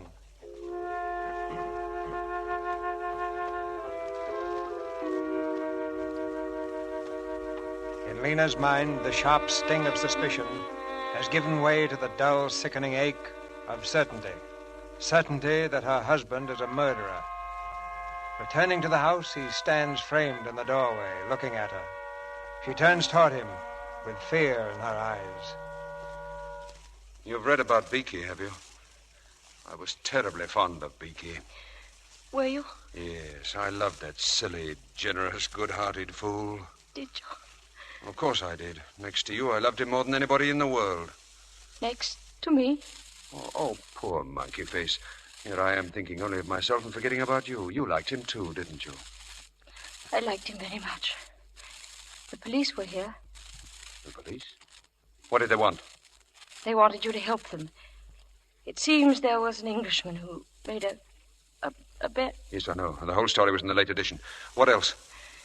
The inspector wants you to phone him. He thought perhaps you could help identify this Englishman. What did you tell them? Did you mention the corporation? Naturally, I told them Beaky was planning to dissolve it. I wish you'd left all that to me. Hello. Wickstead Police Station, please. What else did you tell them? That's about all. Hello. Hello, Inspector. This is Mr. John Aysgarth. Yes. Yes. Well, I drove up to London with him on Tuesday evening, and we dined at the Savoy. Yes. Well, then I saw him off at Croydon Airport. Oh, no. I stayed in London until this afternoon. At my club.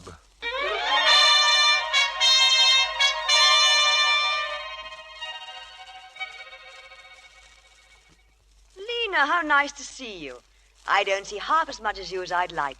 Well, that's sweet of you, Isabel. You know, I couldn't put my light out until 3 this morning. I was so interested in your last book, and I had to come over and talk to you about it. That's the most thrilling compliment I ever got. I was completely fascinated by the way your villain enticed his victim across the footbridge, knowing that the bridge had been sawn through. And he also knew his victim couldn't swim. Don't forget that. Well, what I want to know is this. Would you call that an actual murder? Well, from the moral standpoint, there's no question at all. It is murder. I suppose it is. What does Johnny think? Johnny, I haven't discussed it with him. I should think he'd be interested. The same situation with this friend of his in Paris. The same? Well, that brandy business is just like my footbridge. By the way, this brandy thing isn't new at all, you know. Oh, it's been done before? Oh, yes. And in real life, too. I have it here. A book called The Trial of Richard Palmer. Now, where is that book? Trial of Richard Palmer, the trial of... Oh, I remember where it is. It's in your house.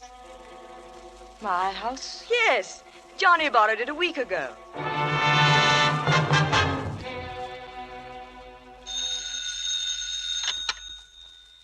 Hello? Hello. May I speak to Mr. Aysgarth, please? He isn't in. This is Mrs. Aysgarth speaking. Oh, well, this is the Guarantor's Life Insurance Company. Yes? Would you tell Mr. Aysgarth that there's been a slight delay in replying to his inquiry? But we've written him fully on the matter, and he should get get our letter by first post in the morning.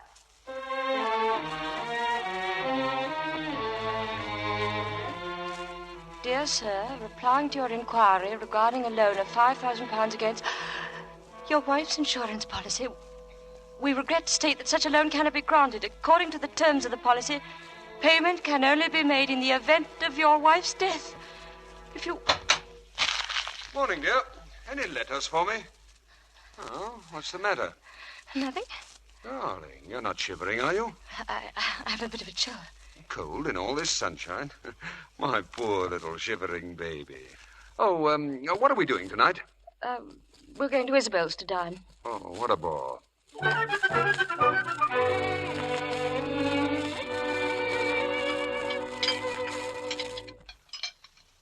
Well, let's get back to that new book of yours, Isabel. You mean to tell me that a fellow comes into a room, sits down and starts to strum on the piano, and 2 seconds later he's shot? Is that the idea? Yes.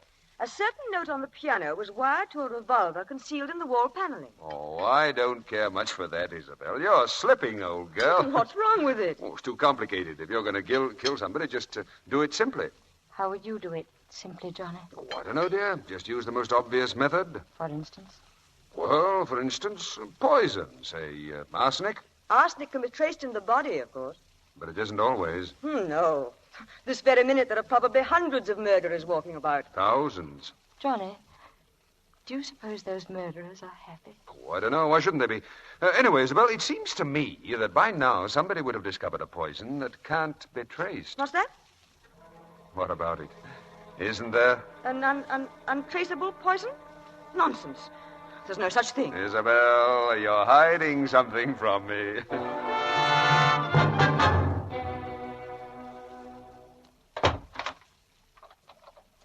Johnny, you're locking up. What about Ethel? Oh, it's Ethel's night off. She won't be back till morning. What about Cook? Have you forgotten? Cook's away on holiday. Oh. My darling, you're shivering again. Do you suppose you're catching cold? Yes, I think that's what it must be. Oh, well, we'll have to tuck you into bed and get you nice and warm. Come along. No, Johnny, please don't. What's the trouble? Johnny, I'm in a state tonight. I don't know why, but I'd like to be alone. Would you mind sleeping in your dressing room? Well, of course I'd mind. Please, Johnny, I haven't been sleeping well. Oh, I understand. You used to sleep badly when I wasn't here, and now you... Well, all right, if that's the way you feel about it. Good night.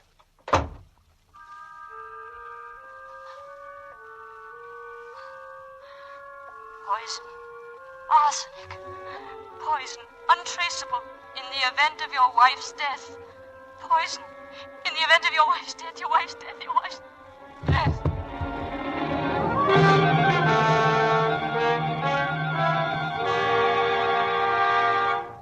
Come on, Lena. Wake up, dear. You feeling better?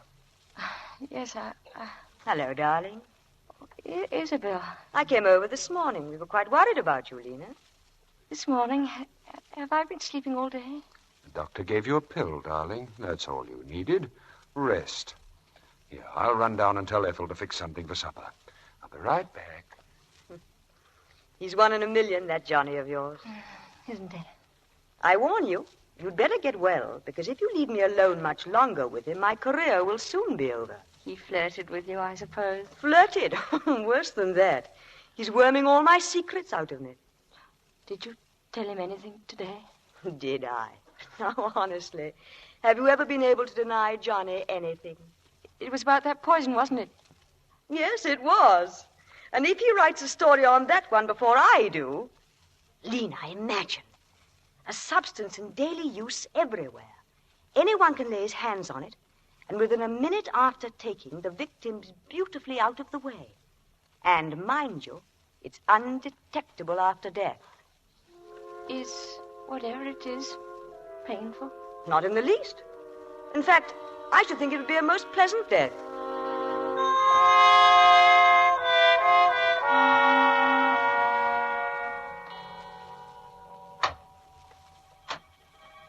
Lena, are you awake? Yes.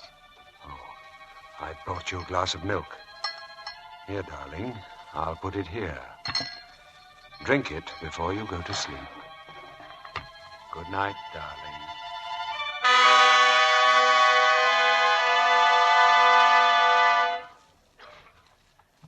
don't you let me help you pack? But there's no need to. What's the matter with you this morning? You're still annoyed with me, aren't you? No, Johnny, really, I still don't feel well, that's all. And a few days at your mother's will do you more good than staying at home. Oh, not exactly that. Dear Mother telephoned me. She got on that phone awfully early, it seems to me. Well, Mother gets up early. I happened to mention that I was a bit nervy, and before I knew it, I'd agreed to spend a few days with her. Oh, all right. I'll run down and get the car ready. Oh, no, please, I'll drive myself. I prefer to drive you.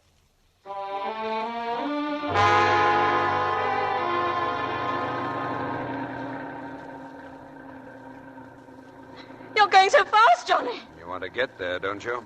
Well, did you have to go by this Oh, road? why not? It's the shortest way, isn't it? Ha! There's the hotel site. And that's another thing I've failed at. The cliffs. He's going to kill me. That door is open. He's going to kill me. The curb up there, the door was free. He's going to push me out and down. No. Open. Down. Look out! Get your hand off that door, Lena! Let me go. Lena, come back! No! Lena! Let me go! Lena, what's got into you? Oh, leave me alone. Stop it, you little fool, stop it! I've had enough. How much do you think a man can bear? Listen to me. You turn me out of your room, you go running away to your mother's, and now you shrink away from me as though you hated me. You're my wife, Lena. But I thought... Why, you almost killed us both back there, because you had to pull away even when I was reaching over to save you from falling out of the car. Well, you don't have to put up with me anymore. Johnny, wait. Where are you going? First, I'm taking you on to your mother's. And then what? Oh, don't you worry. I won't bother you again. Johnny, you mean you're... Johnny, why were you asking Isabel about that poison? What were you planning to do with it? Johnny, you were going to kill yourself. Oh, my darling. Yes, but I saw that was a cheap way out. So I'm going back to see it through. Prison term and everything. Prison? You mean they'll back that money you... I can't pay it back. I made the last attempt to raise the money when I went away with Beaky. To Paris. Paris? I didn't go to Paris. I went to Liverpool. I tried to borrow on your insurance. But it didn't work. You mean you were in Liverpool when Beaky... Then you didn't go to Paris? Well, of course not. Do you think I'd have let some idiot give poor old Beaky that brandy if I had? Oh, Johnny. If only I'd known. I was thinking only of myself, not of what you were going through. Oh, if I'd been really close to you could have confided in me, but you were ashamed to. Oh, if I'd only understood. Oh, Johnny, it will be different now. We'll make it different. People don't change overnight, Lena. I'm no good. Oh, let's turn back, Johnny. Let's go home and see it through together. No, it won't work. Oh, it will work. I know it will. Johnny, please, you can't shut me out. Turn the car around and let's go home. Please, Johnny. Get in the car. Johnny, where are we going? We're turning back. We're going home.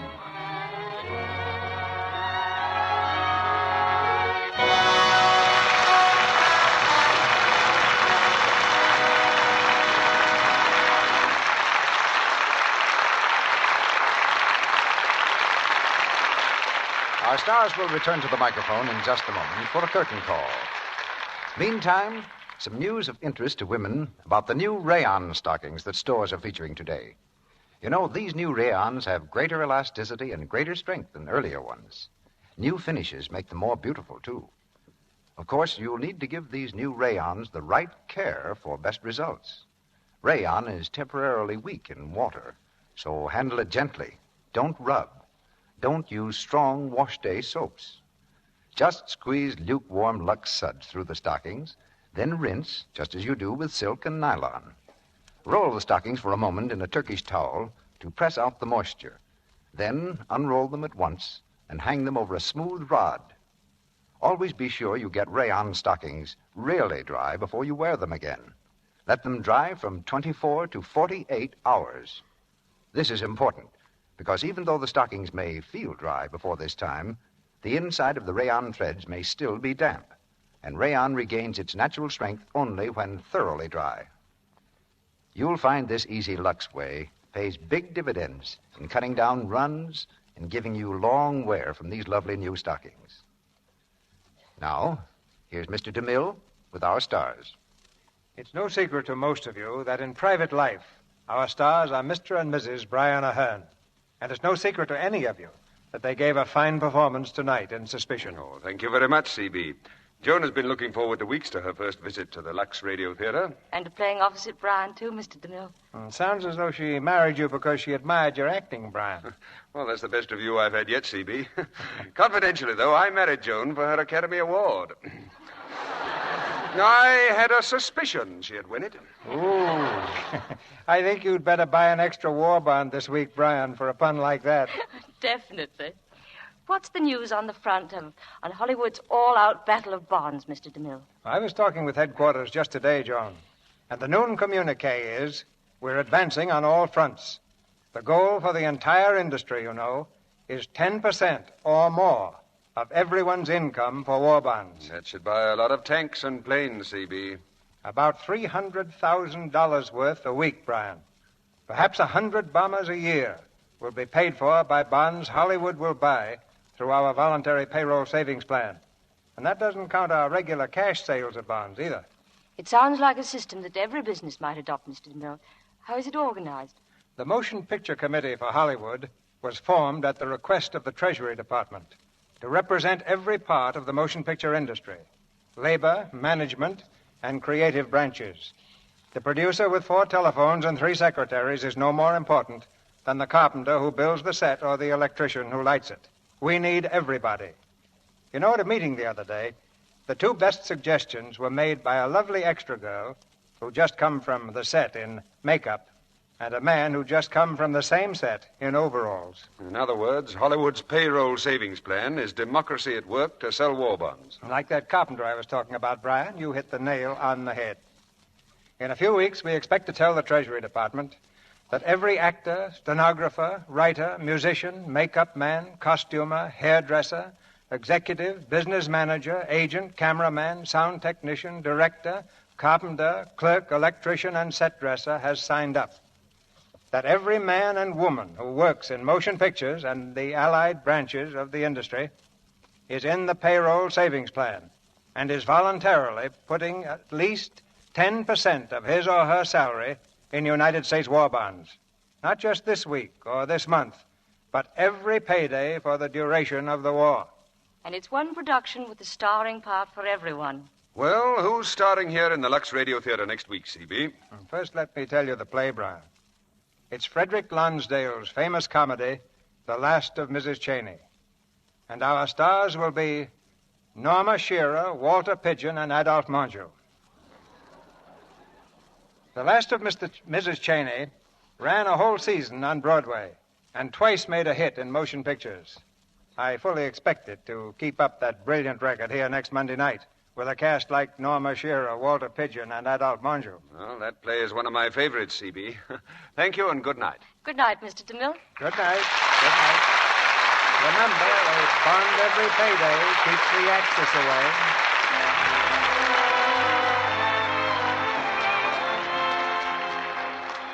Our sponsors, the makers of Lux Flakes, join me in inviting you to be with us again next Monday night when the Lux Radio Theater presents Norma Shearer, Walter Pidgeon, and Adolphe Menjou in The Last of Mrs. Cheney. This is Cecil B. DeMille saying good night to you from Hollywood.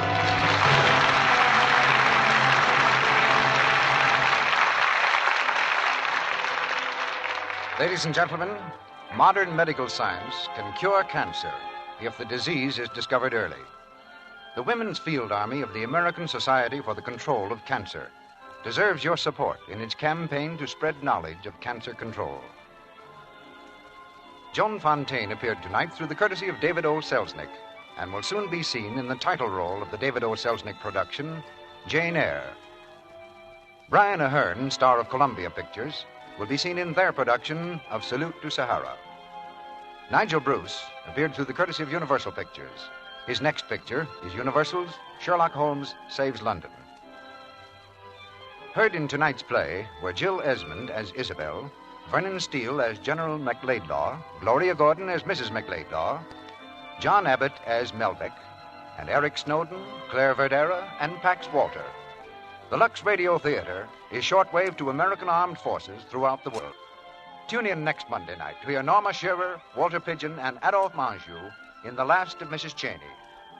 Our music was conducted by Louis Silvers, and your announcer has been Melville Ruick. This is the Columbia Broadcasting System.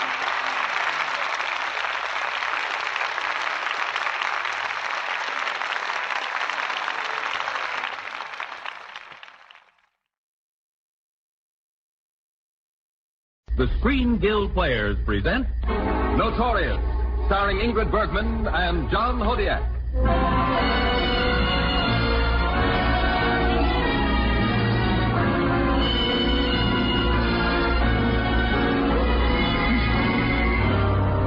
It is the judgment of this court that the defendant, John Huberman, having been found guilty of treason against the United States, shall be remitted to prison for a period of 20 years. And it is the further judgment of this court. I wasn't watching the judge when he passed out sentence. I wasn't watching Huberman either. I was watching his daughter. Beautiful, I thought to myself. Plenty beautiful. It's not going to be too hard on the eyes to see a lot of little Alicia. And I knew I was going to see a lot of her. I had to. That was my job.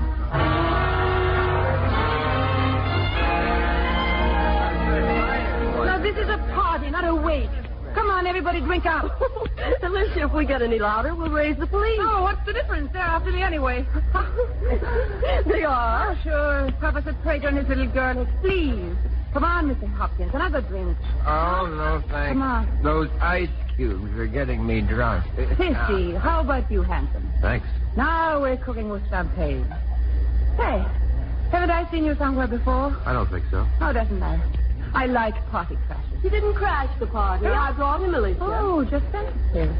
I'm a marked woman, you know. I'm apt to blow up the Panama Canal any minute. Oh, Alicia, Mr. Hopkins has passed out. Oh, already? I believe he's allergic to ice cubes. Oh, you really think so? I'm an expert.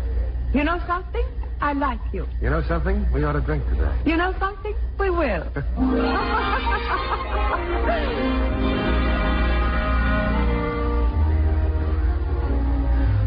Harry, how did you know I wanted you to stay? I figured you wouldn't want to be alone with Mr. Hopkins. That's the third time you've played the same record. Why do you like it? Oh, because it's a lot of hooey. Nothing like a love song to give you a laugh. That's right. This one, my favorite joke.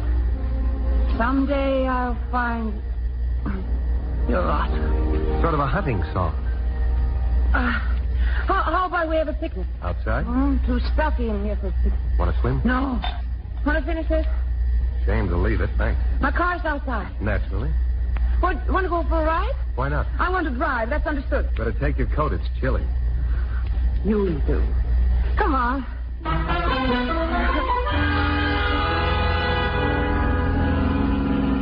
How am I doing? Not bad. A little over 55. Is it foggy or am I imagining things? You're falling asleep. Thanks. I'm going to step on it when we reach the straight road. Want to see me? Go ahead. Scared? Nope. You're not scared of anything, are you? Not too much. What's the speedometer say now? 65. Oh, I'm going to make it 80 and wipe that grin off your face. I don't like gentlemen who grin at me. What's that? Cops. What? A policeman's chasing us. Oh, they make me sick. You'd better stop. He wants to talk to us. Drunken driving. My second offense. Now I go to jail. The whole family in jail. Who cares? Having quite a time for yourself, aren't you? People like you ought to be in bed. Go on, Tom. Just a minute, officer. No arguments, mister. You ain't got a leg to... Oh, sorry. You should have shown that first. That's all right. Sure you can handle her? No trouble. Right. I'm sorry. What? Where's the ticket? You didn't give me a ticket, did you? No. What's your name? Dev, for sure. You showed that cop something, didn't you? And he saluted you. Did he? I saw him. Let's go. No. Why, you double-crossing bastard? You're a cop. We'll argue later. Crashing my party, a federal cop. Tailing me to get something on your knee, falling for you. Get out of my car. Now, wait a minute. Get out of my car. Get out. Slow Get down. out. Beautiful. Oh, get out. That's better. Oh. Now, baby, if you'll raise your chin up just a little. If you think you're going to kiss me, Who said anything about kissing? Oh. Sorry, beautiful. I had to do it. It's important that we both get back alive.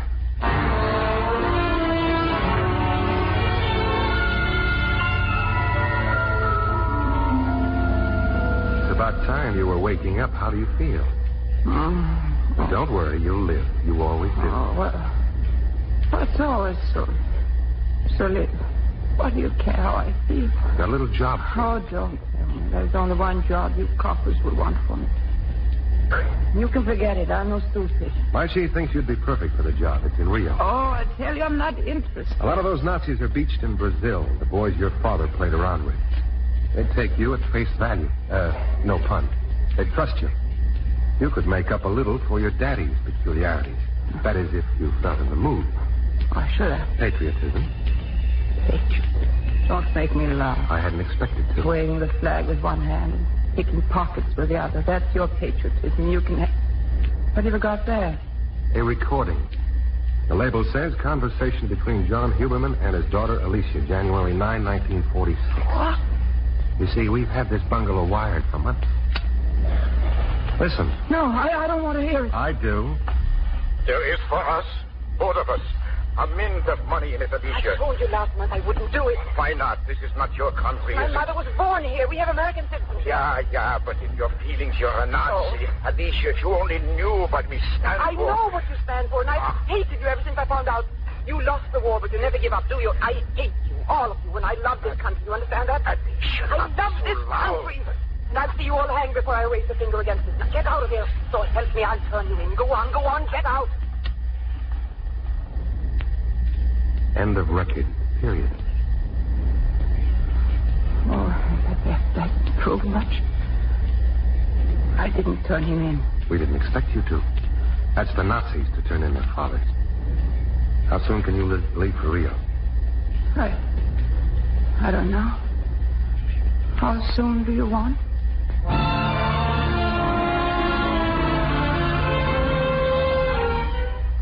We took the plane for Rio the following morning. She didn't talk much at first. She seemed to be thinking. As the days went by and we waited for our assignment, she grew more relaxed, more like herself, impatient only to get to work. Me, I wasn't complaining.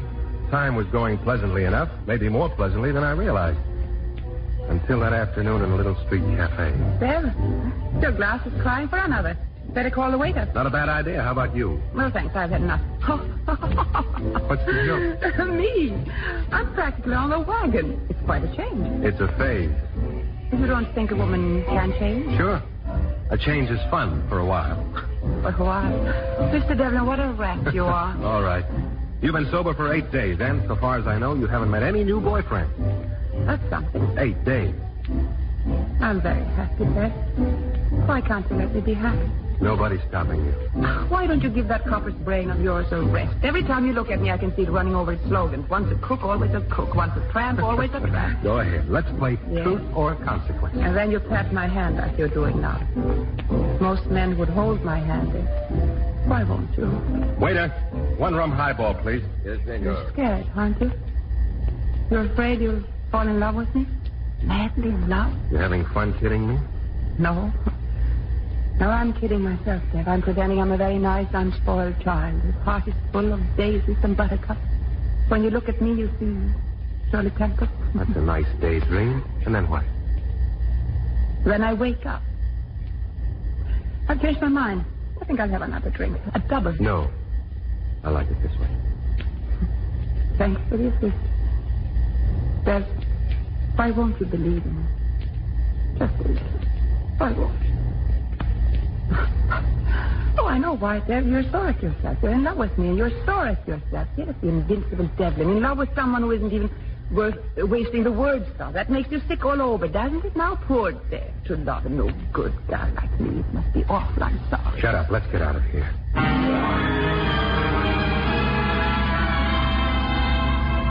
That was the first time I kissed her that afternoon. It was funny. She was like a little high school girl. Like a kid who'd never been kissed before, bubbling and gay and full of beautiful plans. And I guess I felt sort of happy, too. And then she insisted on cooking dinner for us. Only first I had to go and see Prescott, my chief. He told me what I'd have to tell her. When I got back, I wasn't feeling happy anymore. I said to myself, he'll like it this way. Dinner on the balcony, a little world above the world. It isn't too cold out here, is it, Dev? Dev? Oh, darling, what's the matter with you? Trouble? Come on, handsome. I think you'd better tell Mama what's going on. After dinner? No. Now. All right. We've got a job. Oh, so there is a job. I've begun to wonder. You remember a man named Sebastian? Alex Sebastian? Yes. Yes, one of my father's friends. The reports say he had quite a crush on you. Well, I wasn't very responsive. He's here, head of a large business concern. Yes, his family always had money. They're using it to help a bunch of exiled Nazis here in Rio. Nothing big? It has all the earmarks. We have to contact him. Go on. Let's have all of it. You managed to run into him accidentally. If he acts like he's still interested, you go to work on it. Martha Harris.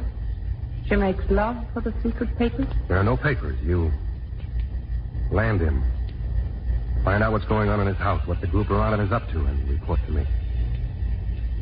I suppose you knew about this pretty little job of mine all the time. No. Prescott just told me this afternoon. Did you say anything? No, I mean about maybe I wasn't the girl for such shenanigans. I figured that was up to you. If you cared to back out. You didn't put in a word for me at all? Not a word of... not a word for that little lovesick lady you kissed this afternoon? I told you we've got a job. Don't get bored. I was just fishing for a little bird call from my dream man. One little remark like, Mr. Prescott, how dare you suggest that Alicia Huberman, the new Miss Huberman, be submitted to so ugly a thing? You're not funny. Do you want me to take this job? You're answering for yourself. I'm asking you. It's all up to you, honey. Not to you. But, darling, what you didn't tell Prescott. Tell me that you believe that I'm nice and that I love you and that I'd never change back, no matter how much they told you about what I used to be. I'm waiting for your answer. What a little pal you are. Never believing me. Never one little word of faith. Just down the drain with Alicia. That's where she belongs. Oh, Deb. Well, when did you say I go to work for Uncle Sam? Tomorrow morning. Well, I'm a little out of training. Oh, it is cold out here. I think I need a drink.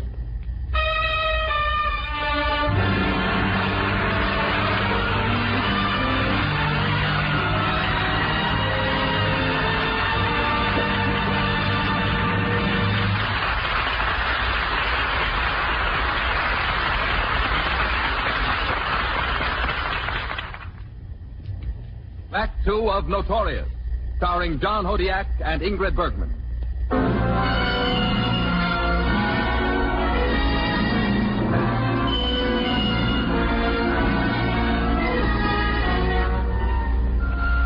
I had to hand it to Alicia. She didn't waste any time. The following morning, quite by accident, of course, Sebastian discovered that she was in Rio. And judging from her reports after that, he didn't exactly waste time either. He told me about it at the races near the finish line. She'd managed to ditch him for a couple of minutes. I can't stay long. He'll be looking for me. He's getting to be jealous. Don't look at me when you talk. Pretend you're watching the horses. Can you hear me? Yes, go ahead. Alex took me home for dinner last night. I met his mother in his palace. Who? Ever hear of Dr. Anderson? No. Scientist with some sort. Gray hair, mustache. Face is scarred. Looks like powder burns. Check. Who else? Eric Mathies and William Rossman. Both big shots can stop him. Go on. Emil Hupka. No. He made quite a scene at the dinner table about the wine. Didn't like the vintage? No, not that. He was frightened for a moment when Alex started to open the bottles. Seemed to think it was something else, not wine. Was it? No, it was wine. We drank it. Hupka make any other break? He didn't have much chance. Mathies suggested he might be tired, offered to drive him home, insisted on it. Hupka seemed scared. They'll find his body one of these days. What else? Oh, no, nothing very important. Just a minor item, but you may want it for the record. What? Alex is on the hook. He's already been landed. Oh. Pretty fast work. Yes. That's how I am once I make up my mind. Well, you better... Are you betting on this race? No. Now, Alex had a tip on number 10. And said... you were the new Alicia. You changed. Daisies and buttercups, wasn't it? You bastard. That's just remembering, that's all. You could have stopped me with one word, but no, you wouldn't. You threw me out. I threw you with no... Didn't you tell me to go ahead? Didn't you insist? A man doesn't tell a woman what to do. A woman tells herself. You had me almost believing in your hokey-pokey little miracle that a woman like you could ever change. That's why I didn't try to stop you. The answer had to come from you. You fool. I went to you on my knees. If you had once said you loved me so... Dry your eyes, baby. It's out of character. And remember, you've got to keep on your toes. It's a tough job we're on.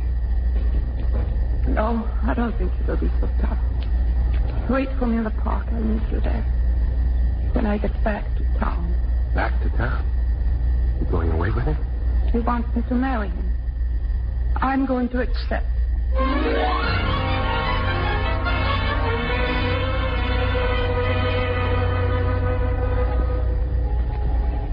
About time, don't you think? I was getting pretty tired of this park. Alex didn't want to come back. Sorry, I forgot. How's the blushing bride? Not blushing? All right, let's get down to business. You're in the house now. You'd better have a look at the wine cellar. My count is blocked. Alex has the key. Okay, get it from him. How? Don't you live near him? What do I look for if I find the key? A bottle of wine. Like the one that rattled that guy the first time you had dinner there. All bottles look alike to me. I know, Mastermind. You're doing all right. No, stop. I know. You cry yourself to sleep every night. Wait. You've got a better idea. Suppose you talk Sebastian into throwing a big shindig next week. Right. Consider me invited. Old friend of yours. I work for Pan American. Get me in, and I'll see about the wine closet myself. Well, you should bet his watch. Don't have a lot of other guys that never slowed you down. Well, where is the wine cellar? Off the side garden. If you get the key, meet me out there. What time? When? Let's say the orchestra's playing a waltz. Someday I'll find you. Someday I'll find you. Yes, I always get that one out. It's a pleasure seeing you, madame. Good day.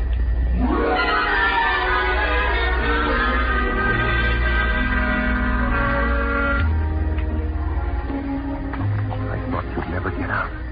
You sure this is the key? I took it off his chain while he was having his shower.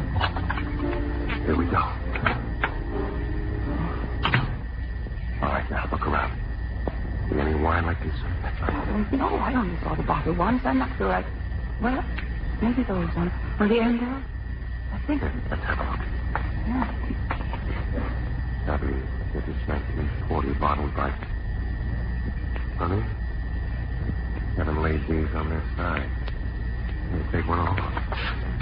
Oh, Dad. I think we got the right one. No, it's all sand. Yeah, it is sand. Okay, I'll take enough for a sample and we'll clear the rest away. Shove the broken glass back of this cabinet. Watch your hand. I'll smear the sand in with my handkerchief. Just pretend you're a janitor cleaning things up. Janitors are never terrified. What if Alex comes down to get more wine? That's unfortunate. He's always got a gun. So have I. There, that does it, I think. Let's go. Which way now? Off that door into the garden. You can get me your car. I'll go back inside. Be sure and tell Alex good night for me. Nicest party I ever ducked.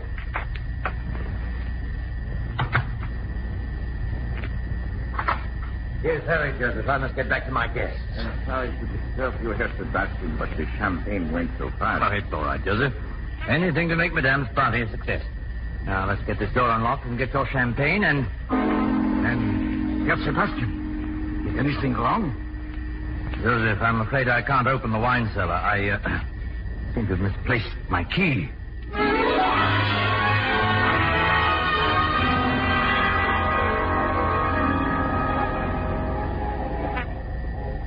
The park was pretty lonely yesterday. Where were you? I couldn't get here. I wasn't feeling well. Hangover, huh? You on the bottle again? What's that to you? Nothing, except you don't look so hot. Well, we finally got a lab report on that sand. What? It's uranium ore. Then it's something big. And how? Hey, what did you do with that key the other night? I put it back on his chain while he was sleeping. Did he say anything? Not a word. I was sort of thinking about that. What would he do if he knew the score? Maybe nothing. How do you think of that? He must be frightened of the others finding out. If they thought he had endangered them because he fell for me, they wouldn't like that. That's the trouble with those Nazis. They don't appreciate true love. Now, you take a clean-cut fellow like me. Goodbye, Dad. What do you mean goodbye? Well, nothing. Just goodbye. Fresh air isn't as good for a hangover as I thought. Will I see you tomorrow? If I'm up to it, you'll be here. I'll come. If I'm feeling better.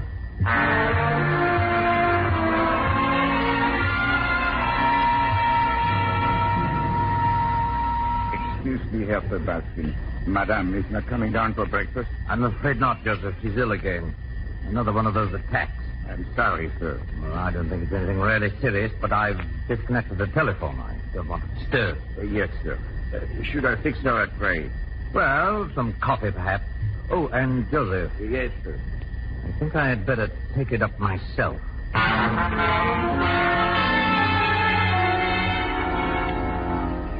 5 days. I waited for her every afternoon, but she didn't show. And sitting there alone in the park, I began to ask myself some questions. Suppose it wasn't a hangover that day. Suppose she was sick. Suppose they were doing something to her. Well, I couldn't take it anymore. So I drove out to the house. I'm sorry, sir. Mr. Sebastian is busy. He's in the study with some business associates. I see. Is Mrs. Sebastian in? Madame is confined to her bed. She's been very ill. Oh, that's too bad. We have all been most concerned about her. I will tell Mr. Sebastian you are calling, sir. Will you wait here, please? Wait here. That's brother.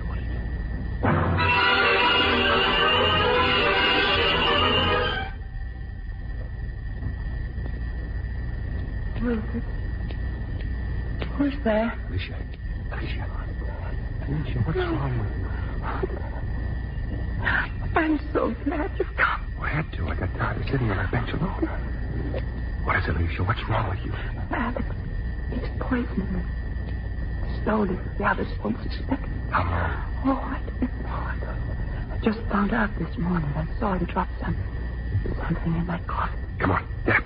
We've got to get you out of here. I can't walk. I'm so weak. You've got to walk. You hear? You've got to. Dad, I must tell you something about this. Not now. Here. Let this go over your shoulder. They got carelessly talked. I heard it. Come on now. Stand up. Stan. Comes from the Amores line. The town called Stan San Mars. We'll find it. Good work. Now, walk. Try to walk. I can't make it. You go alone. What good would that be? What good would I ever be again alone? Yes.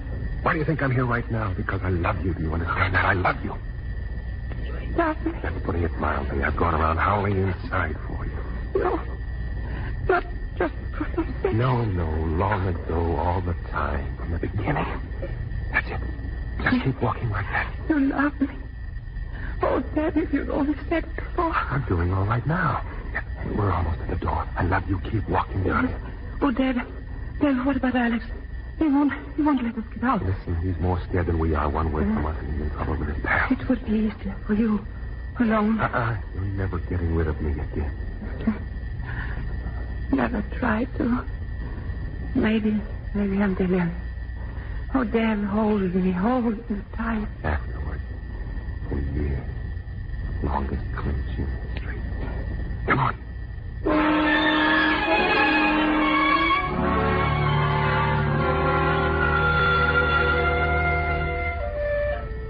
We made it all right with a lot of luck, and afterwards Mr. Prescott had a lot of things to say.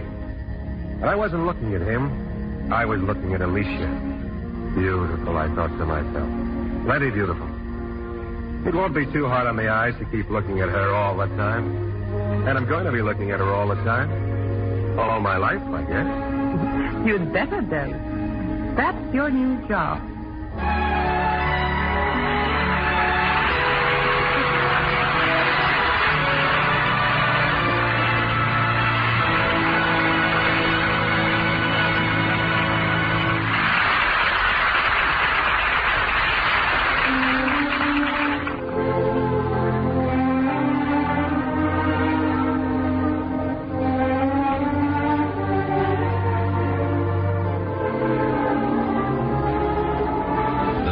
Guild Players has been a presentation of the United States Armed Forces Radio Service, the voice of information and education.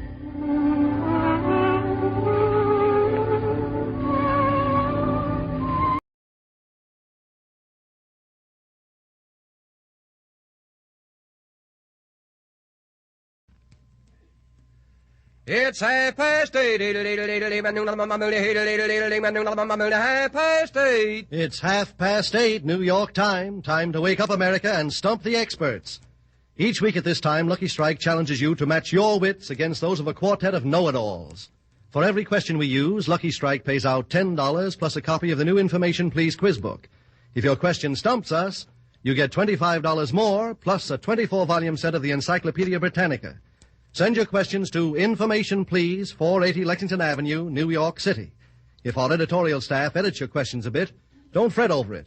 In case of similarity, we'll have to be sole judge of who shall be paid, and all questions become the property of Information Please.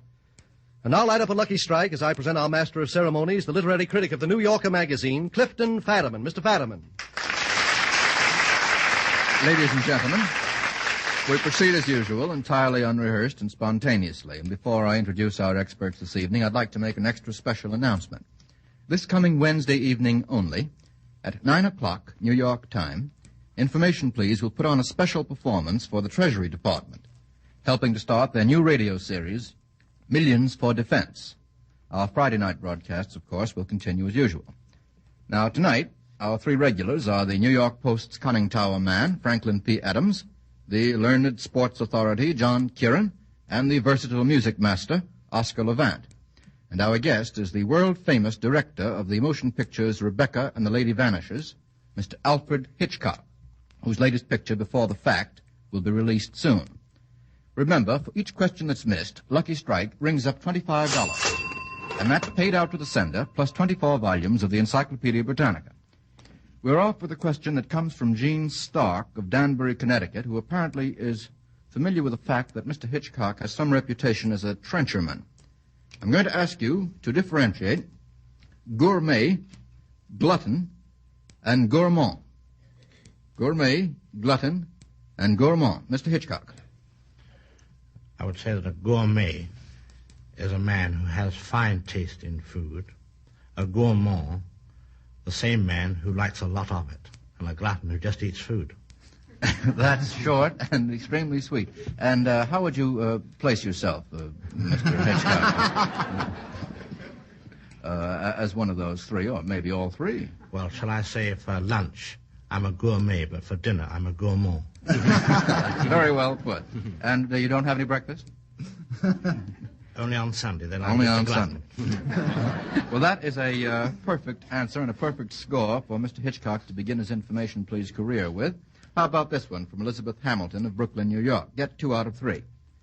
Now, of the following plays or motion pictures, I'm going to name 3, each represents an innovation in some particular field. What was it in each case? Now, the first is The Great God Brown. That's a play by Eugene O'Neill. What innovation in its field did that represent? Mr. Levant. Great God Brown. That was by O'Neill. Right.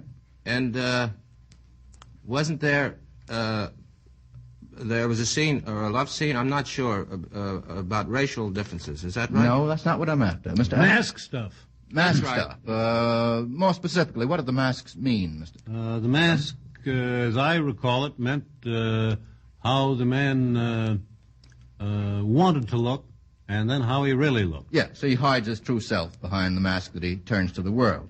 And they kept on taking these masks on and off all during the play until you didn't know just exactly what you were looking at, which I suppose represents a considerable innovation. That's Might quite interest right, Mr. Levant to know that that was played by Mr. William Harrigan.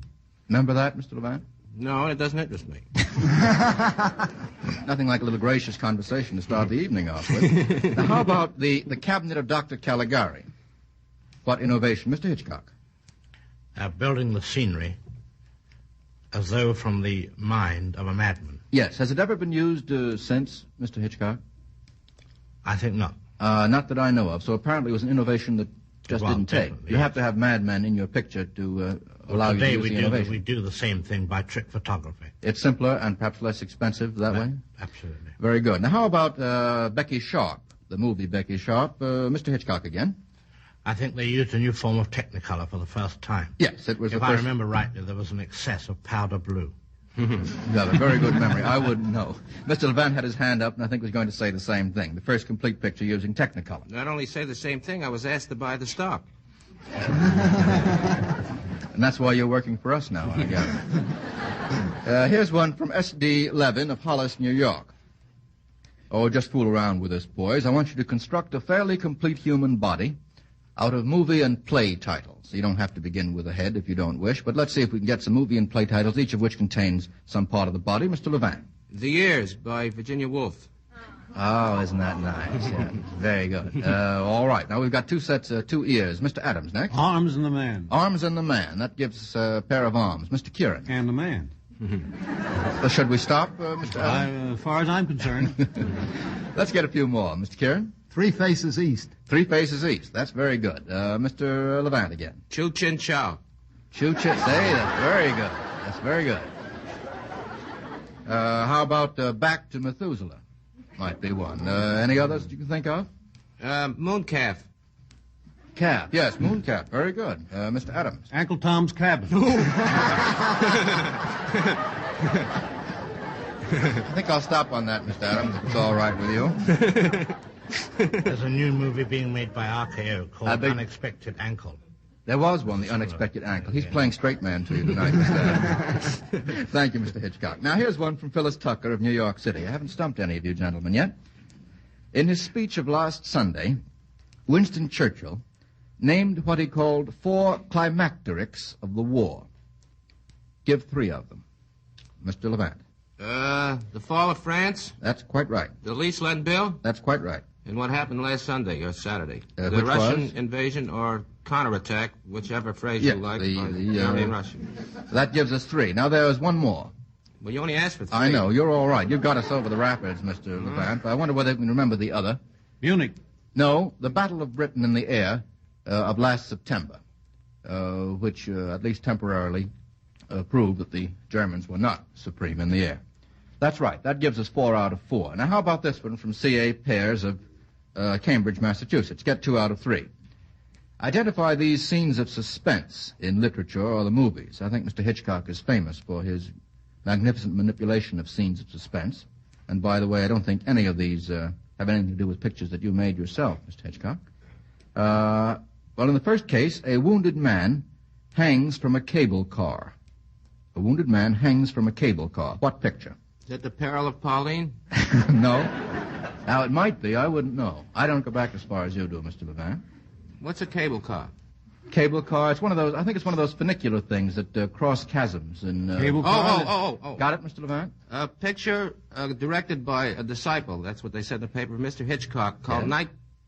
Go ahead. Not Train? Go ahead. Yes, Yeah, sure. Train. Night Train, that's right. I remember that. Yes, a very good melodrama with Rex Harrison and Margaret Lockwood. Who directed it? Do you remember, Mr. Hitchcock? Yes, it was directed by a man called Carol Reed. Unfortunately, I never go to the movies, so I wouldn't have seen it. You don't go to the movies? Me neither, Mr. Hitchcock. Well, how do you manage to make any comparisons with the work you do yourself, Mr. Hitchcock? Or don't you care? No, I try not to. A man once said to me, if you don't see pictures, where do you get your ideas from? Well, how about this one? You can keep out of this question if you wish, Mr. Hitchcock. It's all right. In this case, a house teeters on the brink of a precipice. That was a very good scene. Charlie Chaplin's Gold Rush. You don't think that's a picture, Mr. Hitchcock? Yes. You do go to The pictures? house did teeter on the... Yes, that's quite right. And you did go to see that. That's still life to him.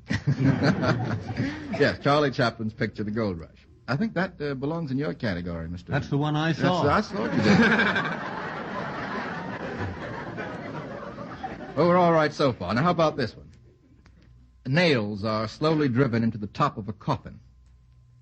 Nails are driven into the top of a coffin. Mr. Adams. Escape. That's right. Yeah, I read the book. Escape, right, with Robert Taylor and Norma Shearer. Well, that gives us 3 out of 3. Here's one from Sherwood Friedman of this city. You're going to hear some drum beats, a series of 4 different types of drum beats, and I want you to determine the type of dance music that each represents. There are 4 of them. We have to get 3 out of 4. We've never had a question exactly like this. I'm interested to see how well we can do. Let's have the first.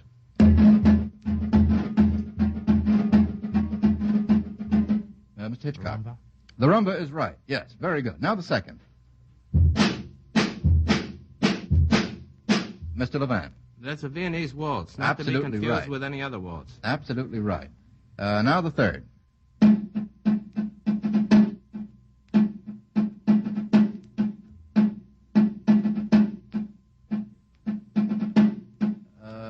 Mr. Kieran, that wasn't your hand that was raised, No, was it? madam, All no, right. son.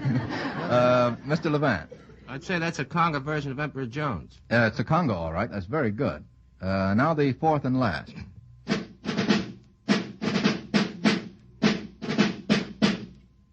That's nothing. How about that? We're safe. We've got 3 out of 4. Any guesses on that? Want to hear it again? No. All right, then you'll hear it again. That is...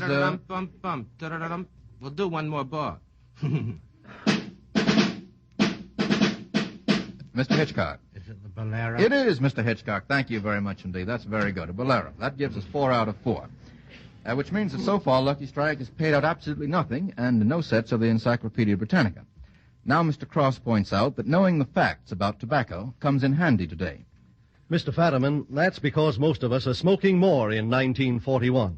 So, of course, we want a milder cigarette, one made from the lighter, milder tobaccos. Now, tobacco like that costs more than the ordinary kind. Yes, it costs more at auction after auction. But Lucky's pay the price to get it. For example, last season at Carthage, Tennessee, the American Tobacco Company paid 23% more per pound for the tobacco it bought for its cigarettes and other tobacco products. Yes, 23% above the average market price paid for all the various types and grades of tobacco sold there. And the best we bought will go to Lucky's. Now, so it goes at market after market. We pay the price to get the finer, naturally milder, better-tasting tobaccos. Mr. Fadiman, have I demonstrated why Lucky's are in tune with the times? I believe you have, Mr. Cross, and in just 52 seconds. Now, this evening's performance doesn't please me very much. I haven't been able to stump any of you. Hope I can do better during the second half of the program. Here's one from Mrs. Henderson Rogers of Winston-Salem, North Carolina, right in the heart of the Lucky Strike country. Quote at least 4 lines of poetry in which the poet has made use of the number 7. When I say 4 lines, I mean 4 separate and distinct lines, in which the word 7 is used. Mr. Adams. We are 7. All right. A simple child who lightly draws his breath. Good enough. That's right. Wordsworth's lines of We Are 7. That gives us 1 set of 7s. How about another? Mr. Kieran. Well, I believe it was Jean Ingelow wrote a whole series of poems, 7 times 1 or 7 and so forth. Child's poem? Yes, they're rather nursery style. All right, good enough. That gives us 2. Mr. Levant? 7 come 11, I'm going to heaven or something like That's that? perfectly good. A classic couplet, come 7, come 11. I don't know that I'd call it poetry. Mr. Kieran? Though one were strong as 7, he too with death would dwell. That's from Swinburne. Gee, I don't know that one. The Garden of Proserpina. Very good. Sins which are 70 times 7. That's right. That gives us 3 or 4. There's a one from the Walrus and the Carpenter about 7 maids with 7 mops. That's right, Swept Mr. it for half a year. That's right. And there's a famous one from Mother Goose about the St. Ives incident. Remember that? I met a Man with 7 wives. And it goes on with a great many other 7. That's perhaps not a very difficult one. How about this one from Richard Ahern of New York City? How does each of these figure in fact or fiction? Rickshaw, Bradshaw, Earnshaw, Hawkshaw. We have 4 Shaws. Mr. Hitchcock, you want to start us off? Hawkshaw was a fiction character. Rickshaw was a... Hawkshaw was a fiction character. What part did he play? Detective. A detective, yes. Detective. Rickshaw is an oriental 2-wheeled vehicle. How does it occur in literature? Oh, I beg your pardon. Kipling. Kipling, Mr. Adams. Phantom That's right. Rickshaw. The Phantom Rickshaw, as Mr. Levant reminds us. Yes, a famous story. That gives us Rickshaw and Hawkshaw. How about Bradshaw and Earnshaw, Mr. Levant? Earnshaw was a pitcher on the Philadelphia Athletics. Well, I I can't help never that. thought He of was that. very good. All right. Perfectly okay. He figures in fact. There's another Earnshaw that figures in fiction. Probably not as good. Mr. Adams? I was thinking of the baseball player. It's the only one I ever heard of. We've had him. What do you want? The only Earnshaw I know. Bradshaw is a railroad guide. Right. What country? England. In England, that's right. Well, there is an Earnshaw who figures in fiction. He's an Earnshaw in one of those English novels. Yes. Which one? It's There a aren't wide many. field, Mr. There aren't Kieran. many. No, it's one of those Bronte. horror novels. Yes, you're all right, Mr. Adams. Which one? Wuthering Heights. That's right, Mr. Kieran. Wuthering Heights. Kathy Earnshaw in Wuthering Heights. Well, that finishes the shores. What's a kickshaw, by the way? Does anybody know? Quelque chose. It comes from the French quelque chose. I never expected. Diminutive. Wonderful, Mr. How about Kieran. GB? We should mention him, yes. G.B. Shaw, Rick Shaw, Brad Shaw, Earnshaw. I think that cleans up with the Shaw business. Now, how about this one? From Condon Riley of Springfield, Massachusetts. Here's a motion picture. Come music question. Get 2 out of 3. In what motion picture did you hear each of these musical selections that are important to the plot? And get 2 out of 3. Let's have the first.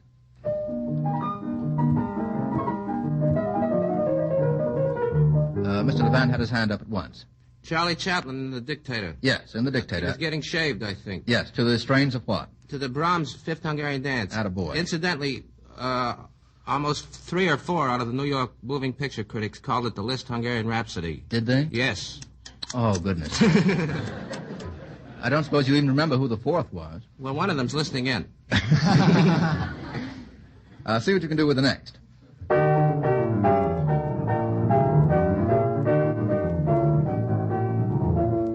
Now we have Mr. Levant again. Mr. Kieran looking a little quizzical.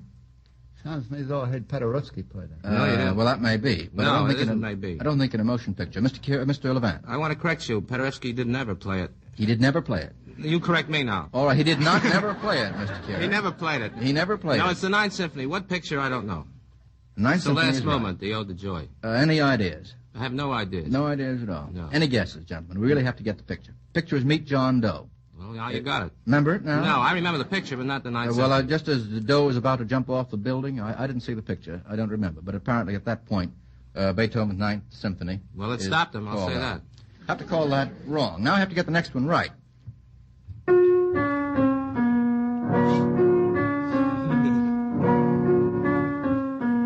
Mr. Levant again.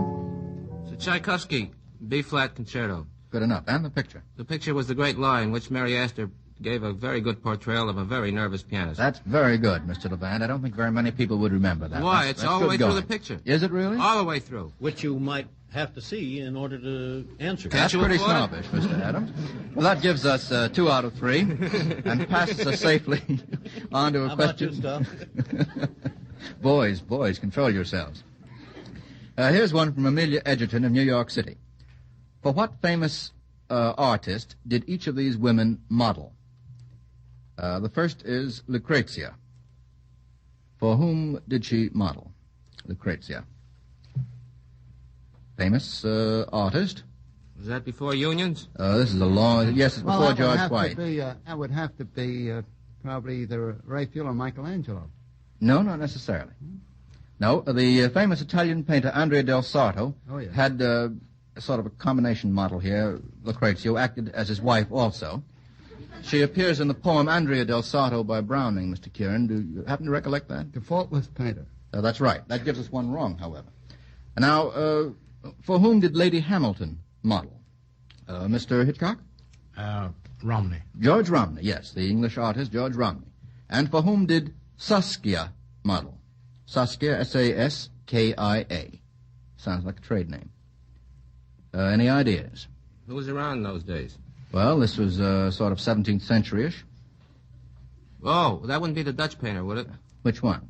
There's only one real wonderful... Go ahead, John. Tell him the Dutch painter. Yes, Rembrandt is right. She was both the wife and model of Rembrandt. That's quite right. That gives us 2 out of 3. Now, here's one from Jack Luzzatto of this city.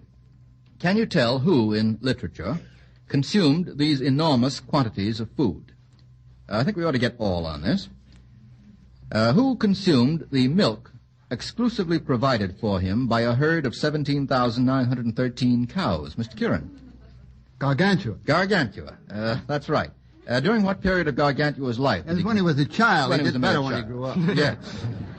He just trained on the milk of 17,000 and so forth cows. And where will you find the story of Gargantua, Mr. Kieran? In Gargantua and Pantagruel. Yes. By whom? Rabelais. Rabelais. No, I think not, Mr. Adam. Now, how about this one? Who consumed elephants brought to it by its mother? Who consumed elephants brought to it by its mother? This is some going. These are full-size elephants, gentlemen. What's he doing now? He's just suffering. Well, gentlemen, it's a tough one. It's the mythical animal, the rock, in Sinbad the Sailor. Does that come back to any of you now? Well, that's one wrong. Now, how about this one? Who consumed 20 wagon loads of meat and 10 wagon loads of wine at a meal? Mr. Kieran. I think that was Dr. Gulliver. Yes, Dr. Gulliver. When he was among the Lilliputians. Yes, actually, it probably would be just a normal... just a snack. Well, if he hadn't been among the Lilliputians, it would have been a normal or ordinary Hitchcock meal, but as it was, it amounted to considerable among the Lilliputians. Well, that gives us one wrong and sends $25 in an encyclopedia to Mr. Luzzato, courtesy of Lucky Strike. How about this one from R. Thorvald Kroc of San Francisco? Get 2 out of 3. Who watches or overhears each of these scenes or incidents?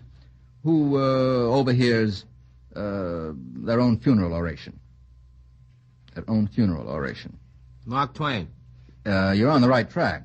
Well, he made the remark. No, I don't think so. You mean my reports of my death have been exaggerated? Yeah. I don't mean that. But as a matter of fact... Max Schmeling. No. Certainly. That's true in a way. You mean... It's true, definitely. Somebody in Huckleberry Finn. You've got the wrong book, Mr. Tom Sawyer. Yes, it's Tom, Joe, and Huck in Max Tom Schmeling Sawyer. in Tom Sawyer? Pardon? He's not in Tom Sawyer. I bet he wishes he were. I think I have to count that wrong, Mr. Adams. Don't you think so? All right, we'll count that wrong. That means I have to get the next 2 right. Who overhears his stepfather praying? Mr. Kieran. Hamlet, That's Prince the one and of only. Denmark. That's quite right. And who overhears 2 women discussing the infidelity of their friend's husband? That's a kind of complicated situation. Who overhears 2 women discussing the infidelity of their friend's husband? Mr. Adams.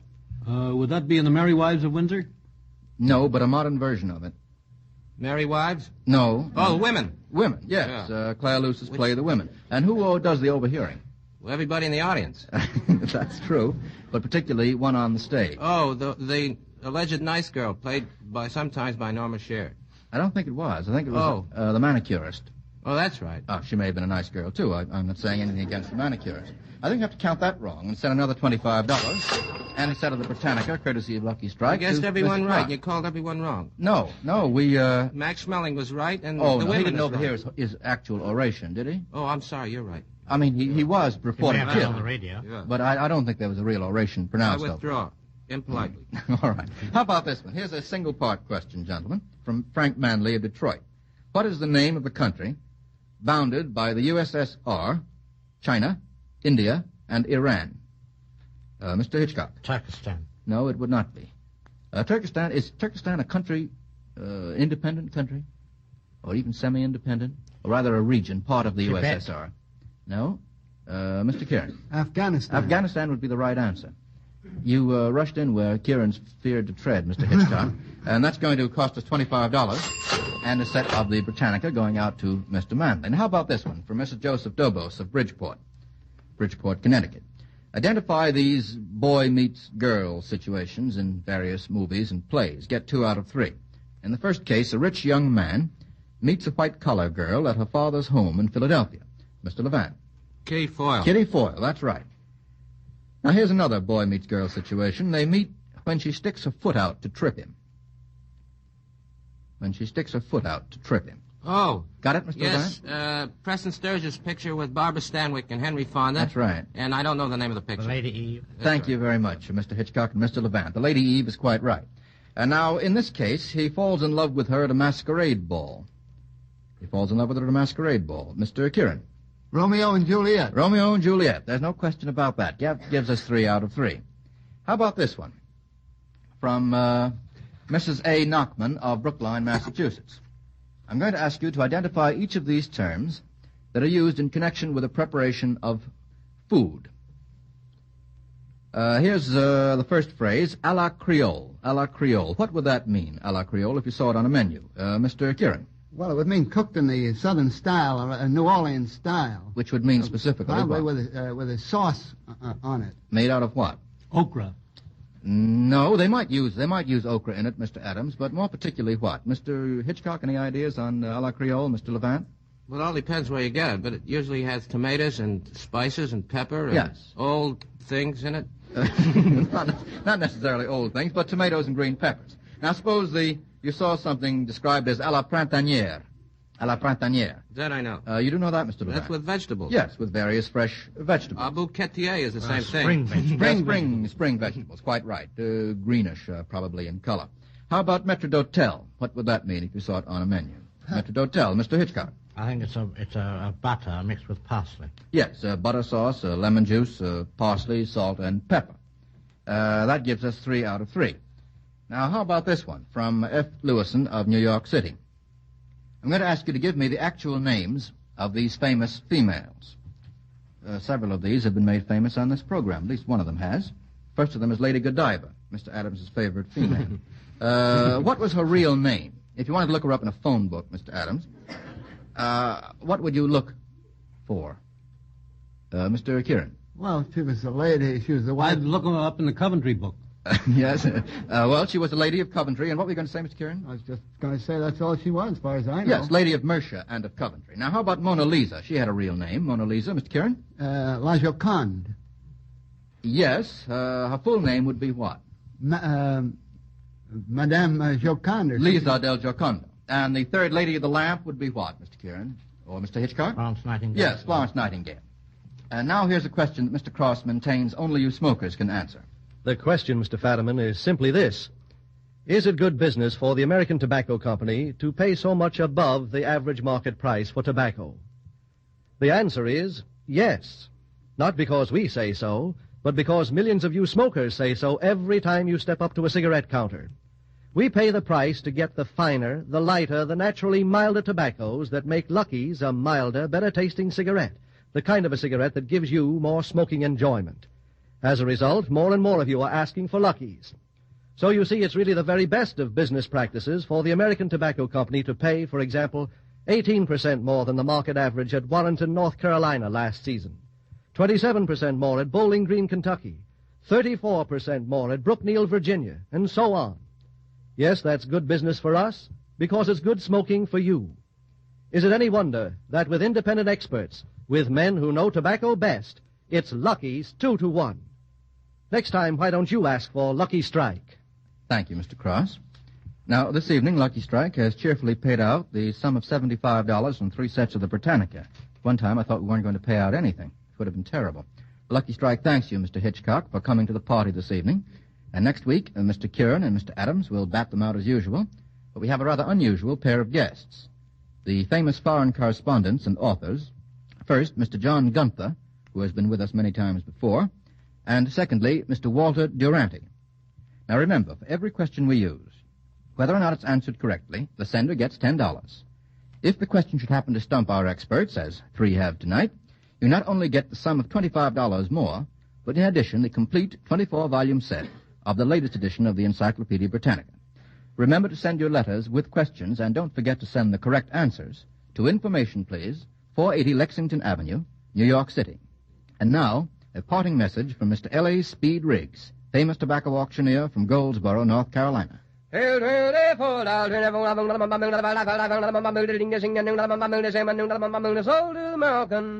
that chant, ladies and gentlemen, is just another way of saying that if you haven't tried a Lucky lately, you don't know what you're missing. By the way, if you're going visiting this weekend, we suggest that you bring your host or hostess a carton of Lucky's. It's sure to make a hit. Remember, with independent tobacco experts, with men who know tobacco best, it's Lucky's 2-to-1.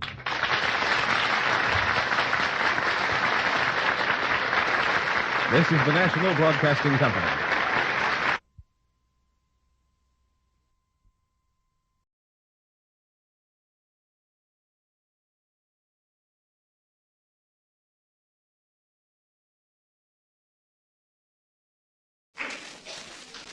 From Hollywood, the NBC Theater presents...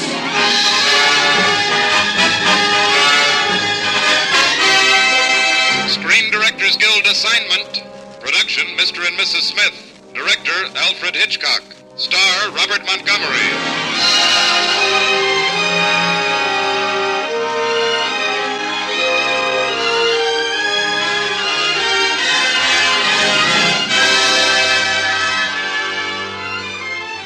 This is the Screen Directors Guild presentation of A Comedy of Marriage, Mr. and Mrs. Smith, starring Robert Montgomery and introducing the director of the film, Alfred Hitchcock.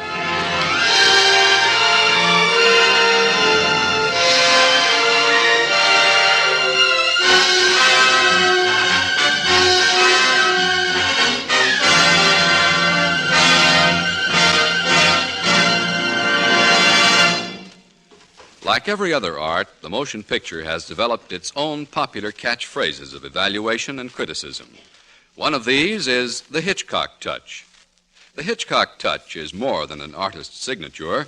It represents the highest pitch of the screen director's art, an indelible impression of the director's unique talents upon the other ingredients of the film.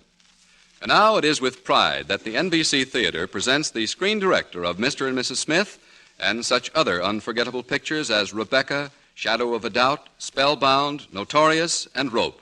Ladies and gentlemen, Alfred Hitchcock.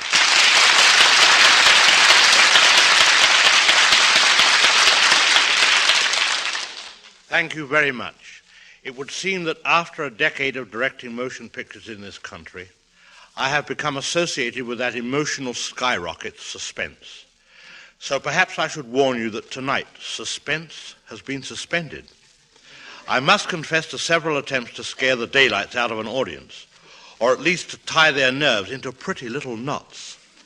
But in Mr. and Mrs. Smith, we reversed ourselves and turned to comedy. So don't bother sitting on the edge of your chair. It might strain your diaphragm if you feel a giggle coming on.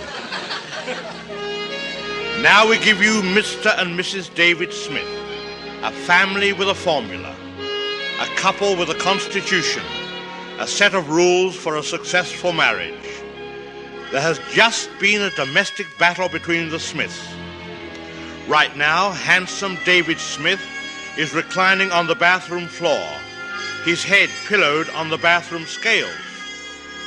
Anne Smith is brandishing a razor at her husband's throat. Mrs. Smith is shaving Mr. Smith. That's right. Mrs. Smith is shaving Mr. Smith, and they are both feeling very smug about the latest success of domestic diplomacy. Oh, easy with that razor, Anne. You look like 5 of the men who mutinied on the Bounty. Oh, I'm late for work. Now hold still. Ooh. Oh, sorry.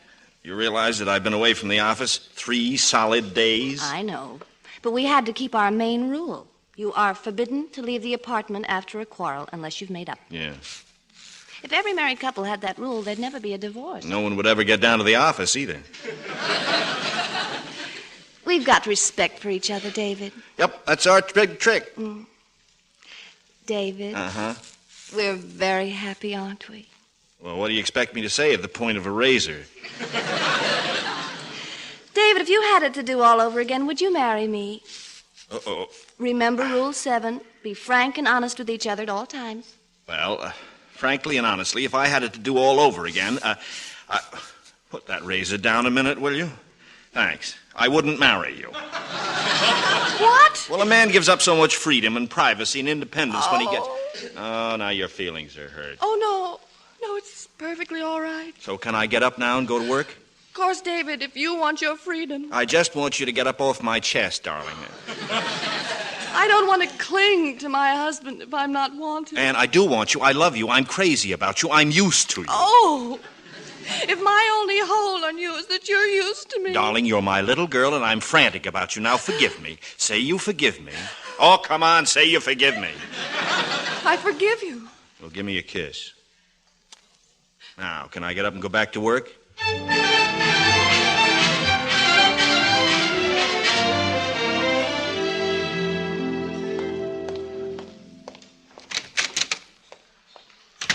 Morning, Jeff. Well, good morning, David.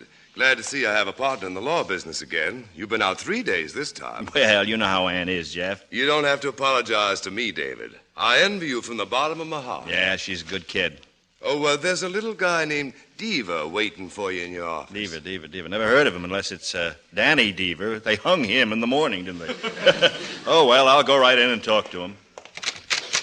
There, Mr. Deaver. Good morning. Mr. Smith, I take it? Yeah. What can I do for you, Mr. Deaver? Beecham is on the other side of the river. It is? Say that again, will you? Well, Beecham is on the other side of the river. That's nice. Yes, but it was always incorporated in Brender County, which is in Idaho. You follow me? Yes, we're in Idaho. Go on. Yeah. Well, we in Beecham found out that we belong in Nevada. Yes? So anybody who got married in 1946 with an Idaho license... Yes? Like you did... Oh? Well, they aren't really married. Oh, they aren't? Oh, you really are married and everything, but the Chamber of Commerce figured if everybody got married all over again, it'd be better. That's pretty funny. And so here's your $2 back. Now, you can use it to get another license. Well, now, that's very square of you boys in Beecham. You just get married again, that's all. Oh? Well, I've got to be on my round. Good morning, Mr. Smith. Goodbye, Mr. Deaver. Thanks a lot. Oh, no. Not at all. Thank you. Yeah. Mrs. David Smith. Now, Miss Ann Krausmeyer. Miss Albright, get me my home, please. Little Annie Krausmeyer. My favorite date. And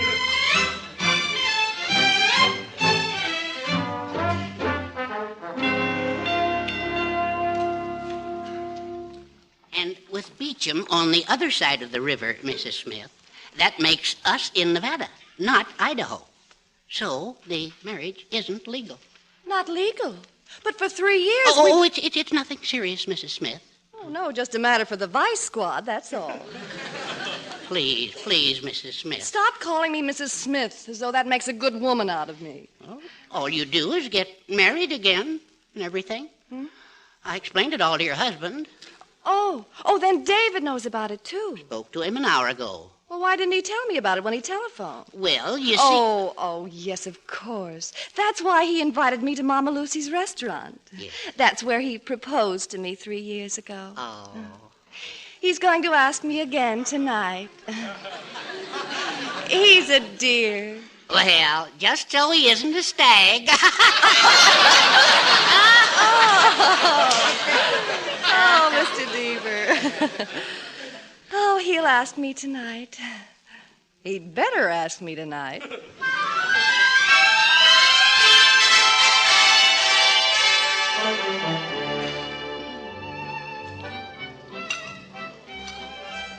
It's a lovely dinner, isn't it, David, dear? Going up in price since 3 years ago.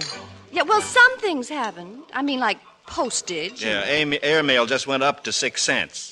Well, yes, but I mean, like permits and licenses and stuff. Yeah, fine if you own a dog. David. Now, don't nag me about buying a dog again, dear. No.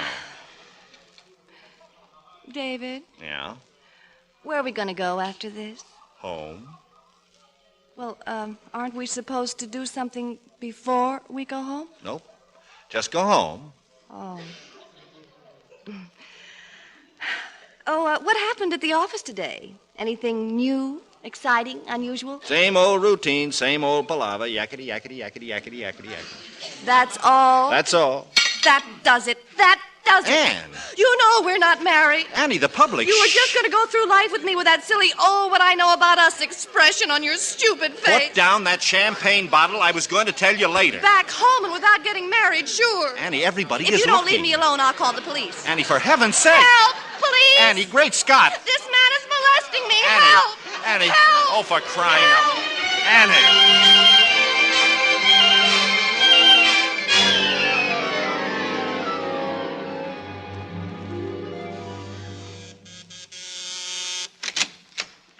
Well, Remember me?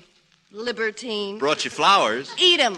Ow! Bido's! You broke Bido's! Bido's is bleeding. Ed! Open this door at once. Ed! Eddie!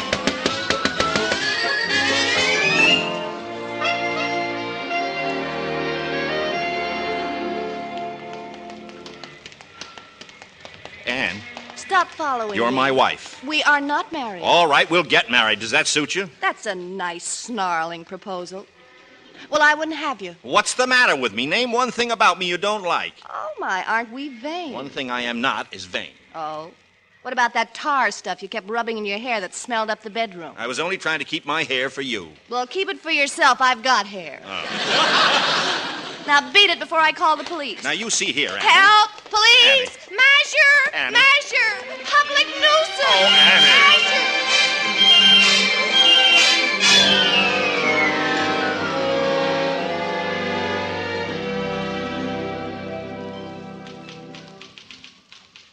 David, as your friend as well as your law partner... Yeah, I know. I'll catch up on my work, Jeff. Don't worry. It's not that, Dave.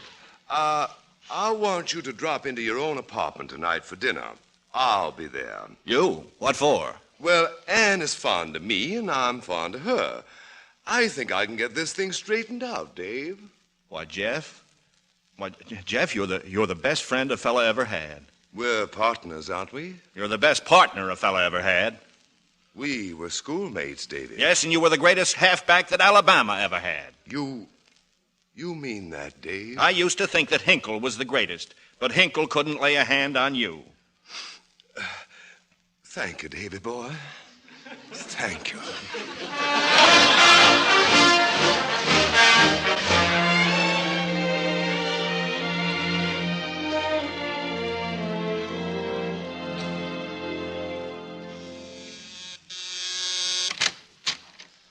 Hello, Anne. Come in, David. Anne, I want to tell you here and now how sorry I am Talk about... to my lawyer. Lawyer? What lawyer? Hiya, Jeff. Anne has asked me to represent her in this case, Dave. She what? Asked him to represent me. She doesn't really need a lawyer, you know. Well, then you ought to do fine. Dave, as a lawyer yourself, you know that Anne may halt this relationship between you at any time and marry someone else. As in the case of Peterson versus Peterson, Adams versus Adams, and Gimble versus New Pennsylvania Coal Company. Stabbed. Now, David boy... That's dirty tennis. David, I'm asking Anne here in your presence if she'll think of me as a possible someone else to succeed you, David. Oh, that's very sweet of you, Jeff. You know I've always been fond of you. Thank you, Anne.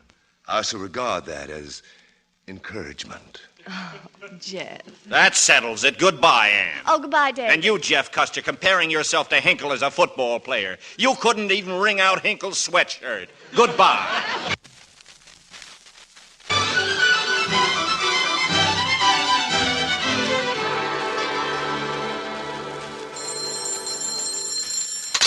Hello? Anne, darling. Oh, yes, Jeff. Great news. My mother and Dad have just come up from Alabama. They want to meet you. Meet me, but I'm a Yankee. When they see you, they'll forgive you. Meet us all in our office in 30 minutes. And Anne. Yes? You know that daring, rather low-cut dress of yours? Yes. Don't wear it. Oh. Goodbye. Goodbye, y'all.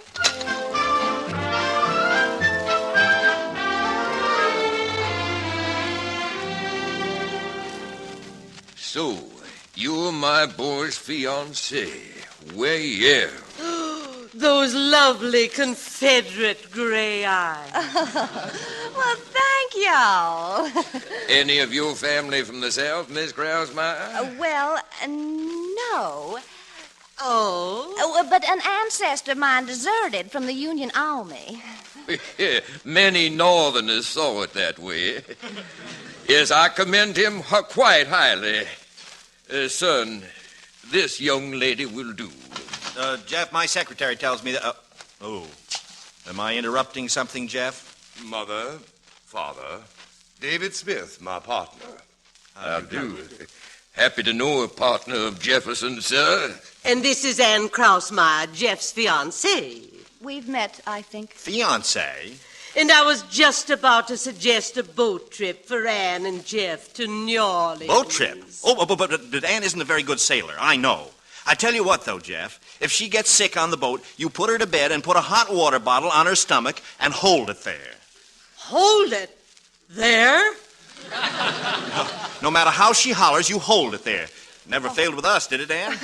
David fancies himself quite the doctor. Yes, and by the way, Anne, when does my laundry come back? I'm out of shorts. Shorts? His running shorts, Mrs. Custer. Every morning, David runs 5 miles. Runs?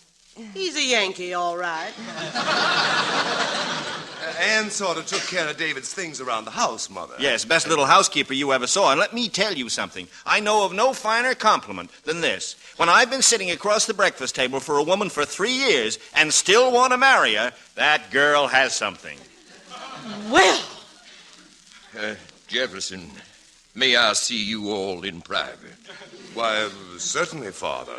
In this other office. Come along, Mother. Come along. David Smith, I hope you're satisfied, making those two fine old people miserable. Well, what about me being unhappy? You're always thinking of yourself. Why can't you be like Jeff? Because I can't climb trees. Jeff is so kind and considerate and gentle. Since when are you so crazy about the gentle act? Do you recall how I grew this scar on my forehead? You threw a bed lamp at me. I was out for 3 days. That's only because you'd been out for 2 nights. Very funny. It's all right, Anne. I'll explain the entire situation in quick order. We understand completely, Anne. And we want you and Jeff to visit us at Lake Placid next week. Lake Placid? Oh, I'd love it. Thank you. As for this northern lawyer... Mr. Custer, is it my fault that I'm related on my mother's side to General Sherman? General Sherman? Father!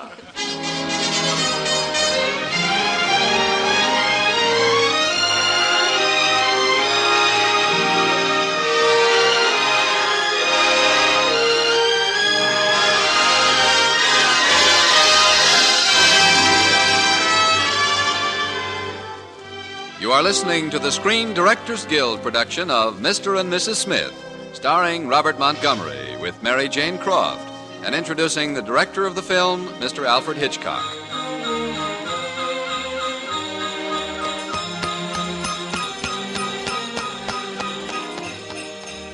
Bye. Bye. Thanks for driving us up here, boys. We'll telephone the hotel if we need you. All right, Mr. Custer. Oh, this air's so invigorating.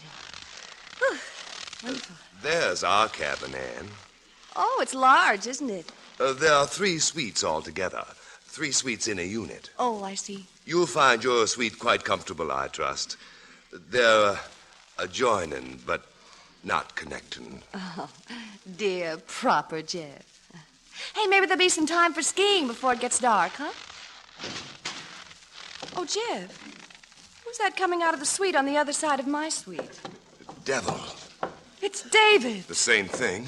Oh, he's ill. Look, he's staggering. He'll fall down the steps. David, you'll fall. Oh. He did. David! David!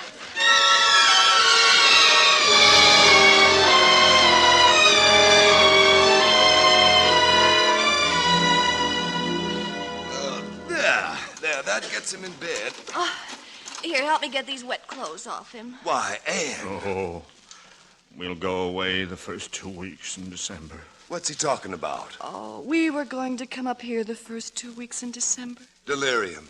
You'll be crazy about it, Anne. Oh, he's been up here all week torturing himself. Well, come on, help me get him undressed. Anne! Well, I'm his wife. Come on. Look out! Huh? Don't fall now. Oh, you see, he thinks we're skiing. All right, now, come on, off with his clothing. Watch out there. Never try to pass the tree on both sides at once. He's so sick. Is that a rattle? I don't know. I wish I could hear it again. He's just clearing his throat. Oh, he looks awful. He could do with a shave. I'll shave him. You will? I always shaved him. I'll find his shaving stuff in this bag here. Just a minute, Anne. Huh? He's asleep now. Oh, poor boy. Let's go next door to your rooms. I want to talk to you very seriously.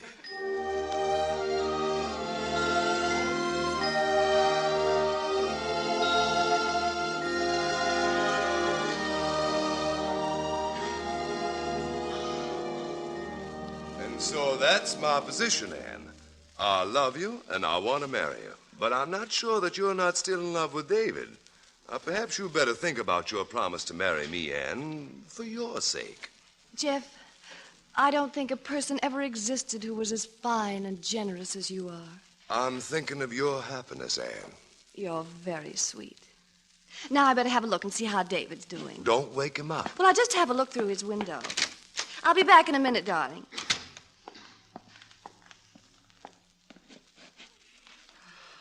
Oh, the beast! The scheming, tricky beast! I'll murder him for this. I'll have his heart out. You! Anne. Sitting up in bed, sucking on oranges, smoking cigarettes. And put down that lamp. Pretending you came here on a heartbroken bender, the big sympathy act. Anne, I love you. Put down that lamp, and you love me, and I won't give you up. I won't let you marry that heap of southern fried chicken. I love Jeff, and he loves me, and don't you call him fried chicken. You're not going to get married. We are going to get married. You can't. What kind of a combination is fried chicken and calf's brain? You! All right, all right. I've done all I could to win you back because I wanted you back. I've neglected my work and lost clients, and now I'm through. Washed up. Go on, marry the guy. I hope you'll be very happy. And may all your children be dietitians. Oh, you!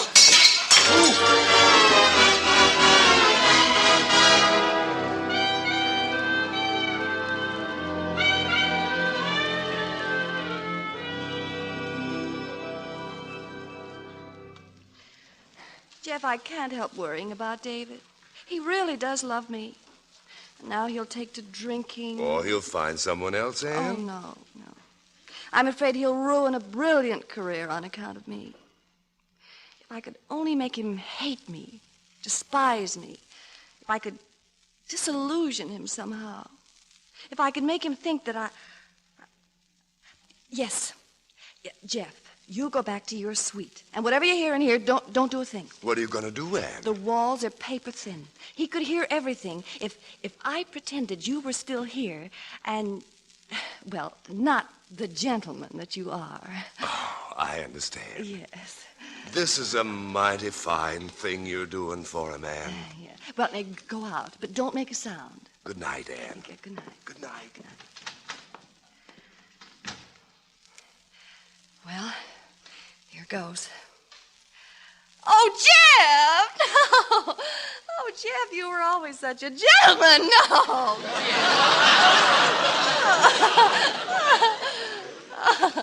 Oh, no, not Jeff, don't. No, I said, don't, no! Oh, Jeff. Oh, Jeff, you're so strong. I never realized you were so... No, Jeff. No, Jeff, no. Jeff, now, look, now, if you don't behave, I'll have to ask you to leave. No, please, Jeff!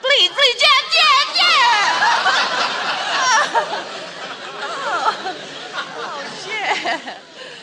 Oh, no, what would your coach at Alabama think if he knew it?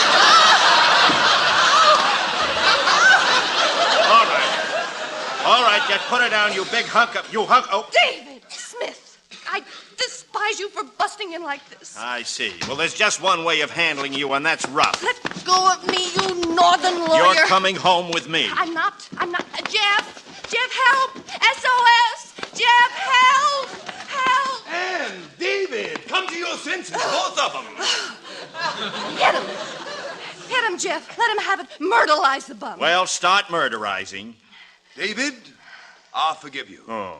For heaven's sake. Well, would you respect me more if I knocked him down, Anne? Would I? Why, you big hunk of southern fried chicken. What? I'll bet your mother was scared by a magnolia blossom. No. Now get out of here before I forget I'm a lady. The lady says be so kindly as to scram, Jefferson. Gladly. And what a narrow escape I've had. Your slip is showing. I'm getting out of this clam bake. Chicken fry. Chicken fry. Hey, what are you doing with the skis? The sleigh service is discontinued after 10 at night. Well, spend the night here. Not on your life. Okay. Here, let me fasten your skis for you. No, it's all right. It's all done. All set to go?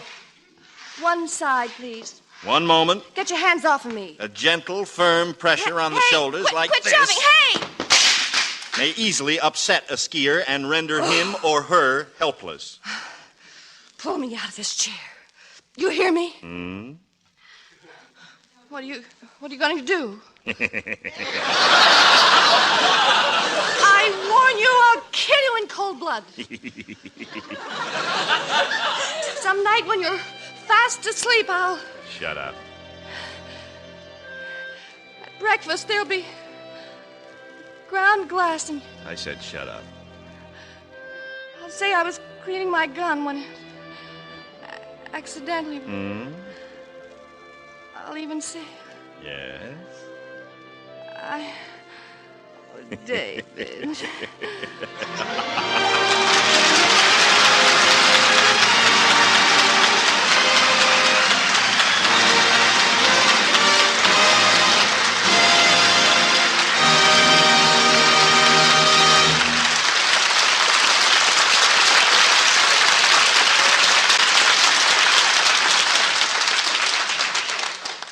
The NBC Theater has presented the Screen Directors Guild production of Mr. and Mrs. Smith, starring Robert Montgomery with Mary Jane Croft, and introducing Alfred Hitchcock, the director of the film. Next week, the NBC Theater brings you the scintillating comedy Hired Wife, starring Rosalind Russell, and presenting screen director William Seiter. And now, here again are tonight's stars, Robert Montgomery and Mary Jane Croft, and screen director Alfred Hitchcock.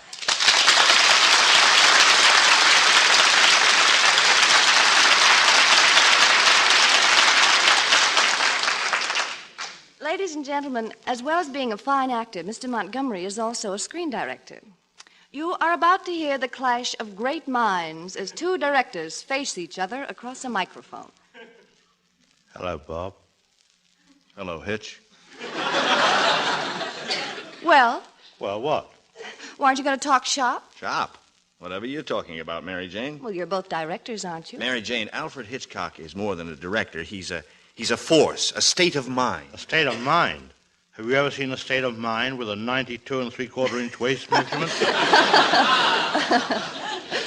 Well, you know, there's one thing bothering me about our radio version of Mr. and Mrs. Smith.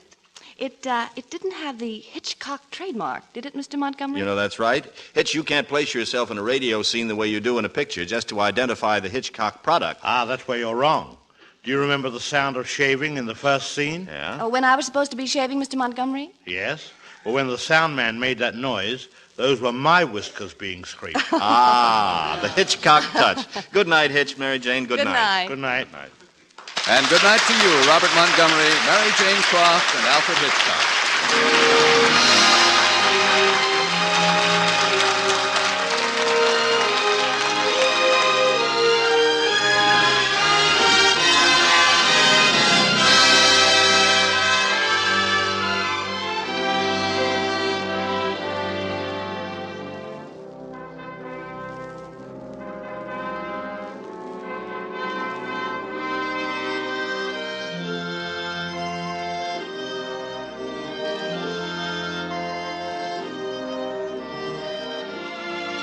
Tonight's cast included Carlton Young, Verna Felton, Pat McGeehan, and Dink Trout. Mr. and Mrs. Smith was adapted for radio by Milton Geiger, and original music was composed and conducted by Henry Russell. Production was under the supervision of Howard Wiley, associate producer Bill Karn. Your announcer has been Frank Barton. Mr. and Mrs. Smith was produced by RKO, producers of the Technicolor production The Boy with Green Hair, starring Pat O'Brien, Robert Ryan, Barbara Hale, and Dean Stockwell as the boy. Robert Montgomery may currently be seen in the Warner Brothers production June Bride.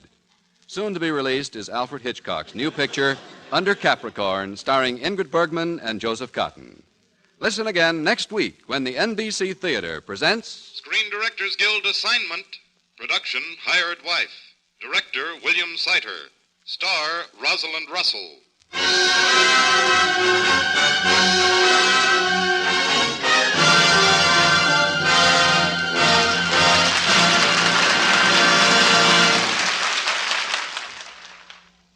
The Screen Directors Guild program came to you from Hollywood. This is NBC, the national broadcasting company.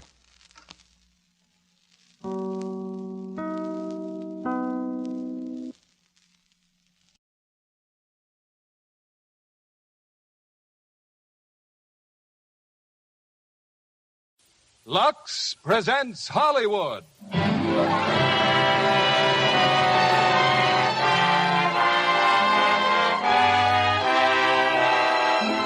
Lever Brothers Company, the makers of Lux Toilet Soap, bring you the Lux Radio Theater, starring Vivien Leigh and Laurence Olivier in Rebecca. Ladies and gentlemen, your producer, Mr. William Keighley.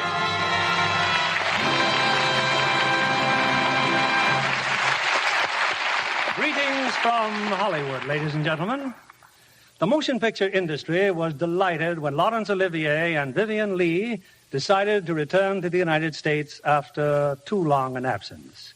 As you know, they're recognized as two of England's finest artists. We've honored Miss Leigh with our Academy Award for her performance as Scarlett O'Hara and Mr. Olivier for his Hamlet. So I was especially delighted I was able to persuade them to appear on the Lux Radio Theater. Since they're sailing next week for England, their schedule is extremely tight, and we consider it a rare privilege to have them in their first and only radio appearance together on our stage. We chose David O. Selznick's immortal screenplay, Rebecca. First, because of Laurence Olivier's brilliant characterization in his original role of Maxime de Winter. And second, because the role of Mrs. de Winter is tailored to the charm and acting ability of Vivien Leigh. We regret that Sir Lawrence and Lady Olivier can't stay longer in our country. But we hope when they sail next week for England, they'll take along plenty of Lux toilet soap. Vivien Leigh has been a friend of Lux for years. Now here's our play, starring Laurence Olivier as Maxime de Winter and Vivien Leigh as the woman who tells the story of Rebecca.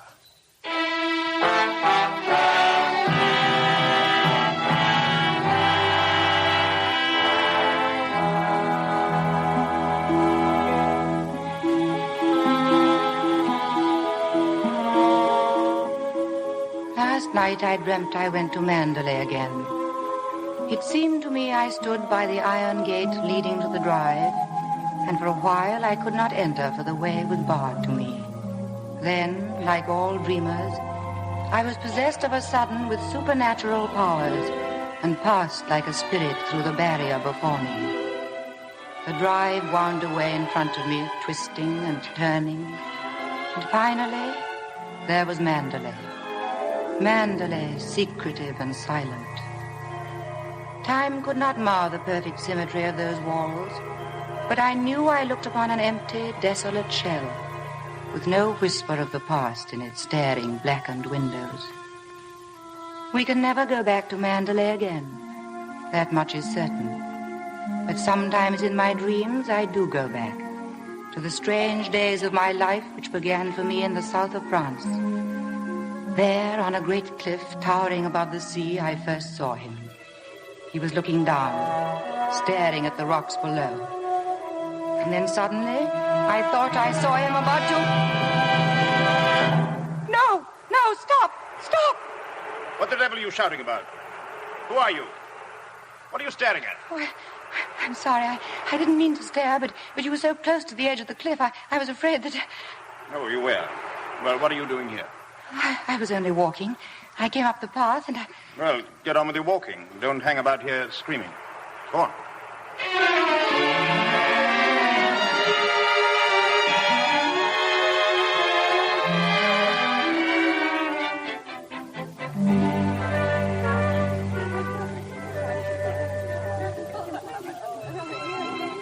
I'll never come to Monte Carlo out of season again. Not a single well-known personality in the hotel. This coffee's stone cold. Waiter, garçon. I don't believe he can hear you, Mrs. Van Hopper. Well, get him.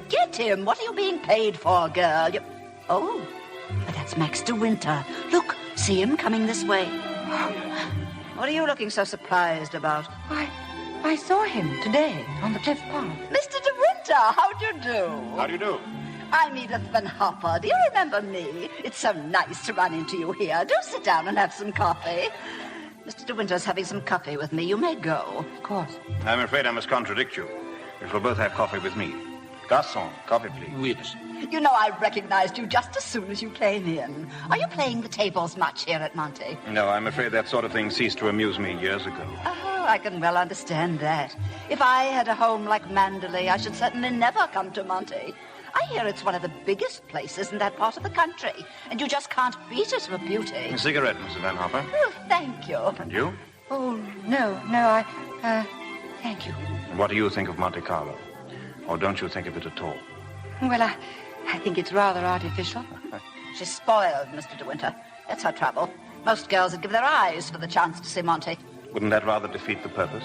Oh, now that we've found each other again, I do hope I shall be seeing something of you. Your valet's unpacked for you, I suppose. I'm afraid I don't possess one. Perhaps you'd like to do it for me. Well, this young lady might make herself useful. She's a capable child in many ways, aren't you, dear? Mrs. Van... That's a charming suggestion, but I'm afraid I cling to the old motto. He travels fastest who travels alone. Perhaps you've not heard of it. Good night. Well, what do you make of that? Do you suppose that sudden departure was intended to be funny? Oh, perhaps he didn't quite realize how it looked. Poor thing. I suppose he just can't get over his wife's death. They say he simply adored her.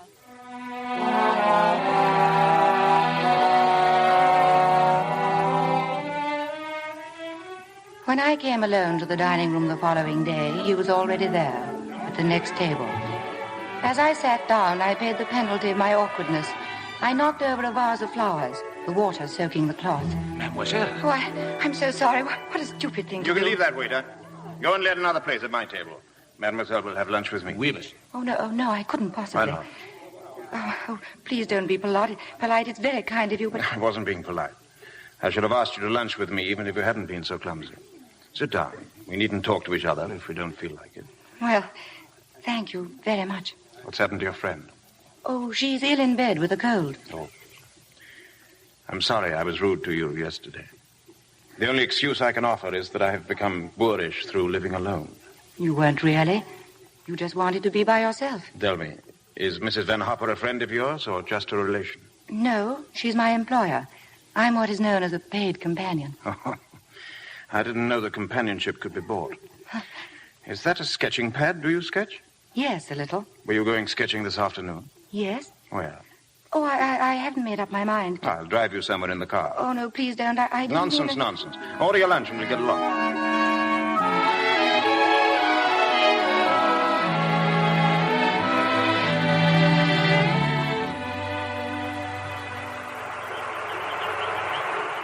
You've taken long enough for that sketch. I shall expect a really fine work of art. You're not a very easy subject. Your expression keeps changing all the time. Does it? Well, I'd concentrate on the view instead if I were you. It's much more worthwhile. Rather reminds me of our coastline at home. Do you know Cornwall at all? Oh, yes. Yes, I went there once on a holiday. I was in a shop there, and I saw a postcard with a beautiful house on it, right by the sea. And I asked whose house it was, and the old lady said, "That's Mandalay." Yes. Mandalay is beautiful. But to me, it's just the place where I was born and have lived in all my life. Now, I don't suppose I shall ever see it again. Oh. Well, we're lucky not to be home during the bad weather, aren't we?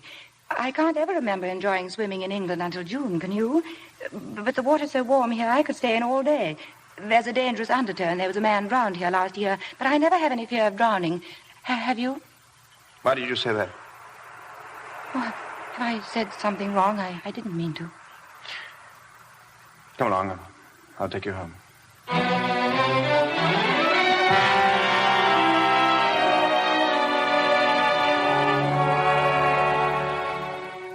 That night I learned the reason for his strangeness.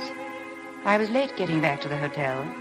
As I opened the door of Mrs. Van Hopper's suite, I heard her talking to someone on the telephone. Oh, yes, I knew him quite well. I knew his wife, too. She was the beautiful Rebecca Hildreth, you know. The most glamorous creature in all England. She was drowned, poor thing, while she was sailing near Mandalay.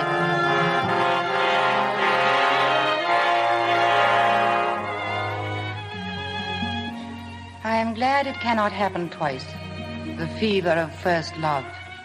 For it is a fever and a burden, too. I have forgotten much of Monte Carlo, of those morning drives with him, of where we went, of what we said. But I have not forgotten how I trembled as I sat beside him.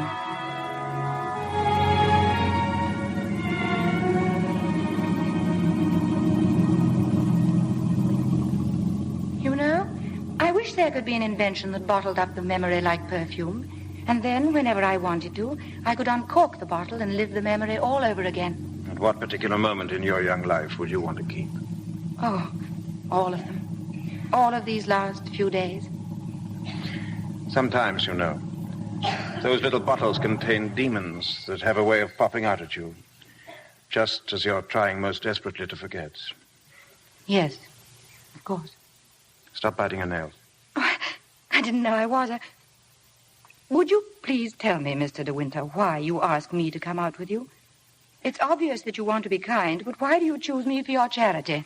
I asked you to come out with me because I wanted your company. You've blotted out the past for me more than all the bright lights of Monte Carlo. But if you think I just asked you out of kindness or charity, you can get out of the car and find your own way home. Go on, open the door and get out. Here. Take my handkerchief. You better blow your nose. Thank you, Mr. De Winter. Please don't call me Mr. De Winter. I have a very impressive array of first names.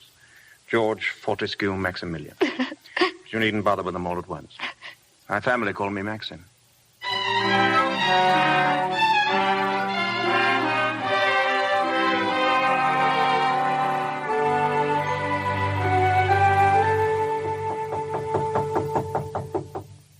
Come in. Well, hello. What are you doing here?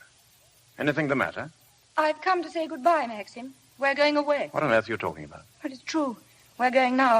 I'm afraid. I was afraid I wouldn't see you again. Where's she taking you to? New York. I don't want to go. I shall hate it. I shall be miserable. Do you mind if I finish shaving? I shan't be long.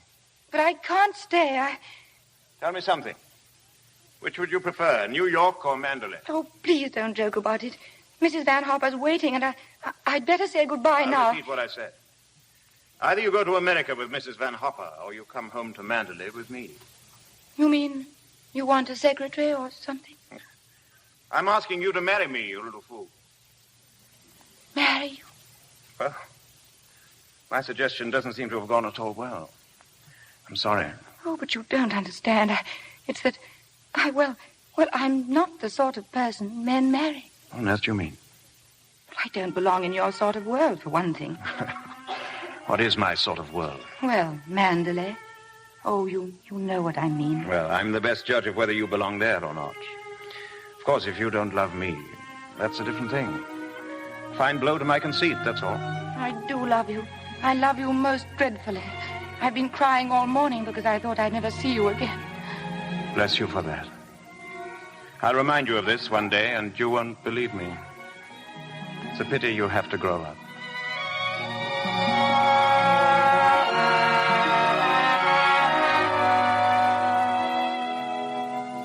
I was afraid to tell Mrs. Van Hopper, for I knew what she would say. When we were alone, she congratulated me, but I didn't like her smile. But of course you know why he's marrying you, don't you? The fact is that empty house got on his nerves. He just couldn't go on living alone.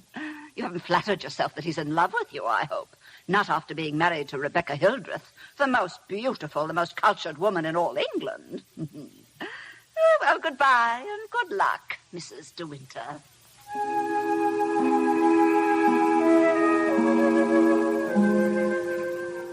We were married that evening in a little village near the sea. And in May, we came to Mandalay. We arrived early in the evening. It was raining as we drove through the high iron gates. The drive twisted and turned as a serpent. And then suddenly, there was the house, Mandalay. A thing of grace and beauty, and yet somehow almost frightening. As we came into the great hall, I saw that it was crowded with people, the staff of the house and the estate. They stood silent and curious, gazing at me. And then someone advanced from the sea of faces. She was tall and gaunt, dressed in deep black, and her prominent cheekbones and hollow eyes gave her a sort of skull's face. This is Mrs. Danvers. You don't have to worry about the house at all, darling. Mrs. Danvers takes care of everything. Good evening, Mrs. Danvers. Good evening, madam. I have everything in readiness for you. Oh, that's very good of you. Will you go to your room now, madam, or will you have tea in the library? Why, I don't think The room first, Mrs. Danvers. Yes, sir. This way, if you please, madam.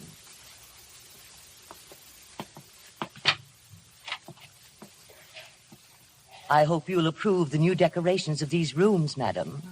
Oh, I didn't know that they'd been changed. What did it look like before? It had an old paper and different hangings. It was never used much, except for occasional visitors. Oh, then it wasn't Mr. De Winter's room originally. No, madam. He has never used the east wing before. The only good view of the sea is from the west wing. The room's very charming, and I'm sure that I shall be comfortable. If there's anything you want done, madam, you have only to tell me.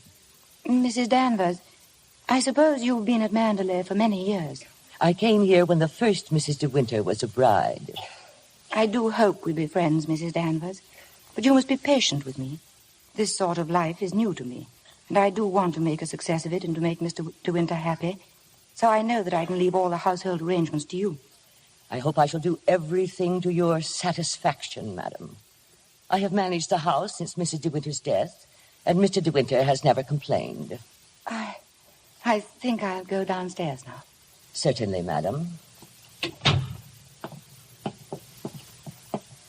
The room in the west wing I was telling you about is there, through that door. It's not used now. It's the most beautiful room in the house, the only one that looks down across the lawns to the sea. It was Mrs. De Winter's room.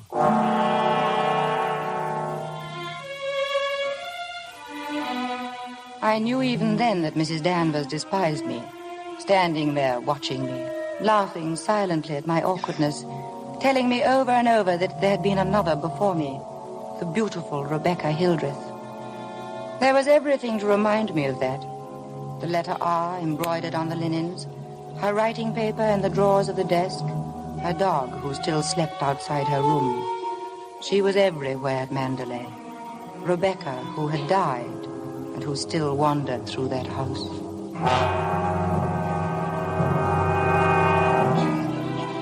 I met someone else the next morning when I came down to breakfast. Oh, good morning. Good morning. You're Mrs. De Winter, aren't you? Yes. My name's Crawley. I manage the estate for Maxim. Awfully glad to meet you. How do you do? Fearful lot of stuff piled up while Maxim was away. Yes, I'm sure there must have been. I do wish I could help you with some of it. Help him? Frank never allows anyone to help him. Like an old mother hen with his bills and rents and taxes. Come on, Frank, we must go over these estimates. I'll get my papers. You'll find quantities of breakfast over there, darling. But you must eat it all, or cook will be mortally offended. I'll do my best, Maxim. Later on this afternoon, maybe, we'll take a walk around the estate. Just you and I, darling. There's a good deal I'd like you to see. I'll be ready, Maxim. Anytime.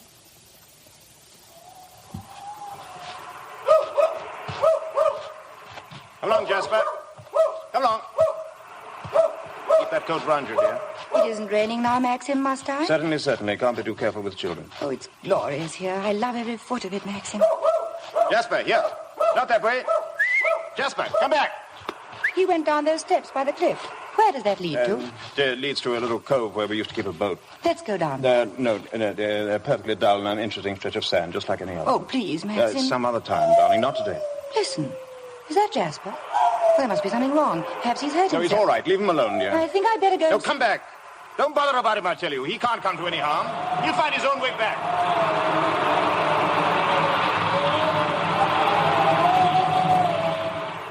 Jasper? Jasper? Jasper? Oh, there you are. What do you want in that cottage, Jasper? Come on home. Come on, Jasper. He comes here looking for her. Oh, I didn't know there was anybody. I know that dog. He comes from the house. He ain't yours.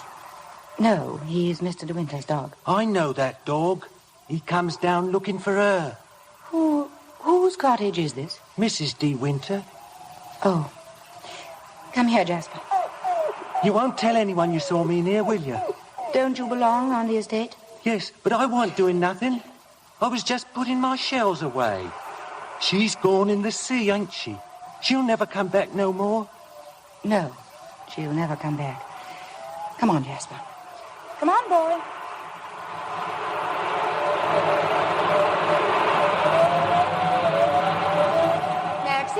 Maxim, here I am. Wait. Oh, Maxim, I'm sorry I was such a time. You knew I didn't want you to go there, but you deliberately went. Oh, why not? There was only a cottage down there and a strange man. Well, don't go there again, do you hear? Oh, why not? Because I hate the place. And if you had my memories, you wouldn't go there or talk about it or even think about it. What's the matter? Oh, I'm sorry. Maxim. We should have stayed away. We should never have come back to Mandalay. What a fool I was. Oh, I've made you unhappy. Somehow I've hurt you. I can't bear to see you like this because I love you so much. Do you? Do you? I've made you cry. Forgive me. I sometimes seem to fly off the handle for no reason at all, don't I? Come, we'll go home and have some tea and forget all about it. Yes. Let's forget all about it.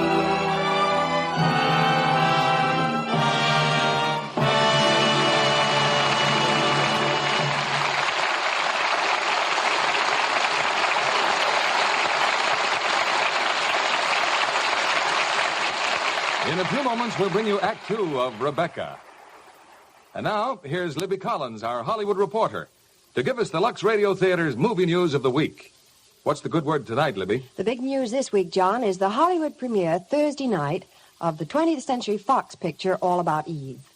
Darrell F. Zanuck can be proud of this sophisticated comedy about life behind the footlights. It's going to be a gala event, all right. Everyone wants to see Betty Davis and Ann Baxter in two very dramatic roles. Oh, yes. Betty is a famous star whose career is threatened by an apparently sweet and admiring young actress, played by Ann Baxter. Almost too late, she finds she's befriended a ruthless schemer with no scruples about stealing her career and the man she loves. Anne turns out to be a rather unsympathetic character, doesn't she? Yes, indeed. But she's certainly easy on the eyes. Oh, and what a glamour girl she is in All About Eve. She has charm and vivacity, too. That Lux complexion of hers never looked lovelier than it does in the close-ups. Camera close-ups are so revealing. That's why, of course, so many famous stars depend on Lux soap beauty care. Yes, John. Screen stars can't take chances with million-dollar complexions. Lux soap gives delicate skin the protecting care it needs. No wonder stars like Ann Baxter wouldn't be without it. There's something about that active lather. It leaves skin looking so fresh. All you do is smooth on that rich, active lather. Work it well in, rinse, and then pat with a soft towel to dry. That's Ann Baxter's daily care, and I think every woman who tries it will be delighted with the new beauty active lather facials give her skin. That's a smart tip, Libby. Lux soap is as gentle as fine a soap as you can buy for complexion care. Why not get Hollywood's own beauty soap tomorrow? Remember, 9 out of 10 screen stars use fragrant white Lux toilet soap. Now, our producer, Mr. William Keeley. Act Two of Rebecca, starring Laurence Olivier as Maxim and Vivian Lee as Mrs. De Winter.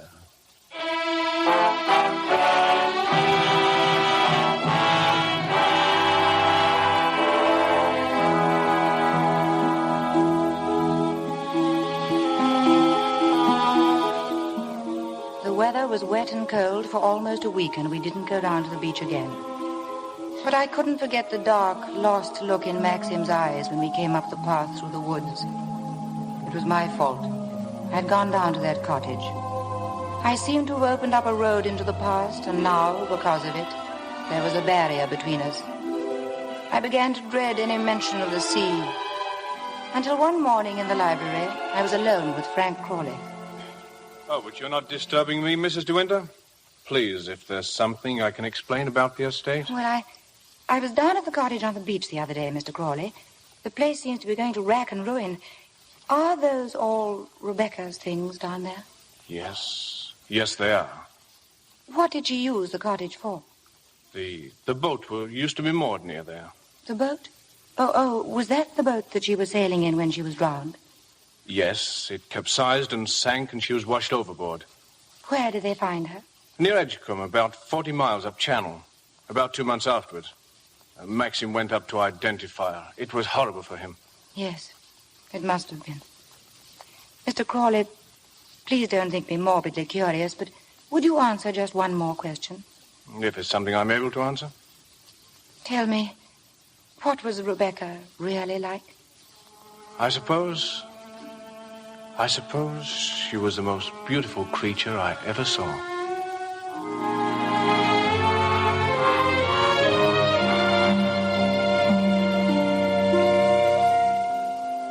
Maxim had to go up to London at the end of June, some business at the estate.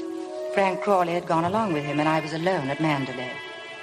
I was surprised one evening to hear voices coming from the west wing, from the room that had been Rebecca's. I recognized one as Mrs. Danvers. The other was a man's voice, a stranger. I really don't think it was wise for you to come here, Mr. Jack. Oh, nonsense, nonsense. It's been just like coming back home. I must say I feel a little like the poor relations sneaking around through back doors. Well, toodaloo, Danny. Goodbye, Mr. Jack. And please be careful. I will, don't worry. Oh, hello. Good evening. Oh, Danny, all your precautions were in vain. The mistress of the house was hiding behind the door. Oh, I wasn't really. I heard voices What in about here. presenting me to the bride, Danny? This is Mr. Favell, madam. How do you do? How do you do?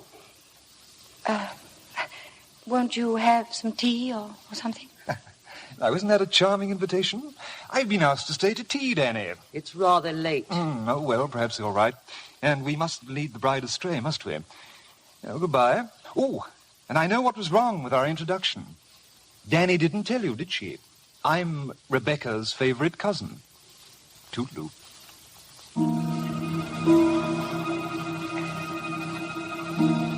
The man went quickly down the stairs, and Mrs. Danvers went after him. I had a terrifying impulse to see what lay behind the door in front of me, the door of Rebecca's room. I pushed it open slowly. I could hear the sea plainly through the window.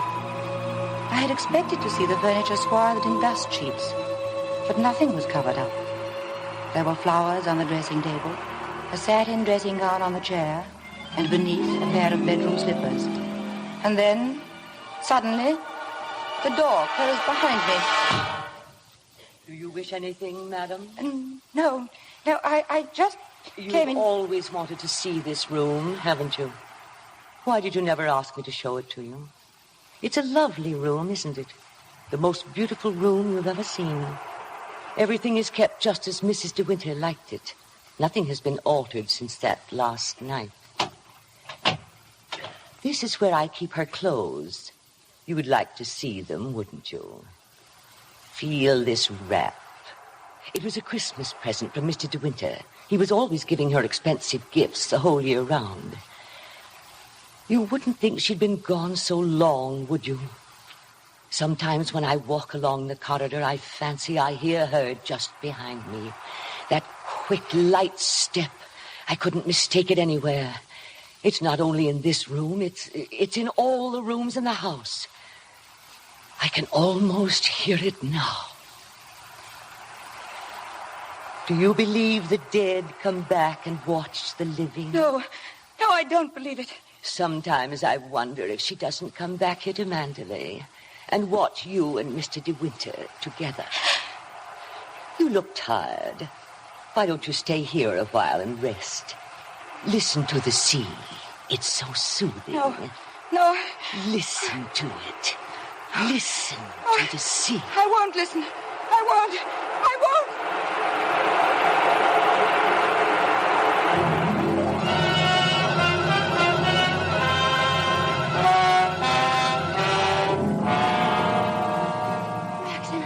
Maxim, I'm so glad you're home again. Hey, you're choking me. How am I? Well, what have you been doing with yourself? Oh, darling, I've been thinking.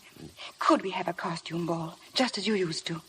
Now, what put that idea into your mind? Nothing. I just feel that we ought to do something to make people feel that Mandalay is the same as it always was. Oh, please, darling, could we? All right, if you think you'd enjoy it. You'd better get Mrs. Danvers to help you, hadn't you? No, I don't need Mrs. Danvers to help me. I can do it by myself, Maxim. Oh. All right, my sweet, I'm sure you can.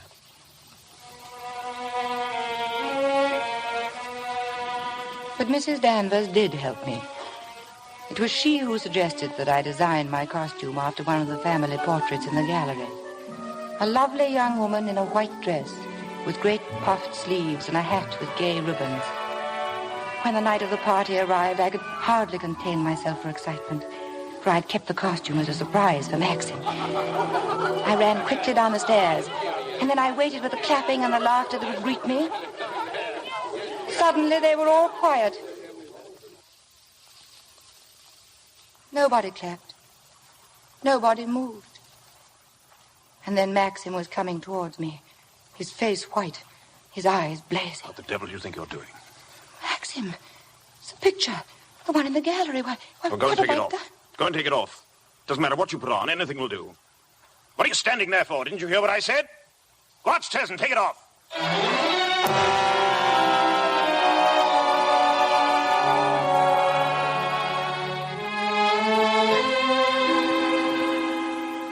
May I help you with another gown, madam?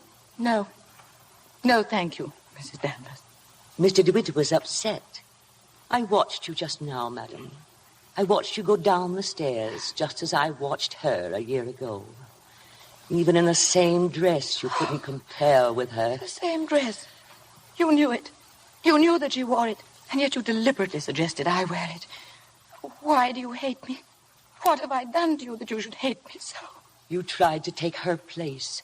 You let him marry you. I've seen his face, his eyes. They're the same as those first weeks after she died. I used to listen to him walking up and down, all night long, night after night, thinking of her, suffering torture because he'd lost her. I don't want to know. I don't want to know. You thought you could be Mrs. DeWinter, live in her house, walk in her steps, take the things that were hers. But she's too strong for you. You can't fight her. No one ever got the better of her. Never, never. She was beaten in the end, but it wasn't a man. It wasn't a woman. It was the sea. Oh, stop it. Stop. You're overwrought, madam. I'll open the window for you. A little air will do you good. Come and stand here, madam. Don't be afraid. Now look down there. Isn't the sea lovely? Why don't you go? Why don't you leave Manderley? He doesn't need you. He's got his memories. You've nothing to stay for. You've nothing to live for, really, have you? Look down there. It's easy, isn't it? Why don't you? Why don't you? Go on. Don't be afraid. Why don't you jump?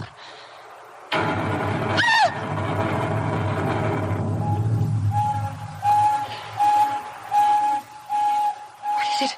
What's that noise? Maxim! Maxim! Maxim! Where are you? Maxim!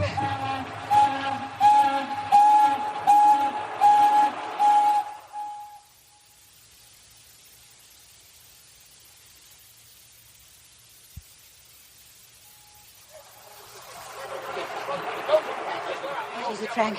What's happened? Shipwreck. There's a ship aground sending up rockets. Robert, notify the Coast Guard. Shipwreck.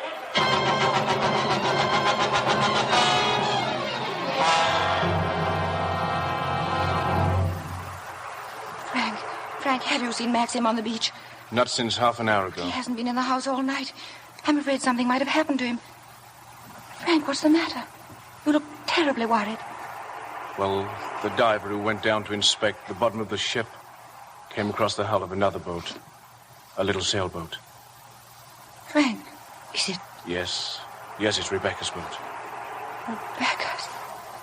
Oh, why did they have to find it? Why couldn't they have left it there in peace at the bottom of the sea? Poor Maxim. It will be so hard on him. Yes, it's going to bring it all back again. And worse than before.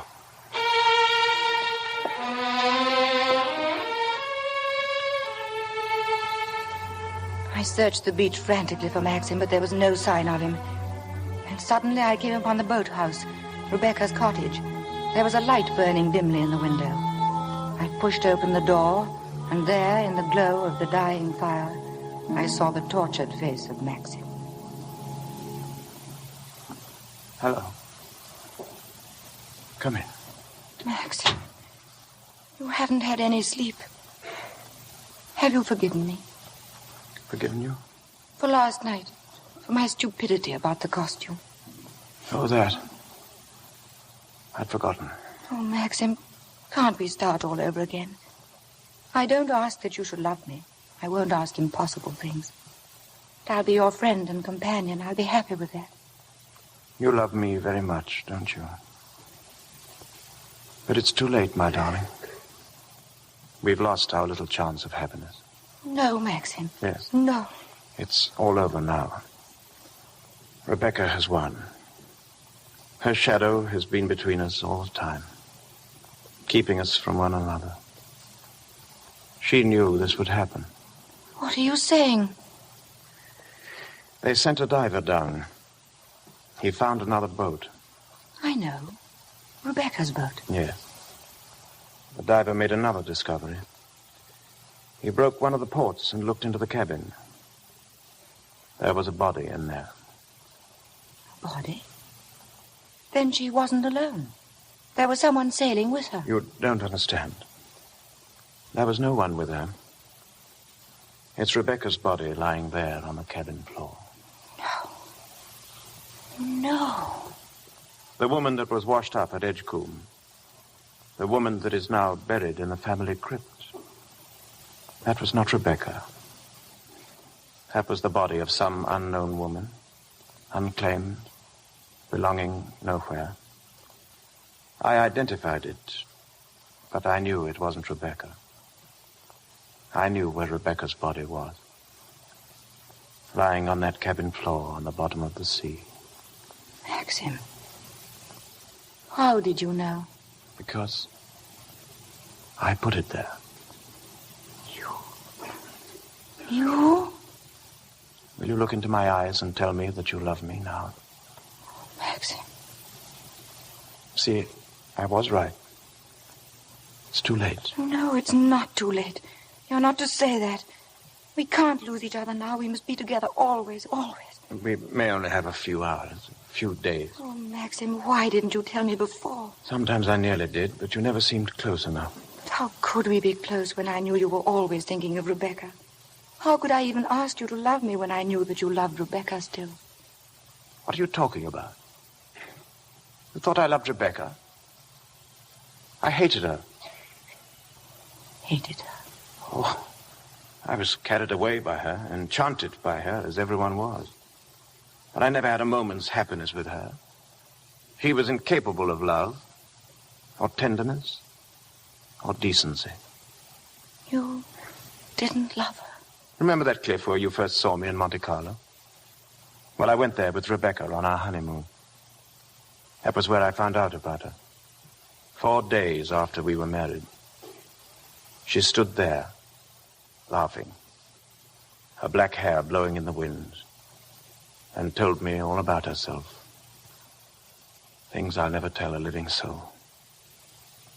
I wanted to kill her. I'll make a bargain with you, she said. You'd look rather foolish trying to divorce me now after 4 days of marriage. So I'll play the part of a devoted wife, mistress of your precious mandolin. And people will visit us and envy us and say we're the luckiest, happiest couple in the country. What a grand joke it'll be. What a triumph. I should never have accepted her dirty bargain, but I did. And I kept it. So did she, apparently. But after a while, she began to grow careless.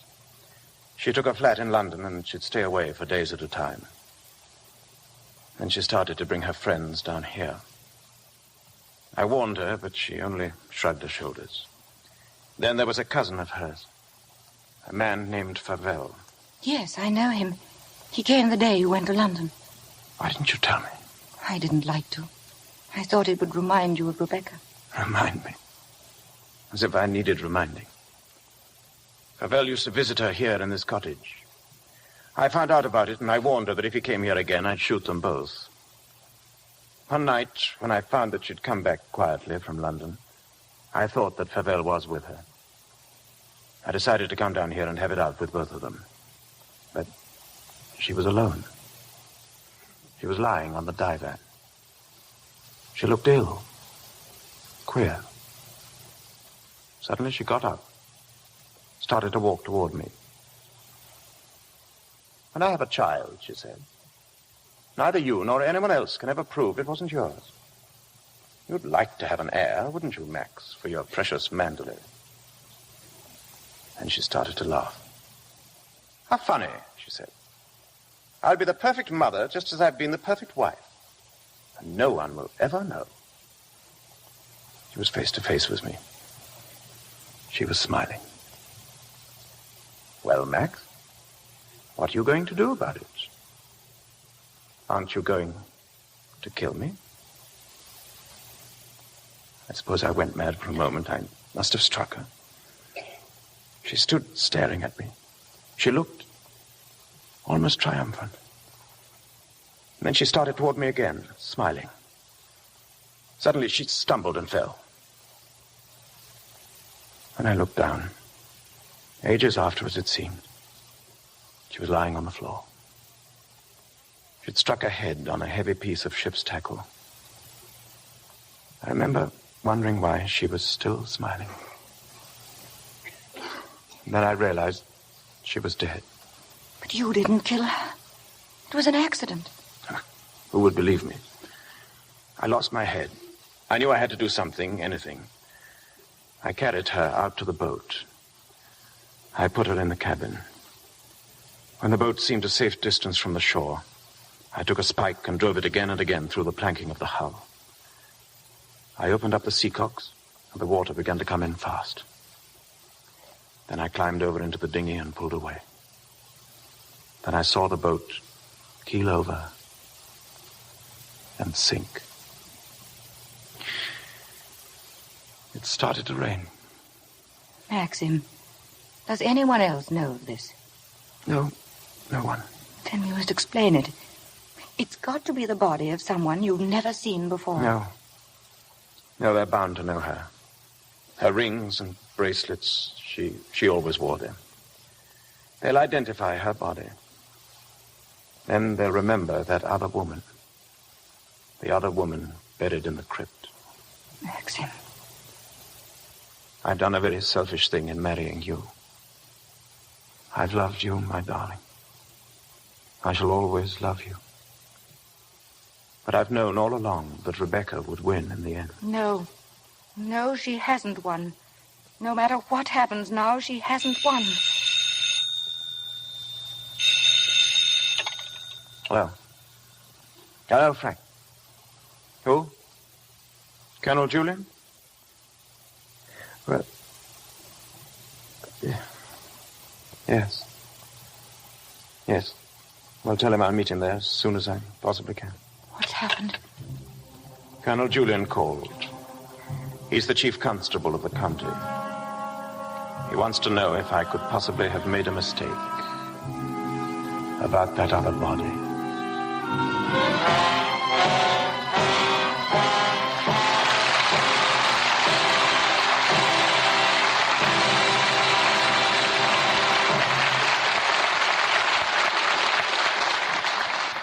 In a few moments, we'll return with the third act of Rebecca. Acting in a school play often leads to more than local fame. The guest I've invited tonight, Miss Barbara Rush, really began her professional career with her part in a class play at Santa Barbara State College. Is that so, Barbara? Yes, Mr. Keeley, because it got me a scholarship at the Pasadena Playhouse. Where so many studios have discovered fresh new talent. Well, that's how it turned out for me. One night when I was appearing in Antony and Cleopatra, a Paramount talent scout saw me and signed me up. I'm sure you made a lovely Cleopatra. Have you any particular ambition in pictures, Barbara? Well, to be a good enough actress to play different kinds of roles, Mr. Keeley. I'm thinking of Betty Hutton's new Paramount Technicolor musical, Let's Dance. And believe it or not, Betty has never danced on the screen before. And imagine all those intricate dance routines she does with Fred Astaire. Yes, Betty's certainly a remarkably versatile star. You know, you have to be good to be Fred Astaire's partner. They make a terrific team in Let's Dance, as they sing, dance, and romance. And Betty lives up to her reputation as a comedian, too. That's a hilarious scene when she makes up her mind to sleep in the bathtub. Sounds very uncomfortable. Well, it was only for a few minutes, Mr. Kennedy. Afterwards, she could take plenty of time to relax in her own bathtub in her Lux Soap Beauty Bath. Than which there's nothing more refreshing. Yes, that big new bath-size cake is so luxurious. And I love the Lux Soap perfume. It leaves such a delicate fragrance on the skin. Yes, screen stars say this beauty bath makes them sure of all over Lux loveliness. Thank you, Miss Barbara Rush, for coming tonight. And now, a Hollywood beauty hint to women everywhere. Try this generous satin smooth bath size Lux toilet soap. You'll enjoy the creamy, abundant lather, the flower-like perfume. 9 out of 10 screen stars use Lux toilet soap. We pause now for station identification. This is CBS, the Columbia Broadcasting System.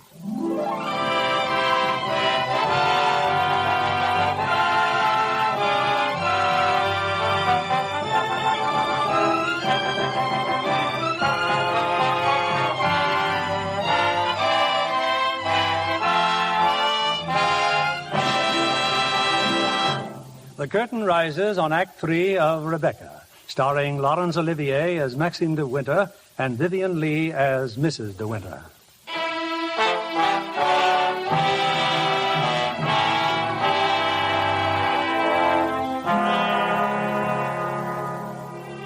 The body they had found in the boat was identified as Rebecca de Winter. There had to be an inquest, of course. Maxim was calm, almost too calm. I think that frightened me even more. I'm sorry to drag you back for further questioning, Mr. De Winter, but you've heard the statement of the boat builder, Mr. Tabb. I wonder if you can help us in any way. I'm afraid not. The holes in the planking were evidently made from the inside. Can you think of any reason for that? Oh, of course I can't think of any reason. Then, since Mrs. De Winter went sailing alone, are we to believe that she drove those holes herself? You may believe whatever you like. Can you enlighten us as to why Mrs. De Winter should have wanted to end her own life? I know of no reason whatever. Mr. De Winter, however painful it may be, I have to ask you a very personal question.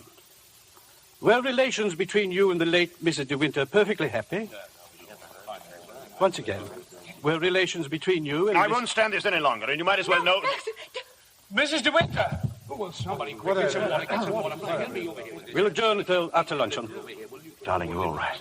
Frank, help me. I'll take her outside.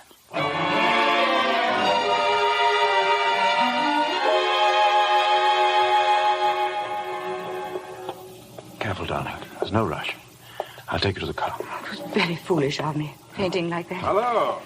Maxim, it's Fabel. And how does the bride find herself today? What do you want, Fabel? How are you, Max? I was rather worried about you when I heard about the inquest. That's why I came down. I'm touched by your solicitude, but My if you don't guess mind... is they'll turn in a verdict of suicide. And that is, of course, unless something unforeseen occurs. What do you mean? Well, I have a strong feeling that before the day is out, somebody's going to make use of that rather expressive, though old-fashioned term, foul play. Go on. You see, Max, I find myself in a rather awkward position. You've only got to read this note to understand. It's from Rebecca. She wrote it to me the day she died. Oh, I'm not going to bother you with the contents now, but I can assure you that it's not the note of a woman who intends to drown herself the same night. You know, Max, I've often wondered what it would be like to retire to the country. Have a nice little place with a few acres of shooting. I've never figured out what it would cost a year, but I'd like to talk about it with you. Darling, Mr. Fabel and I have a little business transaction on hand. I think we'd better conduct it over at the inn. They may have a private room there. Maxim. You all right now, dear? Yes, but I... Well, Frank will be here in a moment. Ask him to find Colonel Julian. Then bring them both over to the inn immediately. Come on, Fabel, let's go.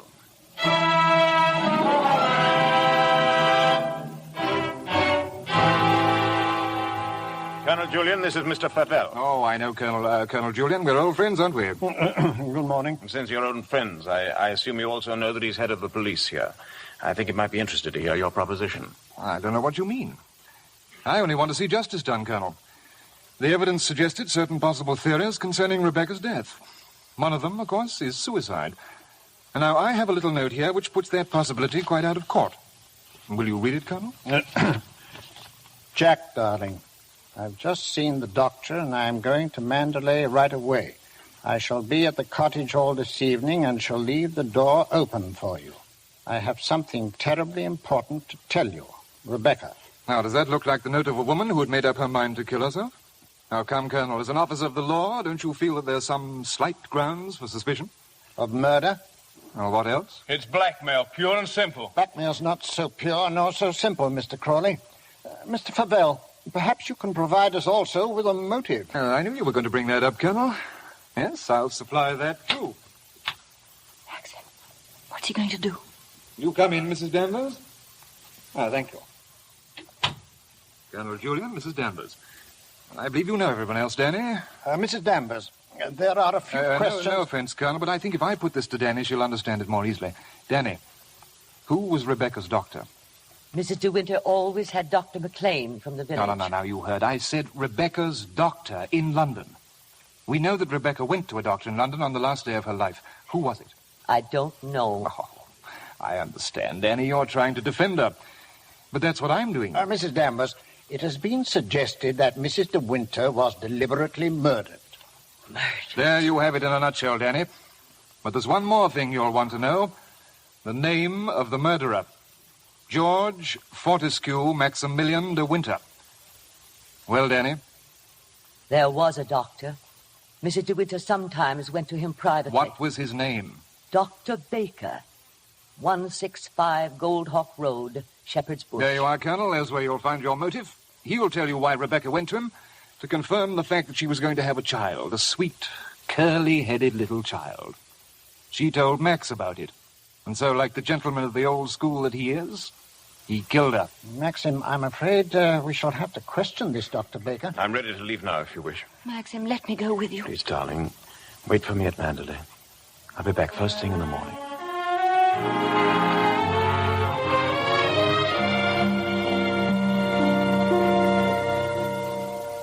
You're still sure you never had a patient by the name of Rebecca De Winter, Doctor? Never, Colonel Julian. Oh, here are all the appointments for that day.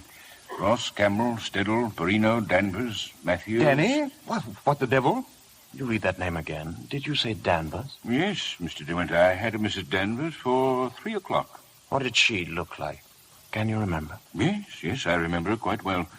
She was a very beautiful woman, tall, dark, exquisitely dressed. Rebecca. The lady must have used an assumed name, Dr. Baker. Is that so? Well, this is a surprise.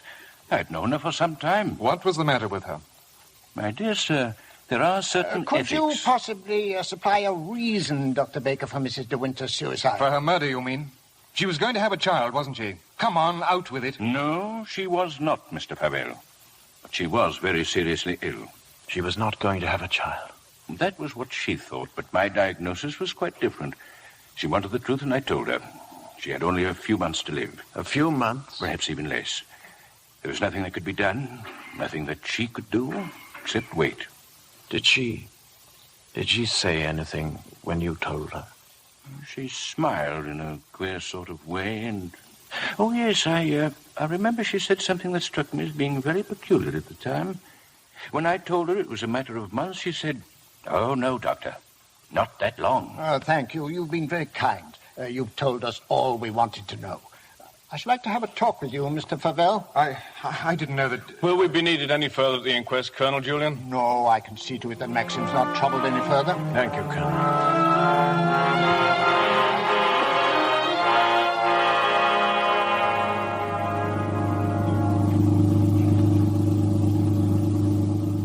Frank?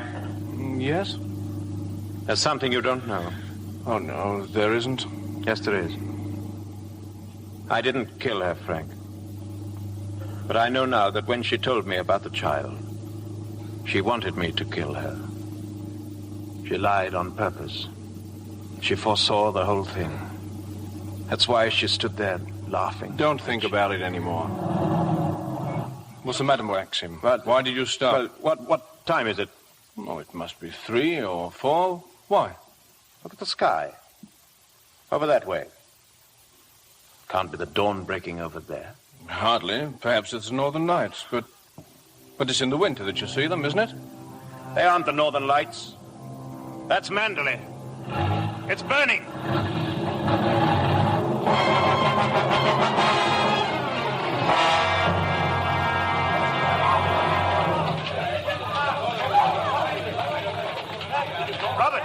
Robert, have you seen Mrs. De Winter? Where is she? Maxim, here.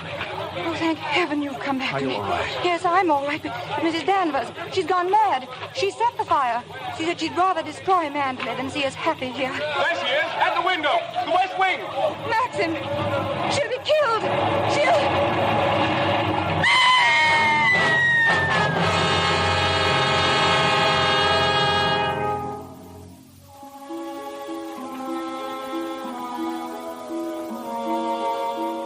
Last night I dreamt I went to Mandalay again. As I stood there, hushed and still, I could swear that the house was not an empty shell, but lived and breathed as it had long ago. But Mandalay is no more, and we are happy now, Maxim and I, for all our fears and suffering lie buried in its ruins.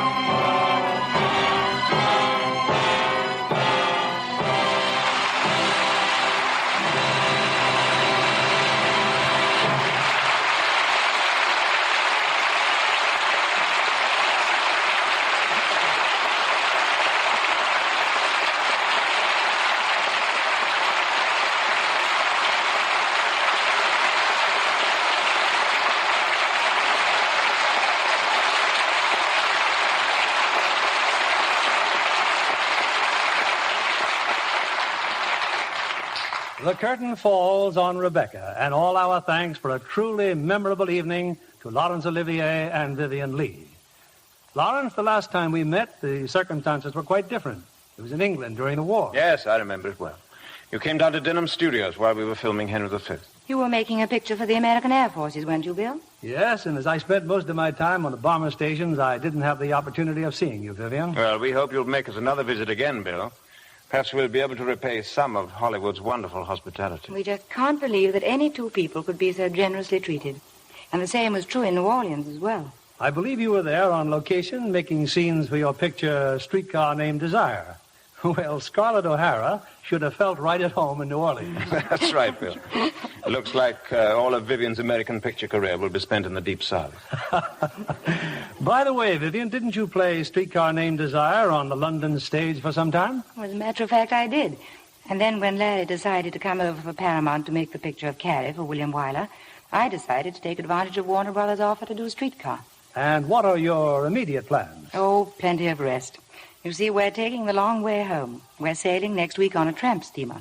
Sounds wonderful. And what about when you get back to England? More Shakespearean roles, Lawrence? Well, no, I rather think we'll do something a little lighter for a change. Fine. You know, we'd love to see you both in a comedy. All of which prompts me to ask, Bill, what's your play next week? Well, next week we'll present one of our special musical treats. That's a boisterous comedy as well. 20th Century Fox's recent screen hit, Wabash Avenue. And our stars will appear in their original roles, Betty Grable and Victor Mature. A wonderful cast in a musical of the wonderful gay 90s. Well, I'm sure everyone will look forward to that, Bill, just as much as we do. Good night. Good night, and bon voyage.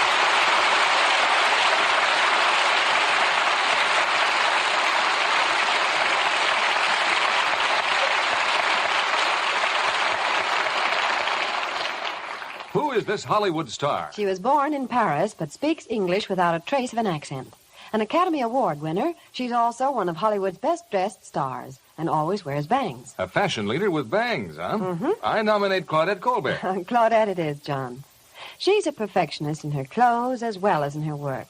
She insists on Lux Flakes care for all her lovely washables, from exquisite suit blouses to flannels, ski shirts, and soft wool sweaters. Actual washing tests prove this gentle care keeps colors at their loveliest up to 3 times as long. No wonder Hollywood stars won't risk ordinary washing methods for their glamorous wardrobes. Take Claudette Colbert's tip. Give all your nice washables that lovely Lux look. Get a big box of Lux Flakes tomorrow.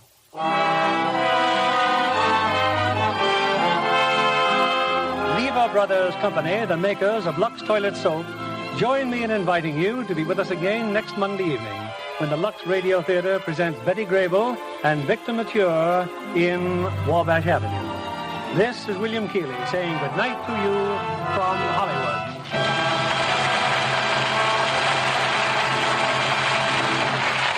Heard in our cast tonight were Betty Blythe as Mrs. Danvers, John Dodsworth as Flavel, and Eleanor Audley as Mrs. Van Hopper. Our music was directed by Rudy Schrager. This is your announcer, John Milton Kennedy, reminding you to join us again next Monday night to hear Wabash Avenue starring Betty Grable and Victor Mature. Stay tuned for My Friend Irma, which follows over these same stations. This is CBS, the Columbia Broadcasting System.